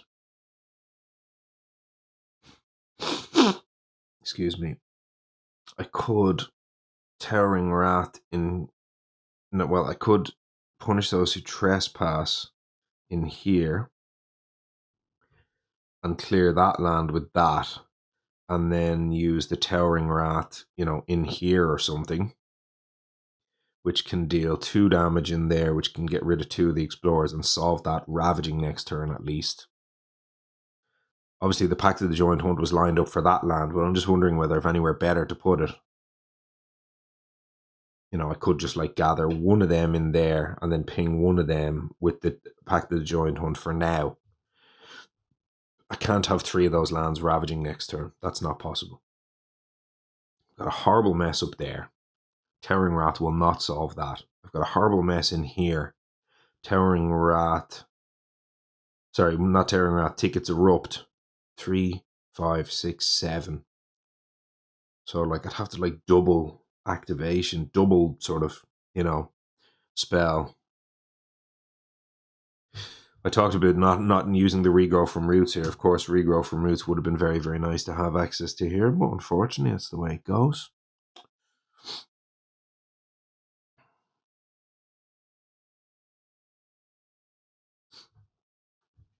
I need to kind of solve the maximum number of lands that I can. Push 1 explorer from a land will stop something. I can stop that land. Push him in here before I, punish those who trespass is kind of what I'm thinking there. Keep some of that stuff off my back. Just leave it actually build, just like normal, instead of ravage and then build, because Russia is good and sound. What do I have access to next turn then with Hearth Vigil is the question. What can I do with Hearth Vigil? Can I get a big first striking land somewhere?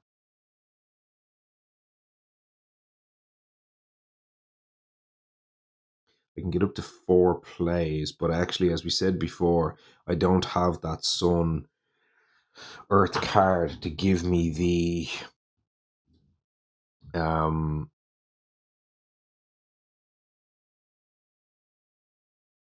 oh, I just noticed something.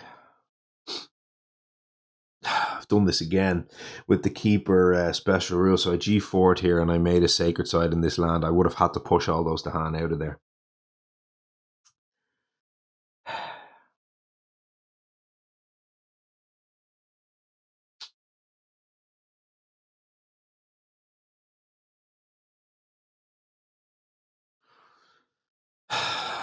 And unfortunately, there is only one land where that would have been pushed into, and it's going to look like I'm super cheating here, but I'm going to have to, again, I don't get to choose.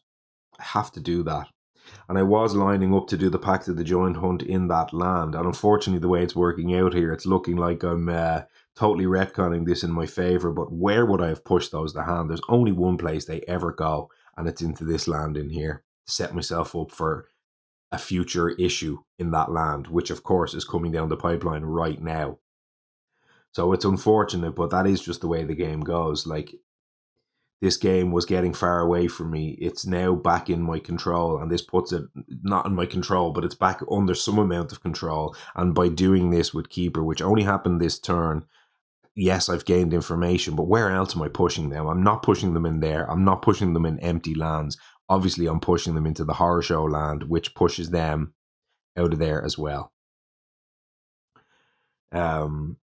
yes, I'm gaining a massive strategic edge by doing this now, but it's one of them things where I kind of had to do that. It was almost face up. Not quite, of course, but it's pretty close to face up. That was the land that had the big city and already 2 explorers in it. I was one single explorer away from that becoming a problem anyway. And this just puts that over there. Like again, where was I going with Towering Wrath and Punish Those Who Trespass on this board right now? I was only in 2 lands anyway, so I kind of had almost 2 lands solved with those things. So the Pact of the Joint Hunt was just one of them where I was kind of already solving that land. So it's rather unfortunate. This may well end up turning a game in my favor and a win that wasn't a win, but like, what else am I doing? I can't be in those lands with Keeper. I have to push the Dahan out of there. So yes, I'm retconning this, but clearly if I do the play correctly as it's written on the special rule, that's the play. I would have done it. There is no other way. I would have done that. That is very clearly the play that I would have made. So I'm going to do it because it gives me a chance to actually win this game. And despite the fact that it looks like I gained a huge edge on unknown information, that is the only no-brainer play to be made here. And I wouldn't do it if there were 2 or 3 lands right now where this was a kind of an unobvious play to make. I would, for the sake of the fairness in the game, maybe push them to a different land so that I didn't gain an edge that I would have, had a choice in. But clearly here, this is a non-choice. This was the only place those to hand would have gone. So I hope you forgive me this one. It gives a slight asterisk, but I've had some other pretty bigger asterisks on my other plays. And for the sake of watching a game and seeing how I navigate this to hopefully a win, you'll hopefully forgive me that one. So that does help me, of course, solve that land now. When I go back and I reclaim loop, that now gives me an actual land to put my first strike in. So I now don't have to solve that land with any of these other bits and pieces of cards. So I can do, in this case here, we have a bit of a problem up there, but I can't solve it with the coordinated raid because it only pings for 1. I am technically able to Spreading Wilds into that land, but I only have 3 sun and not 4. So between coordinated raid and Spreading Wilds, I could get those out of there. Oh no, actually, sorry, there is a Dahan in that land. What am I talking about? Coordinated raid in there. 1 damage. If the hand are present, 1 damage. 1's dead, and then 1 gets fear pushed out into this land. That's that done. Easy. Protects the beast, protects the hand. Not that that matters as much, but protecting the beast and just stopping a blight seems pretty decent. So I think that's got to be that.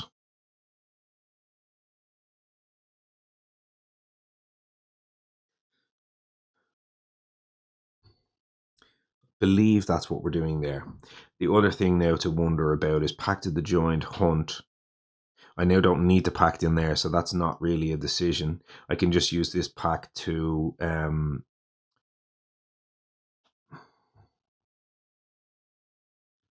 pull that in there. Well, let me think about this. So I've got to Punish Those Who Trespass to clear this land. And then now I can first strike for 8 in that land, so I can push the Explorer into there. So that's all fine. But I'll go ahead and do that because that's just definitely happening. So Punish Those Who Trespass, kill the town. That's 1 fear. Another 1 fear more for pushing the fear pushing the Explorer in there. And that's now 7 attacking, or 7 whatever. It's not even 7, it's 3. Yeah, it is 7 health that I can first strike out of the thing there next turn. So that's that done. Now I still have this Spreading Wilds, which I can use on either of these 2 lands. Technically there, because it's range 2, and that would solve one of them. So that's clearly one of the plays there. So Spreading Wilds, push you, and I'll push you in there. That's that. Now I've got Pact of the Joint Hunt, and I've got Towering Wrath.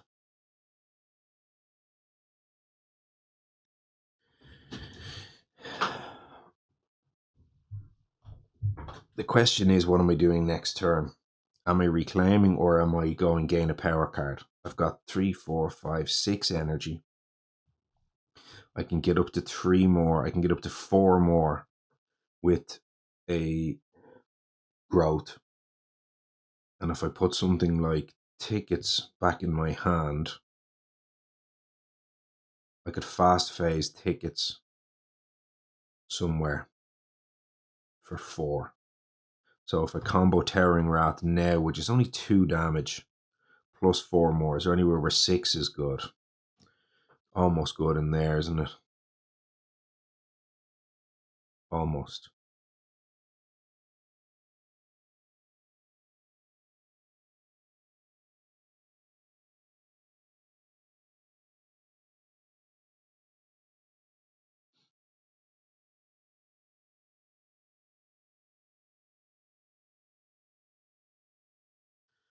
Uh,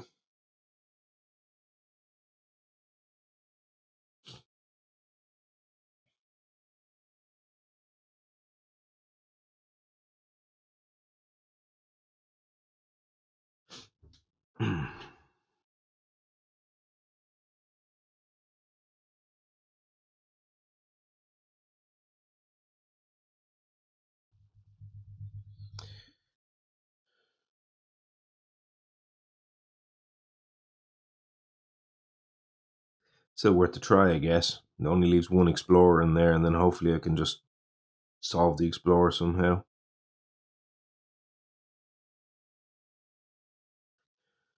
So, Pact of the Giant Hunt. Pull you in there, ping for 1, and push the ping for 1 in there. No, back in there. 1. That stops that being a Ravage land. So now I've only got 1 of those jungles that are ravaging, which is the one I have solved. And then Towering Wrath. 2 fear. In here, 2 damage.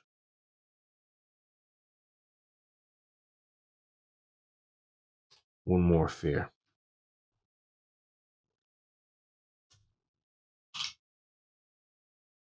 Gone. Tickets erupt with every touch of breeze. Back in my hand. From the favor.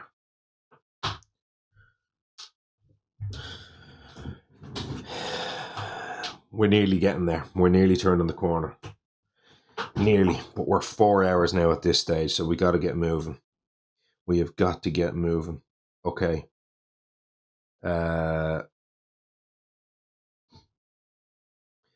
On this side, we said we wanted to go add a presence and we wanted to gain a power this time. We may go from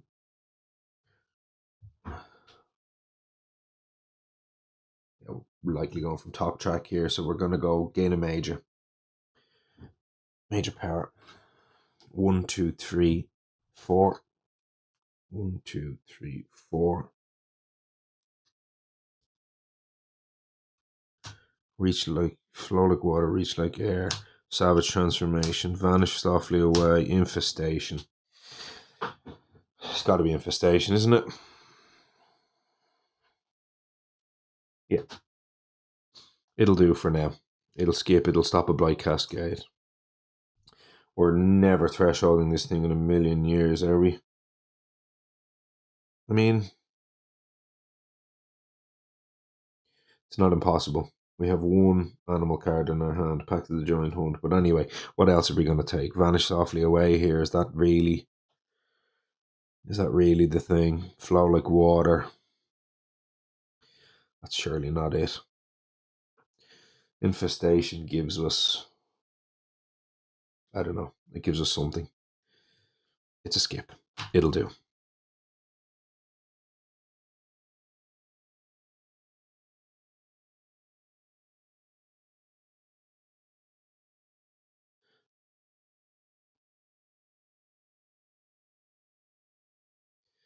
Yeah. Take the infestation. We need to forget a card for it. We'll think about that in a second. These are our 3 card plays. We're going from top track. We get 1 off the top plus 3 more, because now we've unlocked the 5 spot. So that's all of that energy. 3, Or, oh yeah, actually we needed the plant to threshold the tickets. That's important. Now, that's all of that. Now we need to forget a card for the tickets, which I think, is it the regrow from roots at this point? I think it might be. We don't want to forget the Pact of the Joint Hunt, I don't think, because that can potentially help us threshold the infestation. Towering Wrath is our only fire card, so I don't think we want to get rid of that right now. So it has to be, I think, the regrow from roots. Did your job, regrow. You did it well. So that's all of that. Now, we need to go add a presence, and we have right now 2 places that aren't our place where we're already at. So I think that is going to be the place there. I think it should be okay. And then we will gained all our energy. We did all of that kind of good stuff. So that's all of that on that side of things. Now, on the side of our boy Hearth Vigil, we need first strike. We need to reclaim. Reclaim. This time we'll go again from bottom track, and now we'll have 1 extra play available to us. I think we go from bottom. Do we go top? Well, what does bottom give us, I guess, is the question. We still need to play these 3. We haven't gained our energy yet. So we can afford 1 extra card play this turn. And we could just afford to play like one of these other zeros. But the question is then, so we bank 1, and then next turn we can go top track up to 2, which gives us the 3 again. So actually that's fine, yeah. So here, we can give ourselves a fast fear with the Surrounded by the Dahan. Give us an extra fear card. We are 1 away then from the fear bomb, but, you know, it is what it is. Gift of Power can give myself a chance at the ability here. I suppose, do I have a way to trigger the right and 8 at this point in the game? I need the Surrounded by the Dahan would give me the 2nd level. So the 2nd level actually might solve something.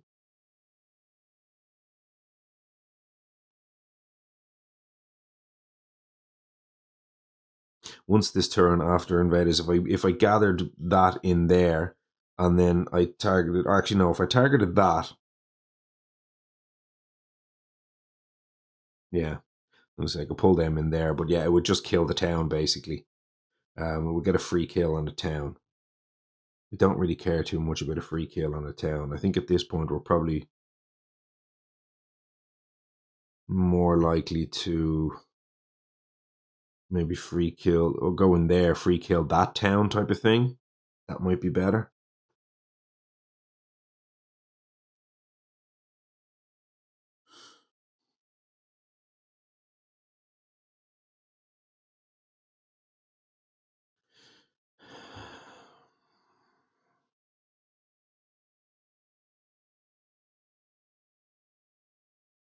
Yeah, I think this is it.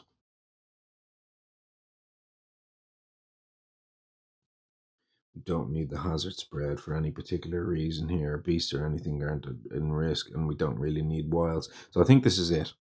We do go bottom track, and we take the 2 and we bank 1.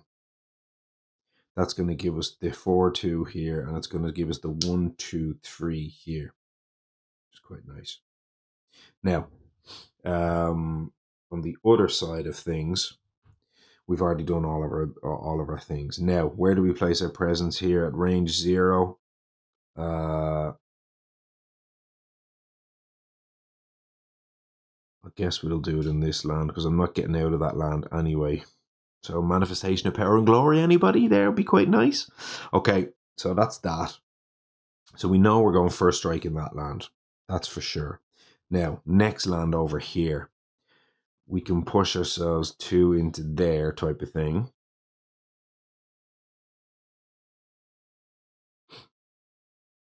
Which probably isn't awful.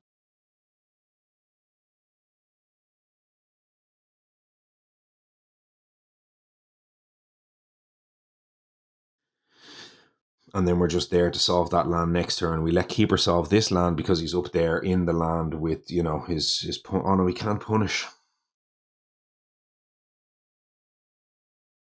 Don't know what I do about that.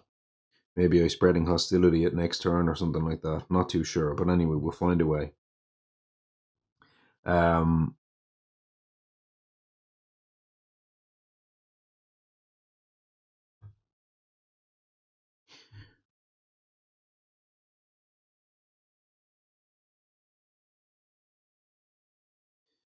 Actually, I'm going to do the Favors of Story in Season here. So Favors of Story in Season might want to pull those up in there anyway, and then I can use those to kind of solve this with the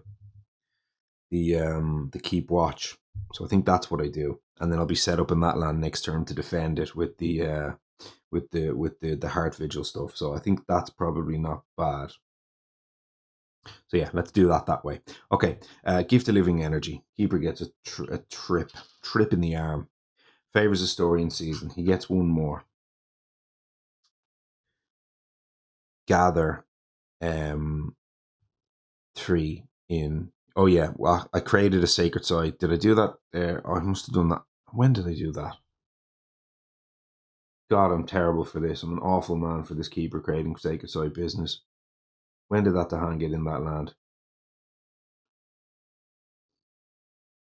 Doesn't matter where it did really, because it doesn't matter where it got pushed. I'm now about to pull the 3 back in. Let's say I'm about to pull them back in this way. Regardless, okay.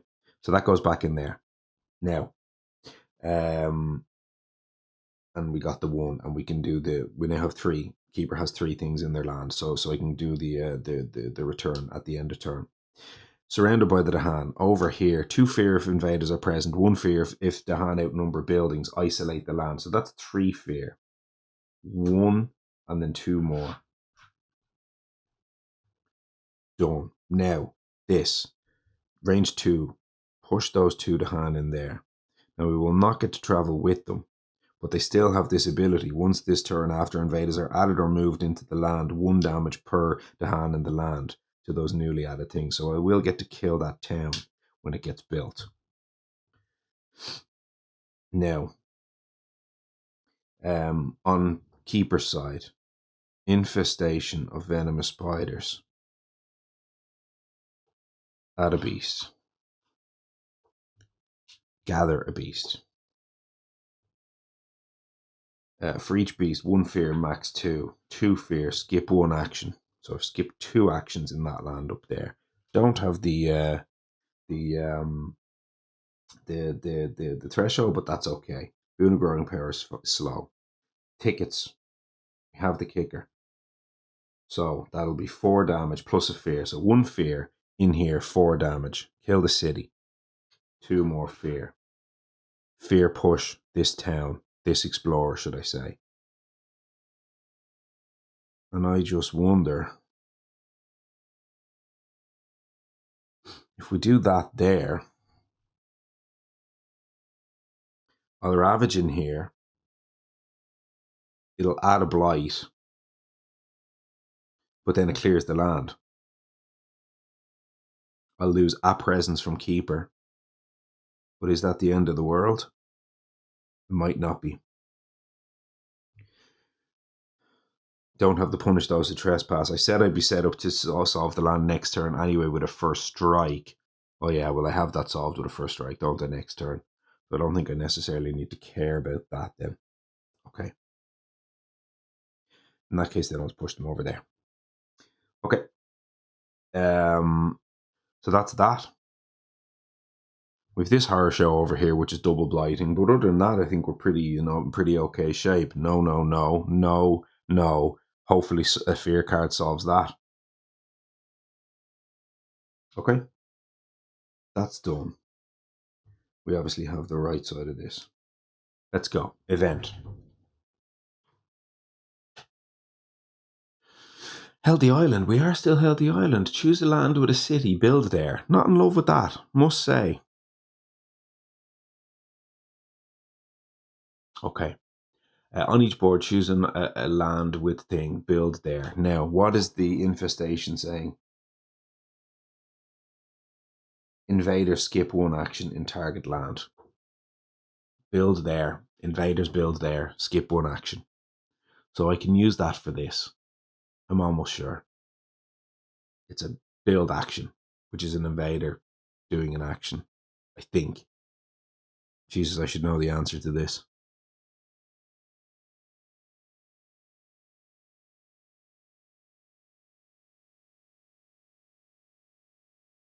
Yeah, because like, yeah, if this is like you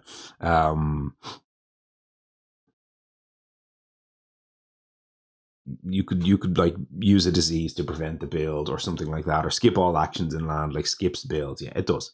Choose a land with thing, build there. Yeah,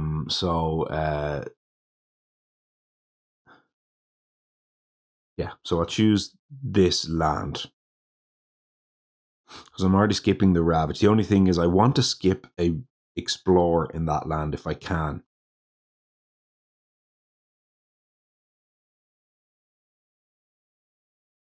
Well, actually, it's the only choice on this board. I don't have a choice, so I have to. So go try to build there, skip the build.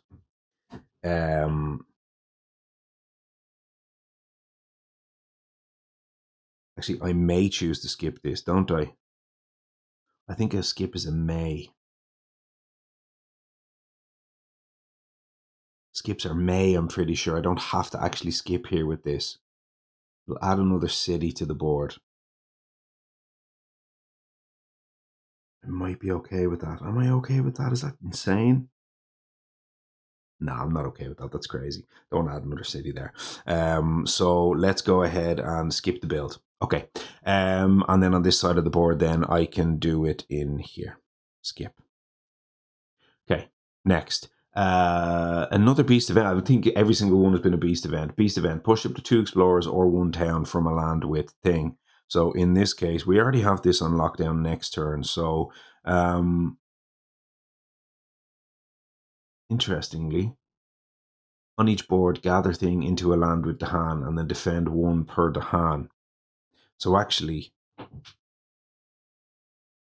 if I push an explorer in here, I'll be attacking for 6, but I'll have a defend of 4.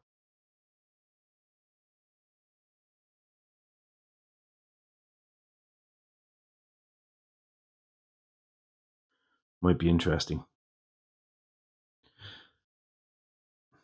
I want to get an explorer out of this land so that it doesn't get up to the triple explorer that I talked about. So push up to 2. I'm going to push this.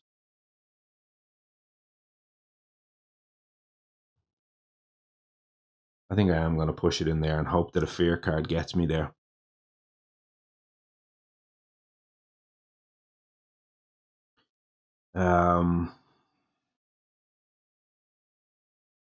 Oh no, yeah, I can only defend a 3. I can't even defend a 4. But still, defend per Dahan will work. Remove a single explorer will work. Lots of things will work with those 2 fear cards. I'm going to risk it. So that's that on each board. On this side of the board, then it's push stuff from Land of Beast, which is nothing. So that's fine. So we're going to do that. We're going to push out of there and we're going to push in there. We still haven't solved this land, which is unfortunate. But look, it is what it is. So let's go ahead and flip our 2 fear cards. See what we can hit. First, this is now a terror level 2, of course. Each player may gather stuff into a coastal land, defend 2 in all coastal lands. Okay, well, that can pull that out of there, which is nice. And then on this side of the board, is there anything I want to do? Gather something into a coastal land. So I can gather that out of there and stop this attacking me, but it makes a triple stack in there. And I don't like the sound of that. I can also just gather that in there, but no, that's, well, technically I can do this because that's going to now defend a 2 in that land. So that might be okay, and it stops this blight in here. Stops Keeper losing a presence. Keeper doesn't want to lose presence. Keeper has things to do with his sacred sites, so I don't think I want to do that. So I took a risk, and we got a fear card that sort of stopped the thing, so that's fine. Yeah.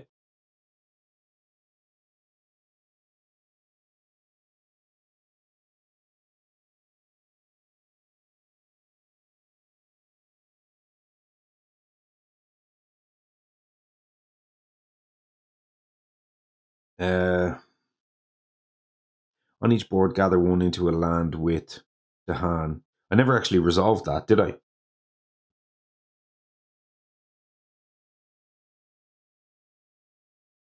Yeah. I'm getting tired now. It's getting late. I never resolved the bottom portion of this card. On each board, gather one into a land with Dahan. In that land, defend one per Dahan. So, of course, we had to do it in here. So that was going to be defended of 3, right? So we did that. We never did it on the other side of the board. So in this case here, we can put a defend of 4 in that land, but we don't have any reason to do that. What we can do is gather one Dahan into a land with Dahan, and in that land defend 1 per Dahan. I don't want to do it on this side of the board. Oh, I have to.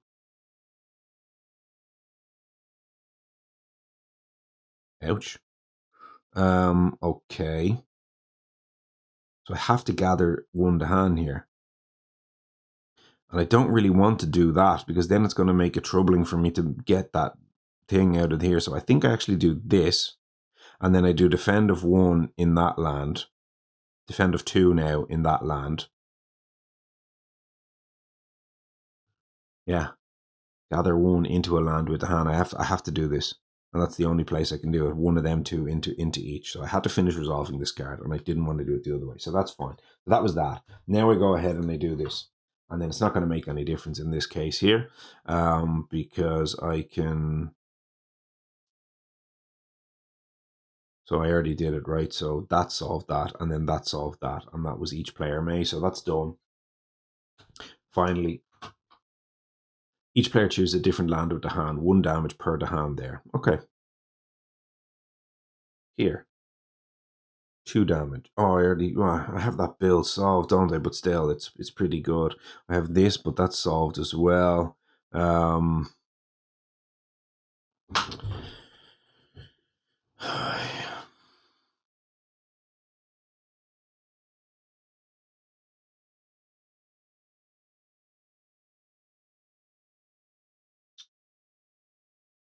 I've pretty much everything solved here.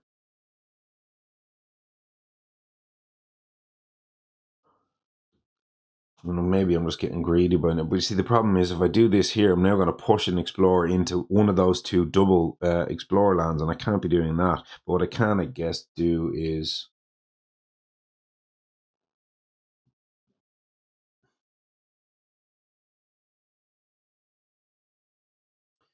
I can go do it in here, push this explorer in here, and then do it in there, and then push that explorer back in there kind of thing, or actually even up into here. Which is kind of stupid, but it's one of them things I might want to do it anyway. And then I just don't have this thing I talked about where I put this trigger will happen. The trigger I have from the right and it will happen on the explorer coming in instead. So I think I'll do it this way. This is really stupid, and it's actually going to flip the build thing here. But in this case, again, we've got wetlands 1, 2, 3. Wetlands empty. We have 1, 2. What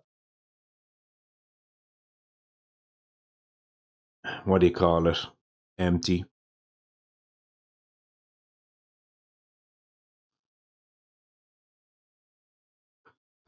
Yes, I don't know. Now seems like an okay time to flip this. It's about to flip anyway, so now seems like an okay time to flip this. I mean, I'm going to flip it in the Ravage anyway, so I might as well flip it now. I think. Actually, it won't flip now. It's nearly about to flip. But anyway, let's go ahead and do it. So, okay. So we pick 2 lands here. First land we do this in is...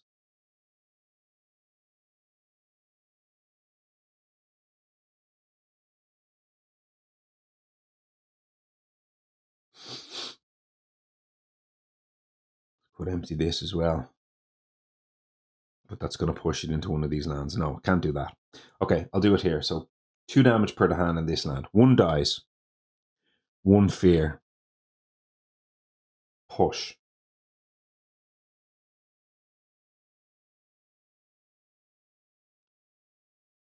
This land. 1 damage per the hand. 2 thing.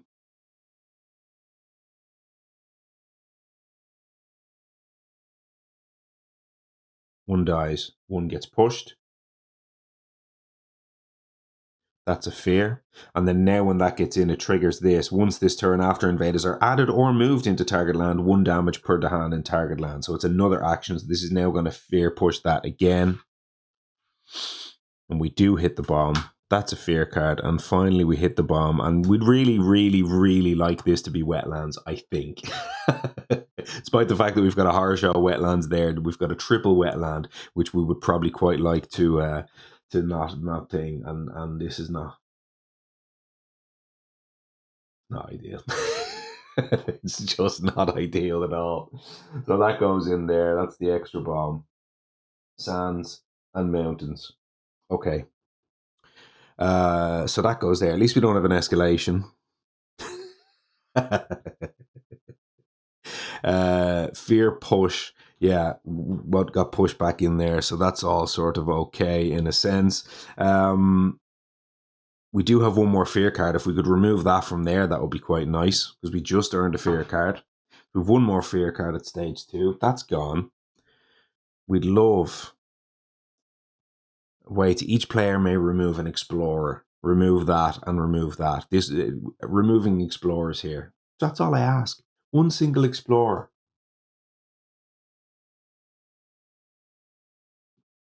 Nearly.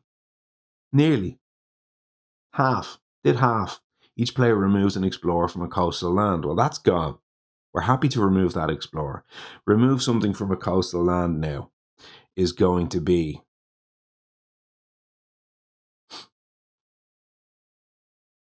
I mean, it's just got to be that, doesn't it? Yeah. I think. I mean, that's a land we have to attack anyway. So if it hits it, if it explores into that land now with a triple explorer, it's kind of not the end of the world. If we explore into that land with a triple explorer, it is the end of the world.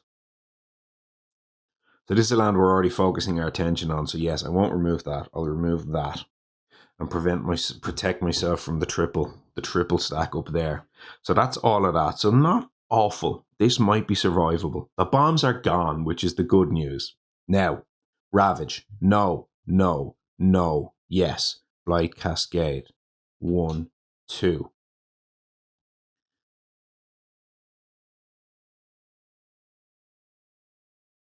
Looks okay to me, I believe. Now, no.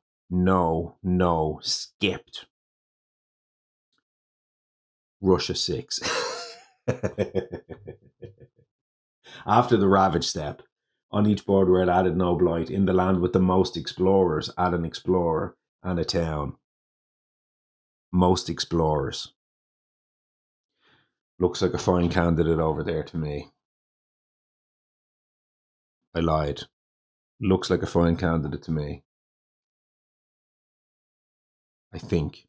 1 and 1. That's about to Ravage next turn anyway. I mean, they're both going to Ravage next turn. They both contain 2 explorers. They both contain... This one contains 3 to hand. So this is the bigger problem. So yeah. But this one contains a blight. So this is the one we want to first strike. We're okay with letting that one go. So yeah, over here. And then we can get those 2 to hand back in there. Can't we? Can we? No, I need to get a presence in there if I want to gather those back in. I can gather 1 with this. And then that gets me up to first strike of 3. This side over here, it's 1, 2, adds a thing. It'll attack for 4, which is not ideal, and it does contain the beast, but we're fine on the beast stuff. I think this is the way we want to do this. I could be wrong. The coordinator raid probably helps us here as well. So yeah, I think we're okay. So yeah, we add the Russia 6 in there. Obviously, all the ravages and all that are checked as we talked about before, so that doesn't change anything. So now we go ahead and we build. That's forgotten about. Oh no, sorry. This ravaged, of course, which kills all of this. So city's dead. 2 fear. 3 explorers. Actually, that land is isolated. So all of them are dead, and there's no fear push. Done. This now build. So that build, this skipped, this build. Now we go Fear Bomb. No comes into play effect because we're not playing with a what you call it, a double adversary. But we will go ahead and build now. So skipped, build, skipped, build,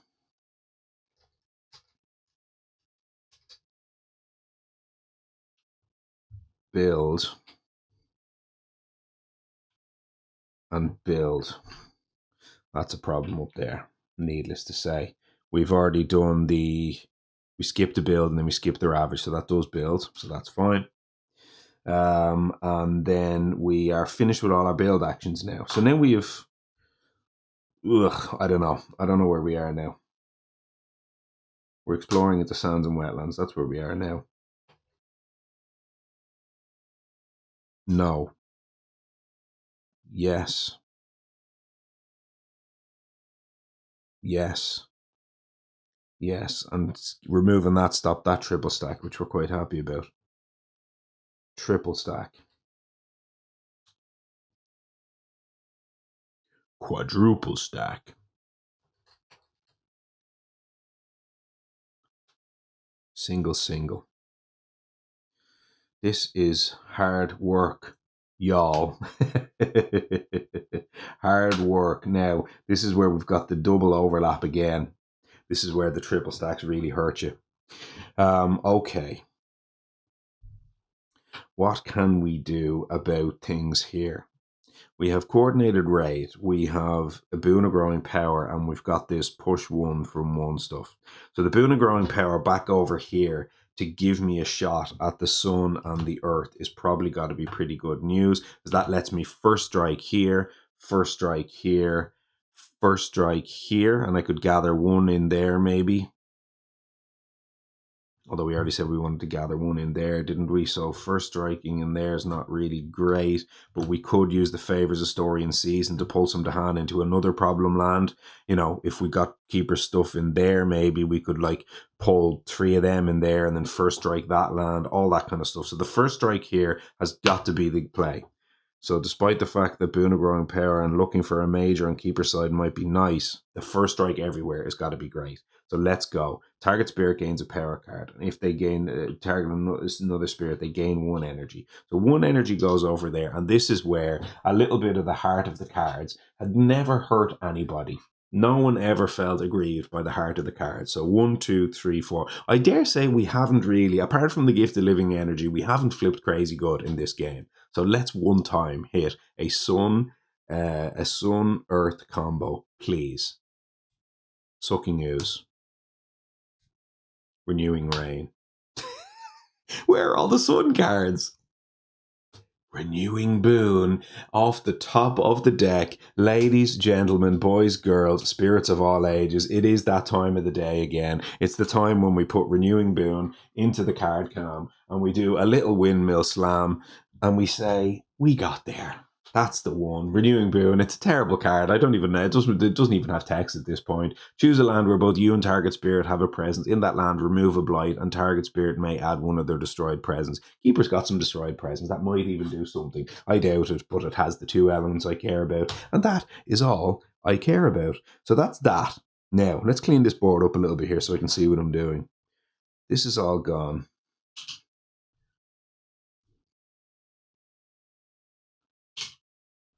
All of this is gone except for the Spreading Wilds. Keeper's going to be reclaiming next turn. We know that.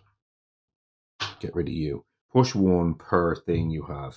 And I only had, in this case, I had two sun because I had the Boon of Growing Power plus the sun on the top track. So I do have that. So I can push a thing from a place. It has to go into an unblighted land though. So I can't target that and I can't target that. I did have the +3 range, and actually, funny enough, I have the +1 range. So I actually have the +1 range twice. This is why you don't take your cards away. I had the air and I had the triple plant. So I do have +1 range twice. So this is actually at range 3. So I can technically get that out of there. But that's not ravaging, so I'd like to do better than that if I can. I'm just not sure I can.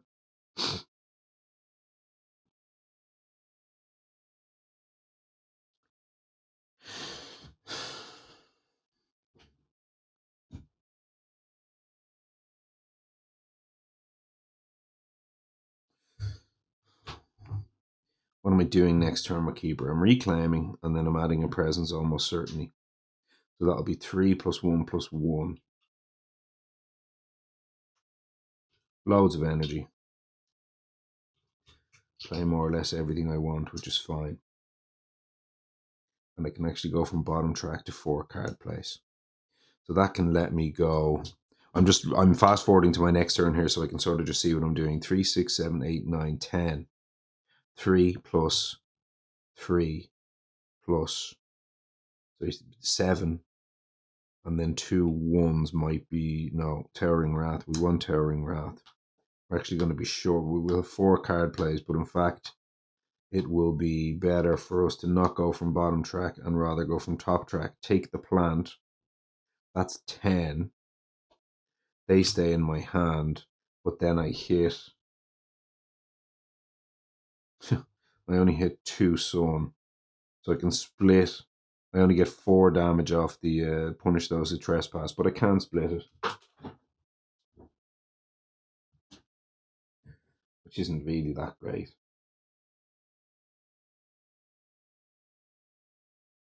But it's my damage cards, and we want damage and stuff. We can't trigger the infestation, so that's not going to be a thing. So that's probably just going to be the card plays that I play on my next turn after reclaiming and going again. It does tap me out, but you know, it's okay. We'll get some energy back from Gift of Living Energy and all that, so we'll be okay for the following turn again. We get up to 7 here, and that'll give us 4 energy, so it'll be okay. So that's fine. So the question remains then still this: push 1 at range 3. Does it solve anything on this board here? Doesn't really. All of the problem lands have Blight in them already, so I think I do just push that out of there. If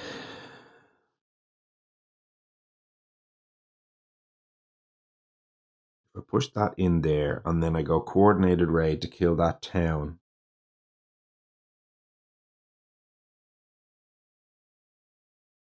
First striking is just doing nothing for us in here, is it? It's killing what? Said we wanted to gather 1 of you in there.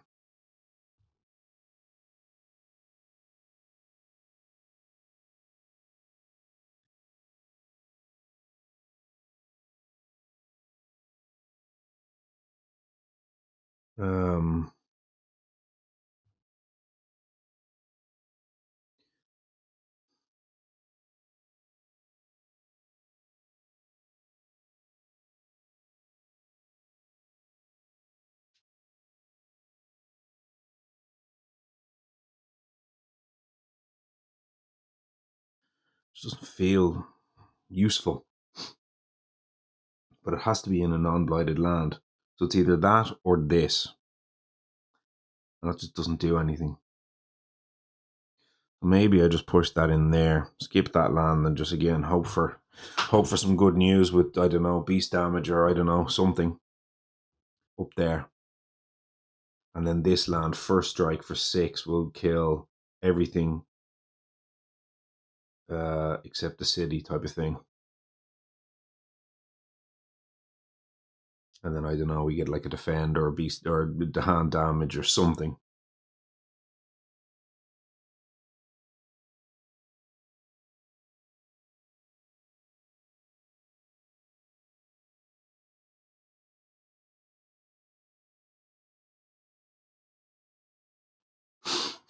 Just looking at this now, actually, the keep watch for new incursions can go. No, I can't repeat that next turn. No, but I can do it once, so I could push like those 2 in there. The first strike stuff won't work.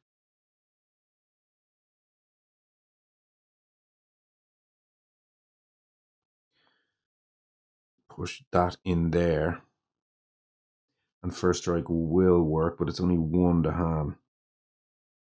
Not really great, and actually that's ravaging as well, so I already want a first strike in that land, so a bit all over the place here, I will admit.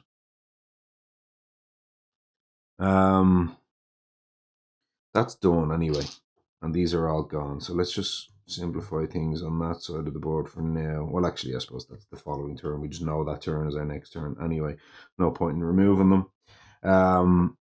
Coordinated raid. I'm just wondering, can it get any better than that? First strike in the land is already hitting the 4 explorers, and then 5 come through, which still does the Blight Cascade thing, but doesn't kill the stuff in there. An extra town in there, an extra Dahan in there kills the town. But I'm just wondering whether doing this kind of thing over here gets me the first strike in that land and it solves that land entirely. That sort of seems a bit better. And then the following turn we pull that one in there. So I think that kind of is the way to go about doing all of that, which means the coordinated raid can go somewhere else, like this land, and stop that Blight cascading. Also have a Blight Cascade situation here, which is another disaster as well, but we'll have to try solve that with some of Keeper's big stuff. The small stuff with coordinated raid here, I think if we go hit him, push him in here, and then that's 2, 3, 4, 5. First strike solves that lad. So 1 damage, move him in there. Okay.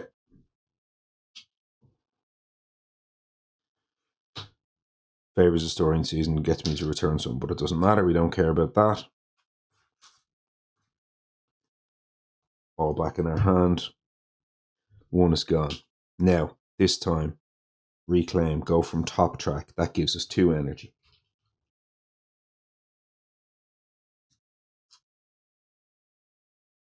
Gift of living energy, favors the story in season, coordinated raid, and this time it's renewing boon. Now we do hit the 5/3, and that's going to cost us 1, 2, 3. Okay, now we actually don't hit the second level of the right innate over here, but that's okay. That's all of that. On this side, we already saw what we did. We got up to the plant. We gained 3 off the top track, +1, so that's 5. And then I presume, if my calculations are correct, this should be exact. Actually, am I 1? Had 1 more, did I? I think I did. And if I did, then in that case, I'll go from bottom track, go to the 4th card play, and I'll play the extra card, which will give me the plant anyway, plus the sun. I believe I've done the calculations right there. I hope I did. It was 3 + 1 + 1. So that was, yeah. So it was whatever I had left over. So in this case here, I can go either Pact of the Joined or Boon of Growing Power. I might need to look for a big major. So Boon of Growing Power might help me do that. Pact of the Joint Hunt is just one of those little piddly bits and pieces sort of effects here. If I'm in lands with lots of the hand, I have them solved anyway. So I do think I need probably a big major to try close this out. Let's go Boon and Growing Power and see can I find one. That's all of that. That cost me 1, which is going to give me an extra damage off this effect as well. Oh, I've only got the first level. I don't even have the second level. Oh well. Okay. Add a presence to a land with wilds or your presence. Last turn, when I pushed this explorer out of here, I forgot to add the wilds. So I can grow up in there if I want, or I can grow up in here. I don't want to grow in there. That's madness. So I'll grow there. That might help me. Play all of that stuff. Play all of this stuff. We're getting there, but good God, it's late. My wife is going to kill me in the morning because I have stuff to do, but I have to keep it going. I have to try win. Okay, that's it. Let's go. Event. What do we hit? Healthy Island. We're still healthy. Putting down roots on in and land on each board. Replace 1 explorer with 1 town. Does that shut off any? Oh, I forgot to use my.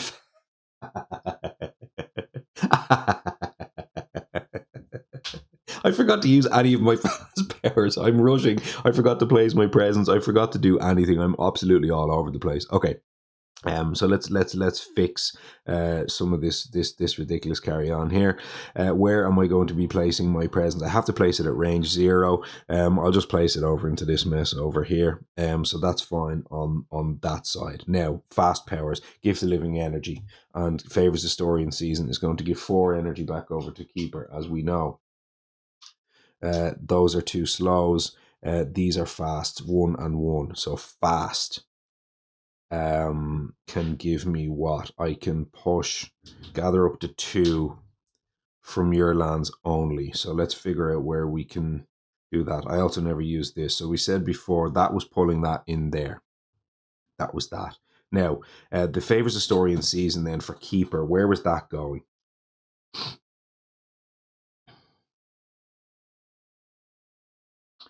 We couldn't use that effectively, could we? We could. We certainly could. Favors of story and season, gather 2 of them in there. Oh no, I can't pull. Ah.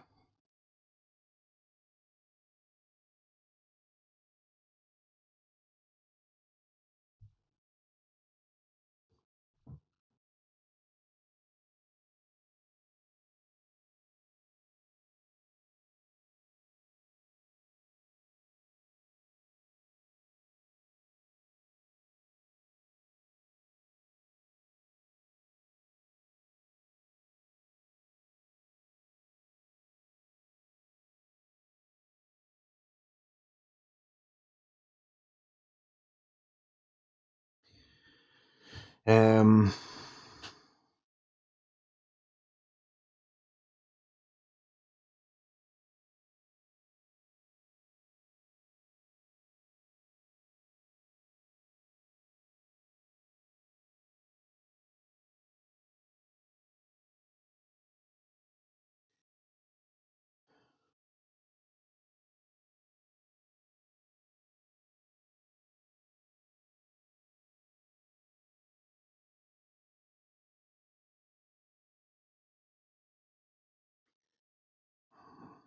Yeah, my brain is giving up here. I'm getting bloody tired.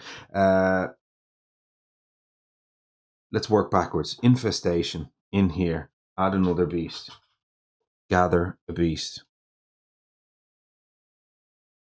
4 fear. Skip 4 actions. Now, tickets erupt.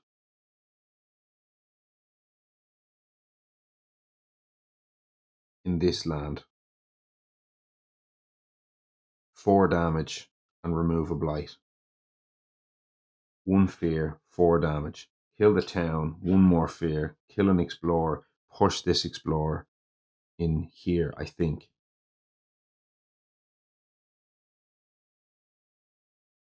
Can't remember if I gained the fear from the fear push off that.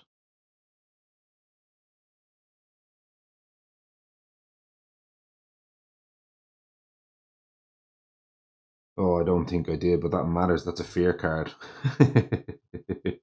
I will give myself the benefit of the doubt and say, or I will not give myself the benefit of the doubt in this case. I don't want to cheat. So I'll say I didn't gain that extra fear there, and that should hopefully give me a little bit of favor back from people for the play in the forest or the jungle earlier on. So I won't gain that 1 extra fear and give myself the fear card here, although I think I might not have added it. But anyway, so I think did that, kill that, push that over there. That was the thing, and I removed the blight. Now, the next thing is I now do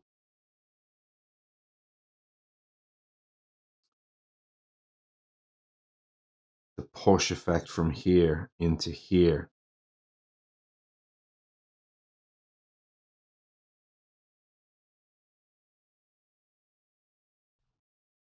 But that's actually not going to solve the thing. So no, what I did in the previous instance was instead of pushing that in there, I pushed it in there. On the fear push. Now, keeper does the gain 3 thing.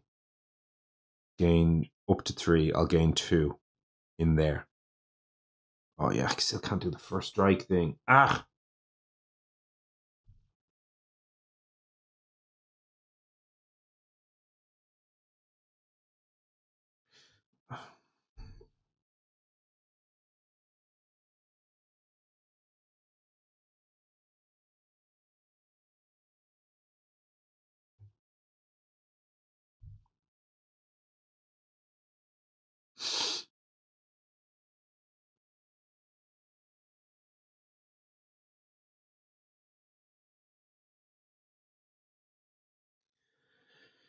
Oh my goodness me. I'll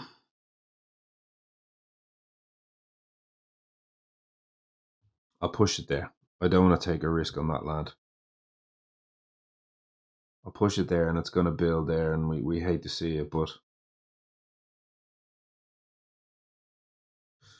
no, actually, no. I am going to push it there. Blight Cascade. I know that fear card is there, and I only read the very top of it. I can't even remember, or the event card. I can't even remember what it said. I'm going to push that there in case I get, obviously, the hand defend. I don't have a fear card right now, but it'll at least do the hit and then, sort of die in the ravage type of thing. I'm a bit all over the place, but look, it is what it is.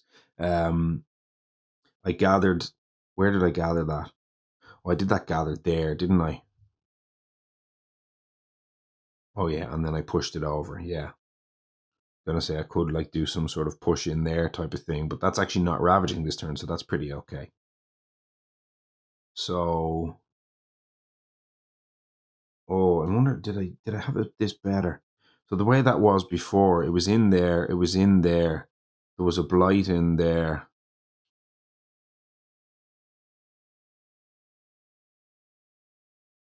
There was a Dahan.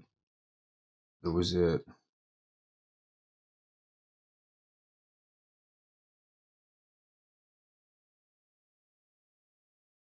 Yeah, I have this slightly better.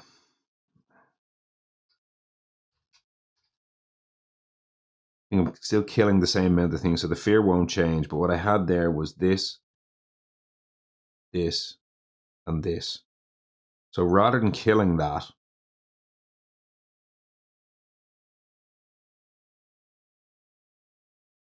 no, yeah, sorry.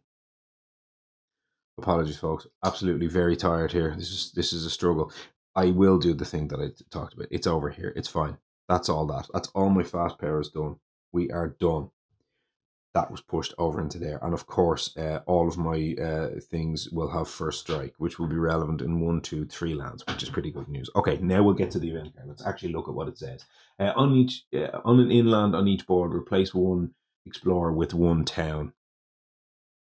Ugh. Okay. Well, clearly, I obviously haven't cheated here because I put that in there, and that's now going to be a thing. But I actually get to push it as well, which is pretty good. So, okay, on an inland land on each board, replace an explorer with a town. So I'll do that here. Place that with that. Actually, this is going to work out really well. And then I'll do that over on this board as well here, so I can go on an inland land. So first strike here, if I make that into a town, that will still work.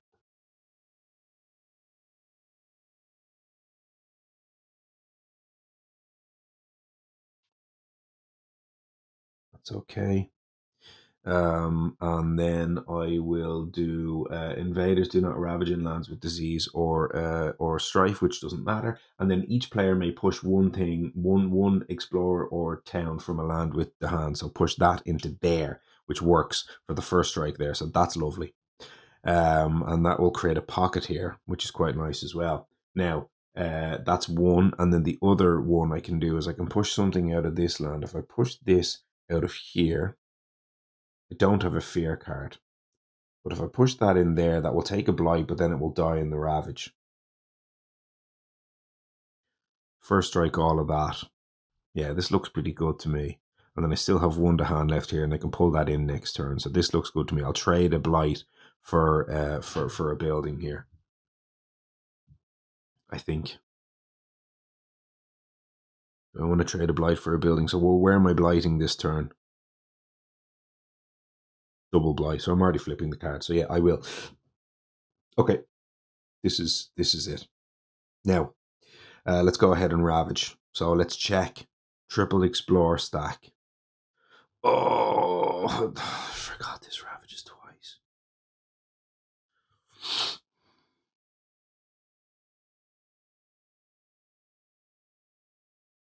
Just dreadful news.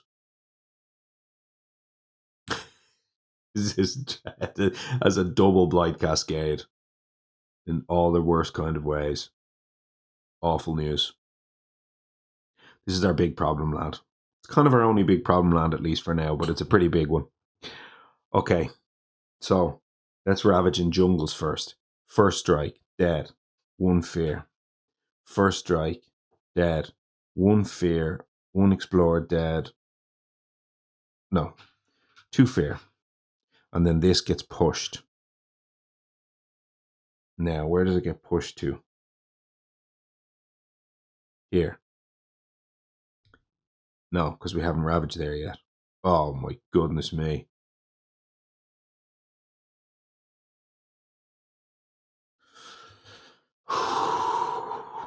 Ouch.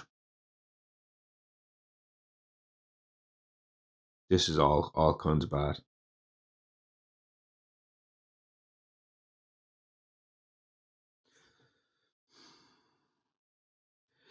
Because over here I'm going to have to go Blight, Cascade, Blight, Cascade. Or I guess I can Blight, Cascade in there.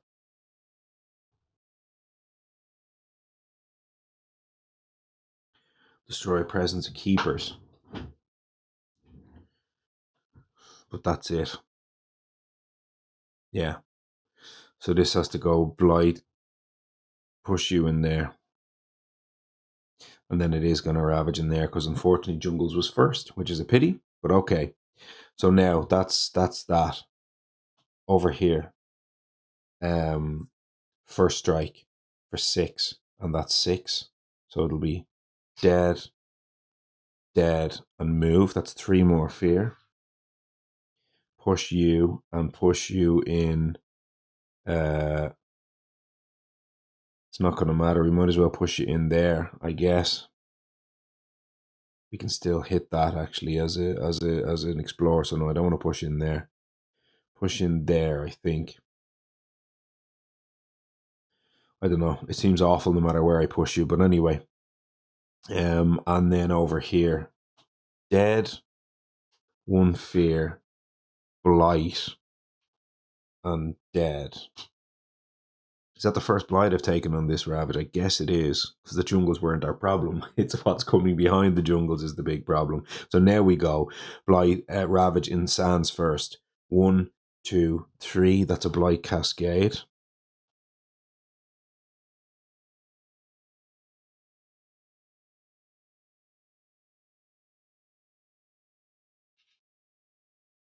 Jesus Christ above. Yeah, this is shocking. This is all kinds of shocking. Because then I have to Blight Cascade here as well. And Blight Cascading all over the place. We're almost dead here, folks. I wonder can we survive. It's another still healthy island. What is this now? On each board, building 3 lands. Will you get out of here with this still healthy island nonsense?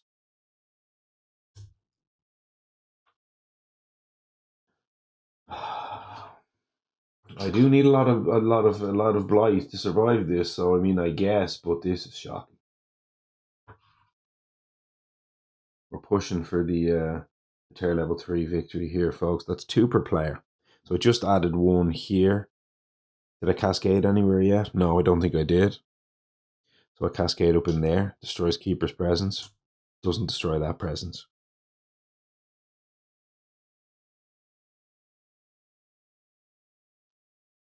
Oh yeah, this was the matching land, of course, that sorry, I haven't gotten to ravaging the other lands yet. This matched the jungle. This was the first time this ravaged this turn. So that was that time when it was matching the jungle. We also have to attack over here for matching the jungle as well. So in this case here, we go first strike. Kills all of them. 3 of them die. 1 of them gets fear pushed. And I can do this after the jungle's over here ravaged. So that pushes that there at least. So that's okay. So I can choose the order there because it matched. Now, 3 is still coming in. Blight Cascade. 1. 2 has to go up there. Another Keeper's Presence dead.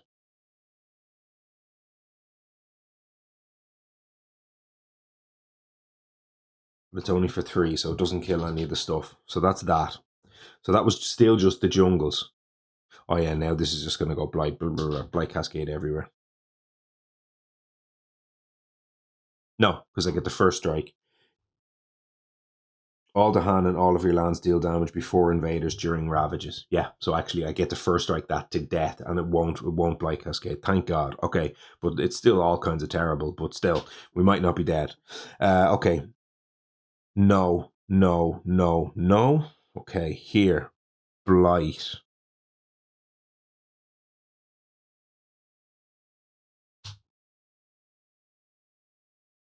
Flip the card.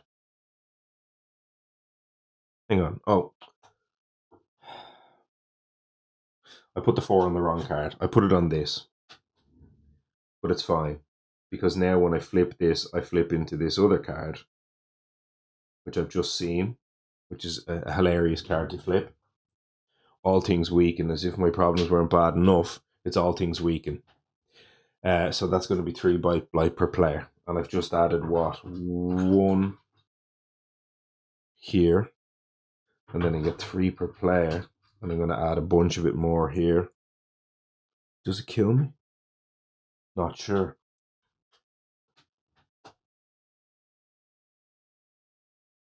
One, two, three. 1, 2, 3. So we did this one. Here, blight. Cascade. Cascade. Doesn't destroy my presence. Here, first strike. Dead. 2 fear. We have 3 blight left on the card. Hilarious. Now, that is all of the that is all of the ravaging done, believe it or not. Okay. There's 3 blight left on the card. Starting next turn, invaders have -1 health, so that is not, unfortunately, this turn. Okay, but we have finished all of the ravages, and it nearly killed us, but all of the...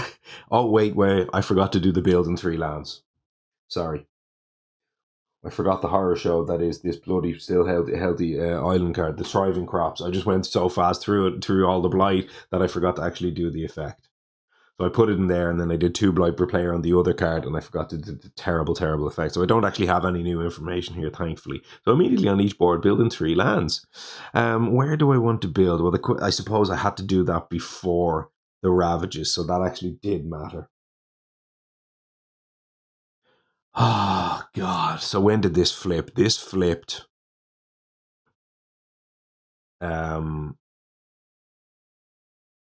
before what?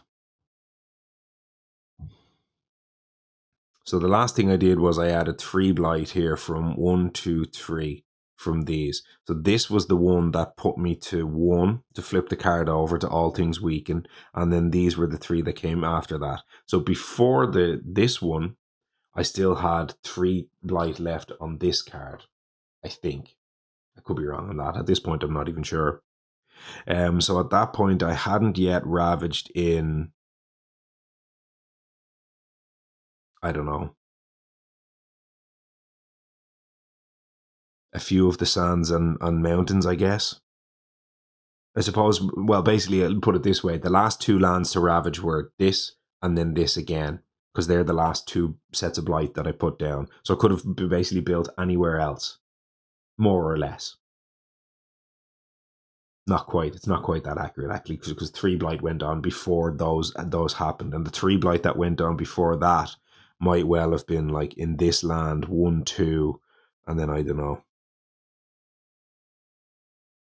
No, like maybe this land or something like that. Yeah, it might have been 1, 2, 1, 2 or something like that. So let's just say the lands I couldn't have built in, or well, the jungles were all gone, actually, is the point here. So I had ravaged in all of those jungles. So now on each board building 3 lands, I can build in my jungles because they had already ravaged and gone. So the lands that were left were, so I can do that. I'm going to build in all of my jungles. 1, 2, 3, 4. So that's 2 on each board. Now where can I put the fewest number of cities? And we could have said, for example, that this safe building up here, we could have done that. Although actually we have what's left. So jungles are gone, sands are gone, and wetlands are gone. So we've got to either mountains or coastal. So we want to avoid mountains and coastal if we can. We have to avoid sands. We have to avoid wetlands. So we need to pick: is it mountains or jungles? Or is it mountains or coastal, should I say?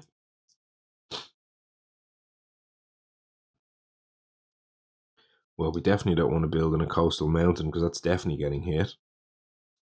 So other than that, I'll just take a chance on maybe that land. This one solves itself if it explores, so we don't want to go in there. And then on this board, it's...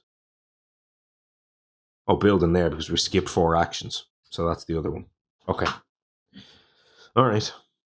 So that's it. So we did now resolve everything, I believe. And with 3 blight left on the card. Can we force a way through to a tier level 3 victory? We've got 3 fear cards left and only 1 fear there. So it's 17 fear, but we also have to kill those cities. It's a lot, but we'll see. We might be able to do it. Okay. So we did that was only the ravaging. Now we do the build. Yep. Build. No, no, no, yes. That's another city. Okay. Here, yes. Yes. I mean, we're never doing this. No, and then no, and then here we go. Flip, and it's going to be coastal. Yeah, I think, that not to be coastal. So yeah, coastal. 1, 2. There's just no way to generate enough fear and also get rid of the things here. 1, 2, 3. And then on this side of the board, 1, 2, 3. It's too many cities. Too many cities. Okay. Russia really are a delight, aren't they? Well, we're running along here, aren't we? Okay. What can we possibly do? 1 damage if the Han are present, 1 damage. So that's not getting rid of a city. Have we any way that we can first strike our way to victory? Is the other question here. Can we get enough to Han in lands where we just let certain ravages in that kill the cities? Where are our cities? In none of the lands where I have the Han. Not one of them.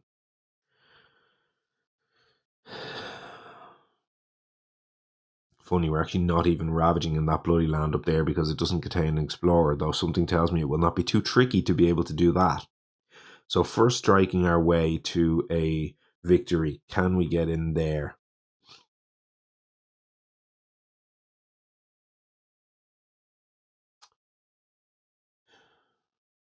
No, not right now we can't.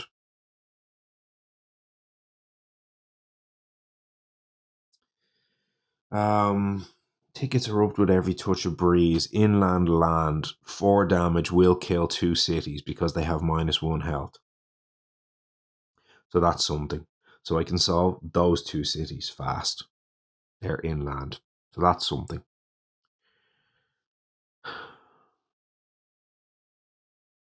I can't get my presence in either of these 2 lands to be able to do the stories of favors of story in season. That could allow me to gather 3 Dahan into one of these 2 lands. So that can't work. But I can push them 2 in there with the keep watch for new incursions here. So that could let me first strike for 4, which could kill those 2 cities. So we're actually at a point here where we have those 2 cities and those 2 cities dead on board. The question is, can we get rid of this one? What have I got? Towering Wrath. Range 1 of a Sacred Site. I'm nowhere near, but I do, however, have Renewing Boon, which could put a presence back in that land.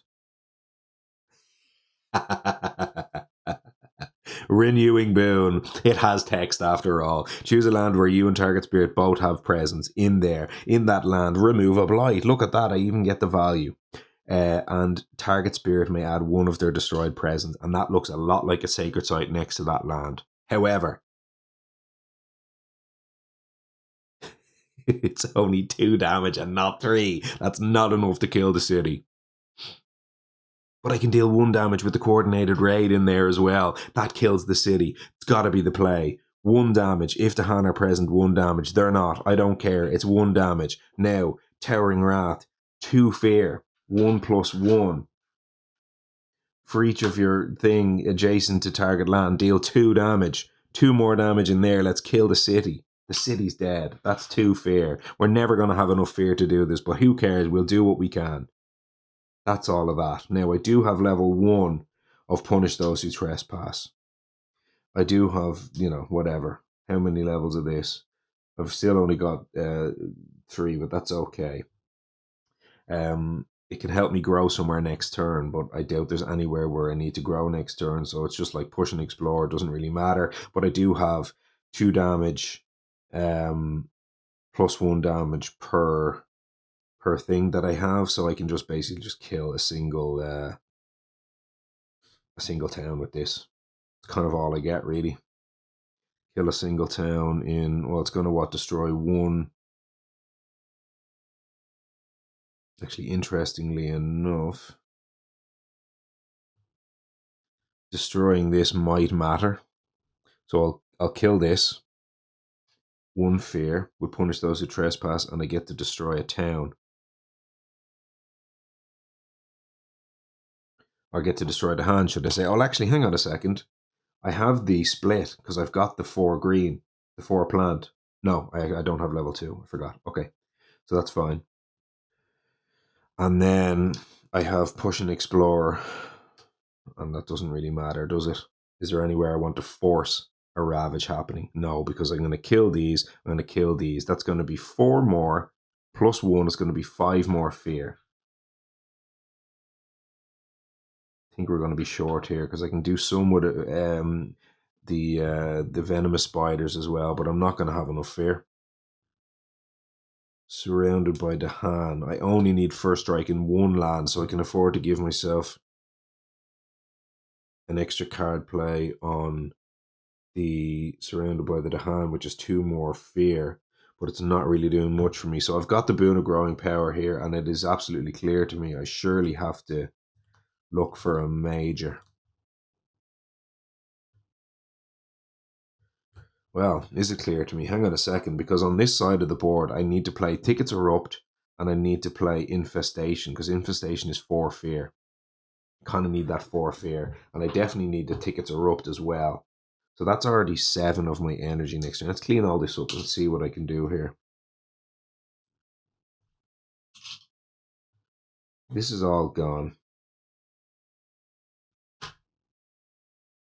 I technically do have a reclaim at the end of this turn to put 1 card back in my hand here with Favors of Stories and Season, but that's not going to matter. This is all going to be cleaned up. I've got 4 energy. Next turn, I can give myself only a plant. It's not going to matter, but I can get a 5 and a reclaim 1. It's also not really going to matter either. So it's what does Boon of Growing Power do? On the reclaim, I'll go 3 more, +1, That's 5. That gives me 9. Infestation plus tickets is already 7. So I'm not going to have another major power. I don't have a way to generate a card play. You know what I mean? Spur on with Words of Fire or something like that would be super helpful here. Spur on with Words of Fire could give me a way to combo a major plus an extra card play. But I can't spur on. I can't dig for spur on as well as another major with Boon of Growing Power. And the other thing I can do here is I could reclaim cards and then try to gain a major instead. What's a major doing for me right now? I can clear the cities. The cities aren't the problem.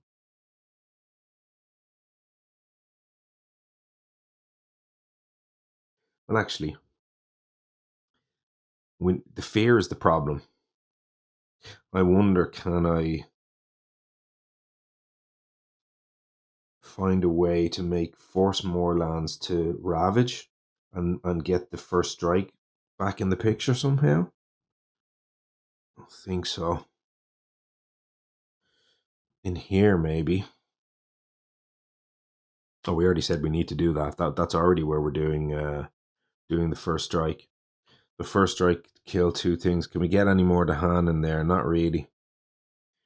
To give ourselves a way to kill more buildings. Not really. So on this side of the board, we've done everything. So the question is, what can I do on the last turn with my card plays available? Let me check that.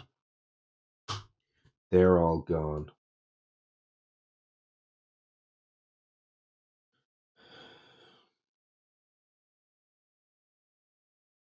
First strike is not relevant in any lands right now, so I wonder whether if I try to force the right side of this instead, so push all of them in there, that's 2 more kills.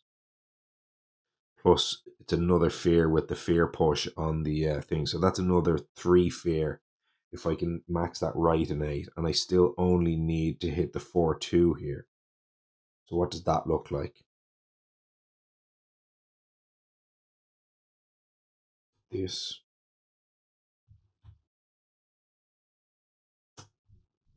This. This. That's it, isn't it? As long as I play one of these 2 cards. I play those 3 cards as those 4 cards. That gives me the 4-2, and it gives me the 2, the 3, and the 4. So I can repeat this power and I can get that in there. So that actually gives me 3 fear off this, presumably. Surely there's a place I can find to do that. Yeah, in there.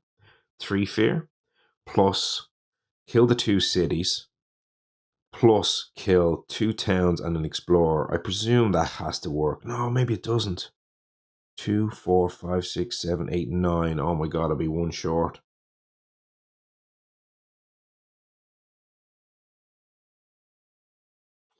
Got to hope for a fear card or something at that point. I think I'll be 1 short. And I can't use this spreading walls to get that out of there because it's blighted. It is what it is. Do that. And then that will be 3 plus 2, 4, 5, 6, 7. That'd be 10. And right now I need 8 plus 6 is 14. I think that might be enough, actually. You know, I think that might be enough. That's the play. So the question is, what does Boon of Growing Power do for me here? Well,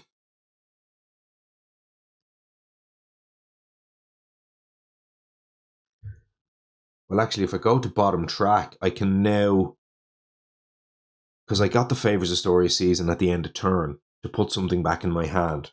I can go to get the Reclaim 1, which could give me the 2 majors I need back in my hand, and then I don't need to reclaim.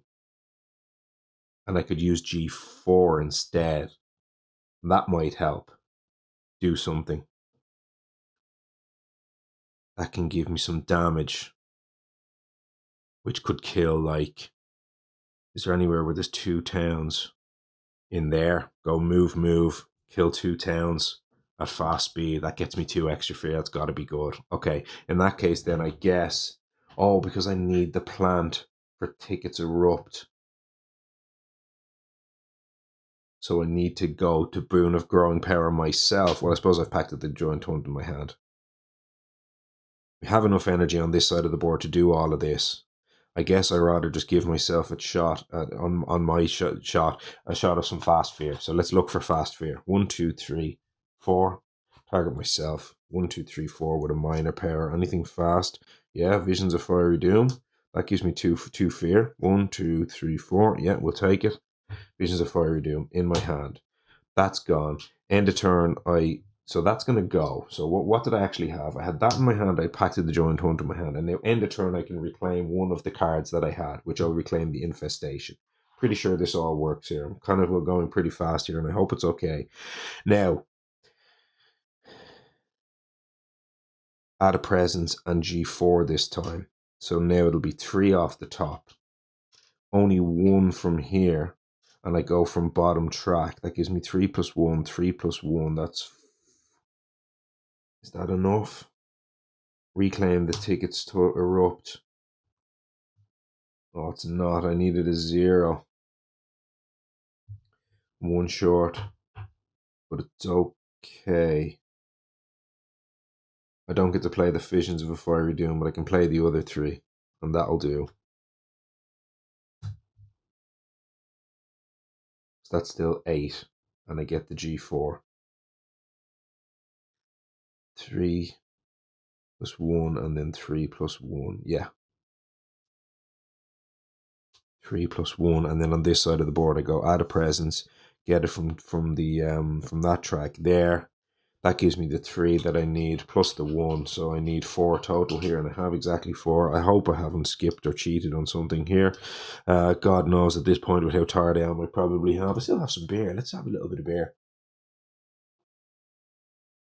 And this is a mammoth of a playthrough, folks.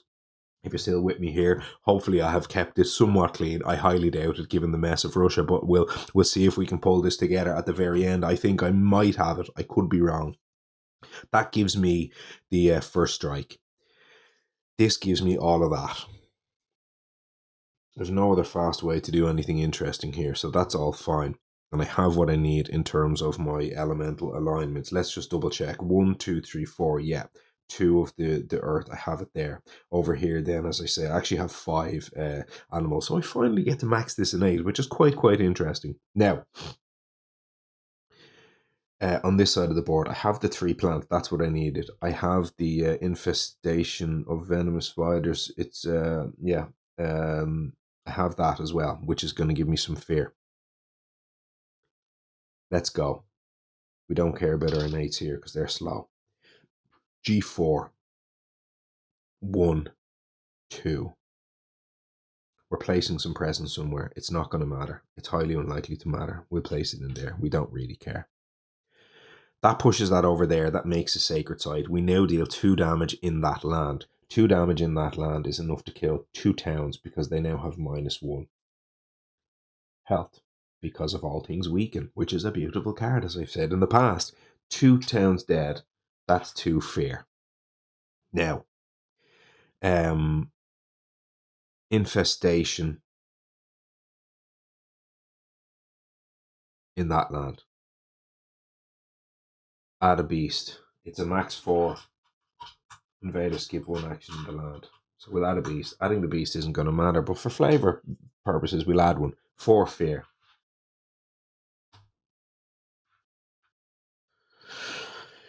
Okay. Tickets erupt. 4 damage plus a fear. 1 fear plus 4 damage in this land is going to kill those 2 cities.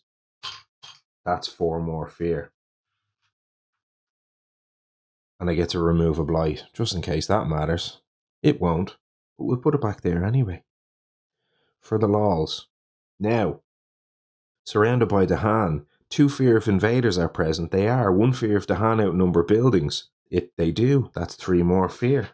And all I need is what's left over here. Right innate. Gather up to 2 into that land from your lands only. In there, pull them in.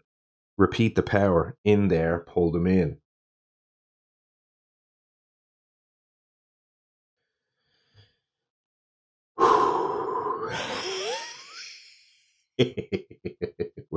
We're 2 fear away, but we need to make it to the Ravage, and the event can screw us. This gives us ways to gather Dahan. Unlikely to matter. Can that matter anywhere on this board? Highly doubt it. Highly doubt it. Why not? Gather 2 Dahan in there. Okay. Fast. We already did this, of course. That's done. All we need is for the event not to screw us. And needless to say, we have a first strike in this land. 8 of a first strike in that land. and we can blight cascade. So actually now it doesn't matter with the we've got plenty of blight on the card. So all we need, the heart of the cards, all we need is for this event not to flip us and not to screw us. I can barely look. Put it in. You get to see it before I do. What is it? Blighted Island. On each board with cities, add 1 blight to a land with the city. And I can prevent this from sacrificing things. Each beast destroys explorers. That's going to generate a bunch of fear. And then I think we're happy day. So on each board with cities, which is currently 1 board, add a blight to a land with a city. I'm going to choose not to do that. I'll sacrifice 2 of them there. Get them out of there. Don't need them. We've had no destroyed presence from Hearth Vigil for this whole game. He could do with getting taken down a peg or 2. So let's get 2 of those presents out of there so he doesn't get too cocky. They're gone.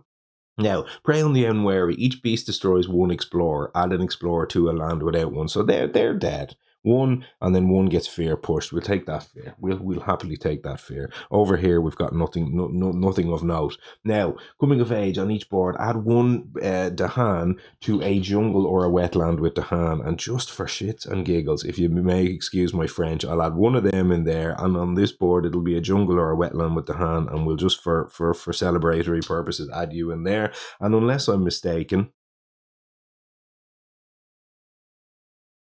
yeah, I can't. There cannot possibly be a fear card that screws me here. But we shall go ahead and play it out and get our play it out. We'll go ahead and celebrate with our win, provided that we don't get screwed. These are now terror level 2, still here. Each player adds 2 things in a single land not matching a Ravage card, and that won't matter at all. And then finally, invaders do -1 damage per damage they have taken on each board in a land matching a Ravage card, 1 damage each to up to 2 invaders. That's fine. A land matching a Ravage card, 1 damage to up to each of 2 invaders. Well, I can just kill you because you're matching a Ravage card, and then anywhere else is matching a Ravage card. You both die. That's 2 more fear. That puts us into terror level 3.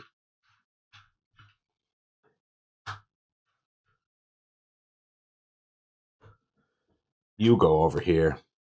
We do have another fear card. Each player adds a strife in a land with the hand. For the rest of this turn, invaders have -1 health per strife to a minimum of 1. Yeah, whatever. That's fine. Let's go ahead and just showboat a little bit here. 1 and 1. We'll kill the 2 of them as well.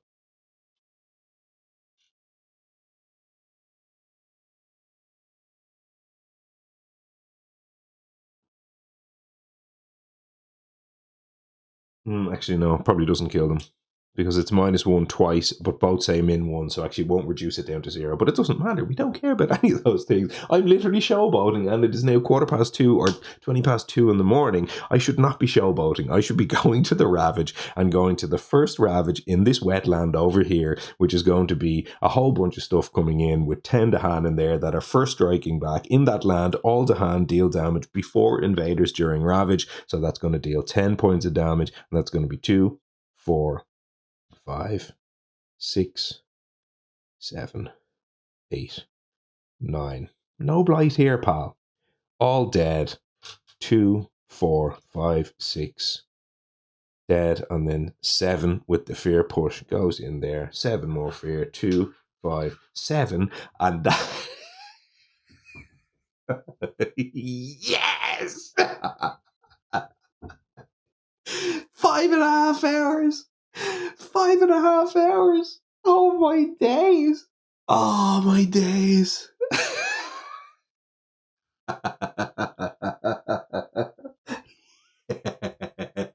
Yes. Oh God. Oh, I'm sure I made so many mistakes. Russia is so messy. It's such a mess. This is why they are my least favorite adversary to play against. It's highly interesting, but it's so messy and fiddly, and there's just stuff everywhere, and every time to move stuff around, and oh my God. Terror level 3 victory. in a game that I looked certain to lose at least one turn, if not 3 or 4. You will hopefully forgive me for that turn where I pushed those stuff in there with Bringer, or not with Bringer. I've called him Bringer 100 times with Keeper. Yeah, look, I made a mess of that a couple of times. That was pretty clunky, and not so good on my behalf. It is so difficult to do this and try to do it with grace and poise and a cultured approach, because all the time it's just I'm trying to talk through it. I'm trying to make my sort of feelings known about what I'm doing and why I'm doing it, and that becomes very difficult to keep track of everything. But with all of that said, hopefully there were not too many big issues, and hopefully with all the humming and hawing and everything in between, we're able to enjoy this very lengthy episode to close out season 1. Very fitting that it is, of course, the big bad boss that gave me the big bad torrid time with this. But if you stuck with me after 5.5 hours of gameplay, I cannot thank you enough. It has been a joy to be able to get through this adversary series and get so many different spirits on here. And if you've been along for the ride and watching me, your time and your effort and your support is so hugely appreciated. Very, very much a pleasure to have you here for today. If you enjoyed this and you made it to the end, please do consider giving it a like and subscribe, and I will see you back for a breakdown of this and the adversary and everything in between next time. That's going to be it. I got to finish my beer and get to bed. Thank you so much again. See you then.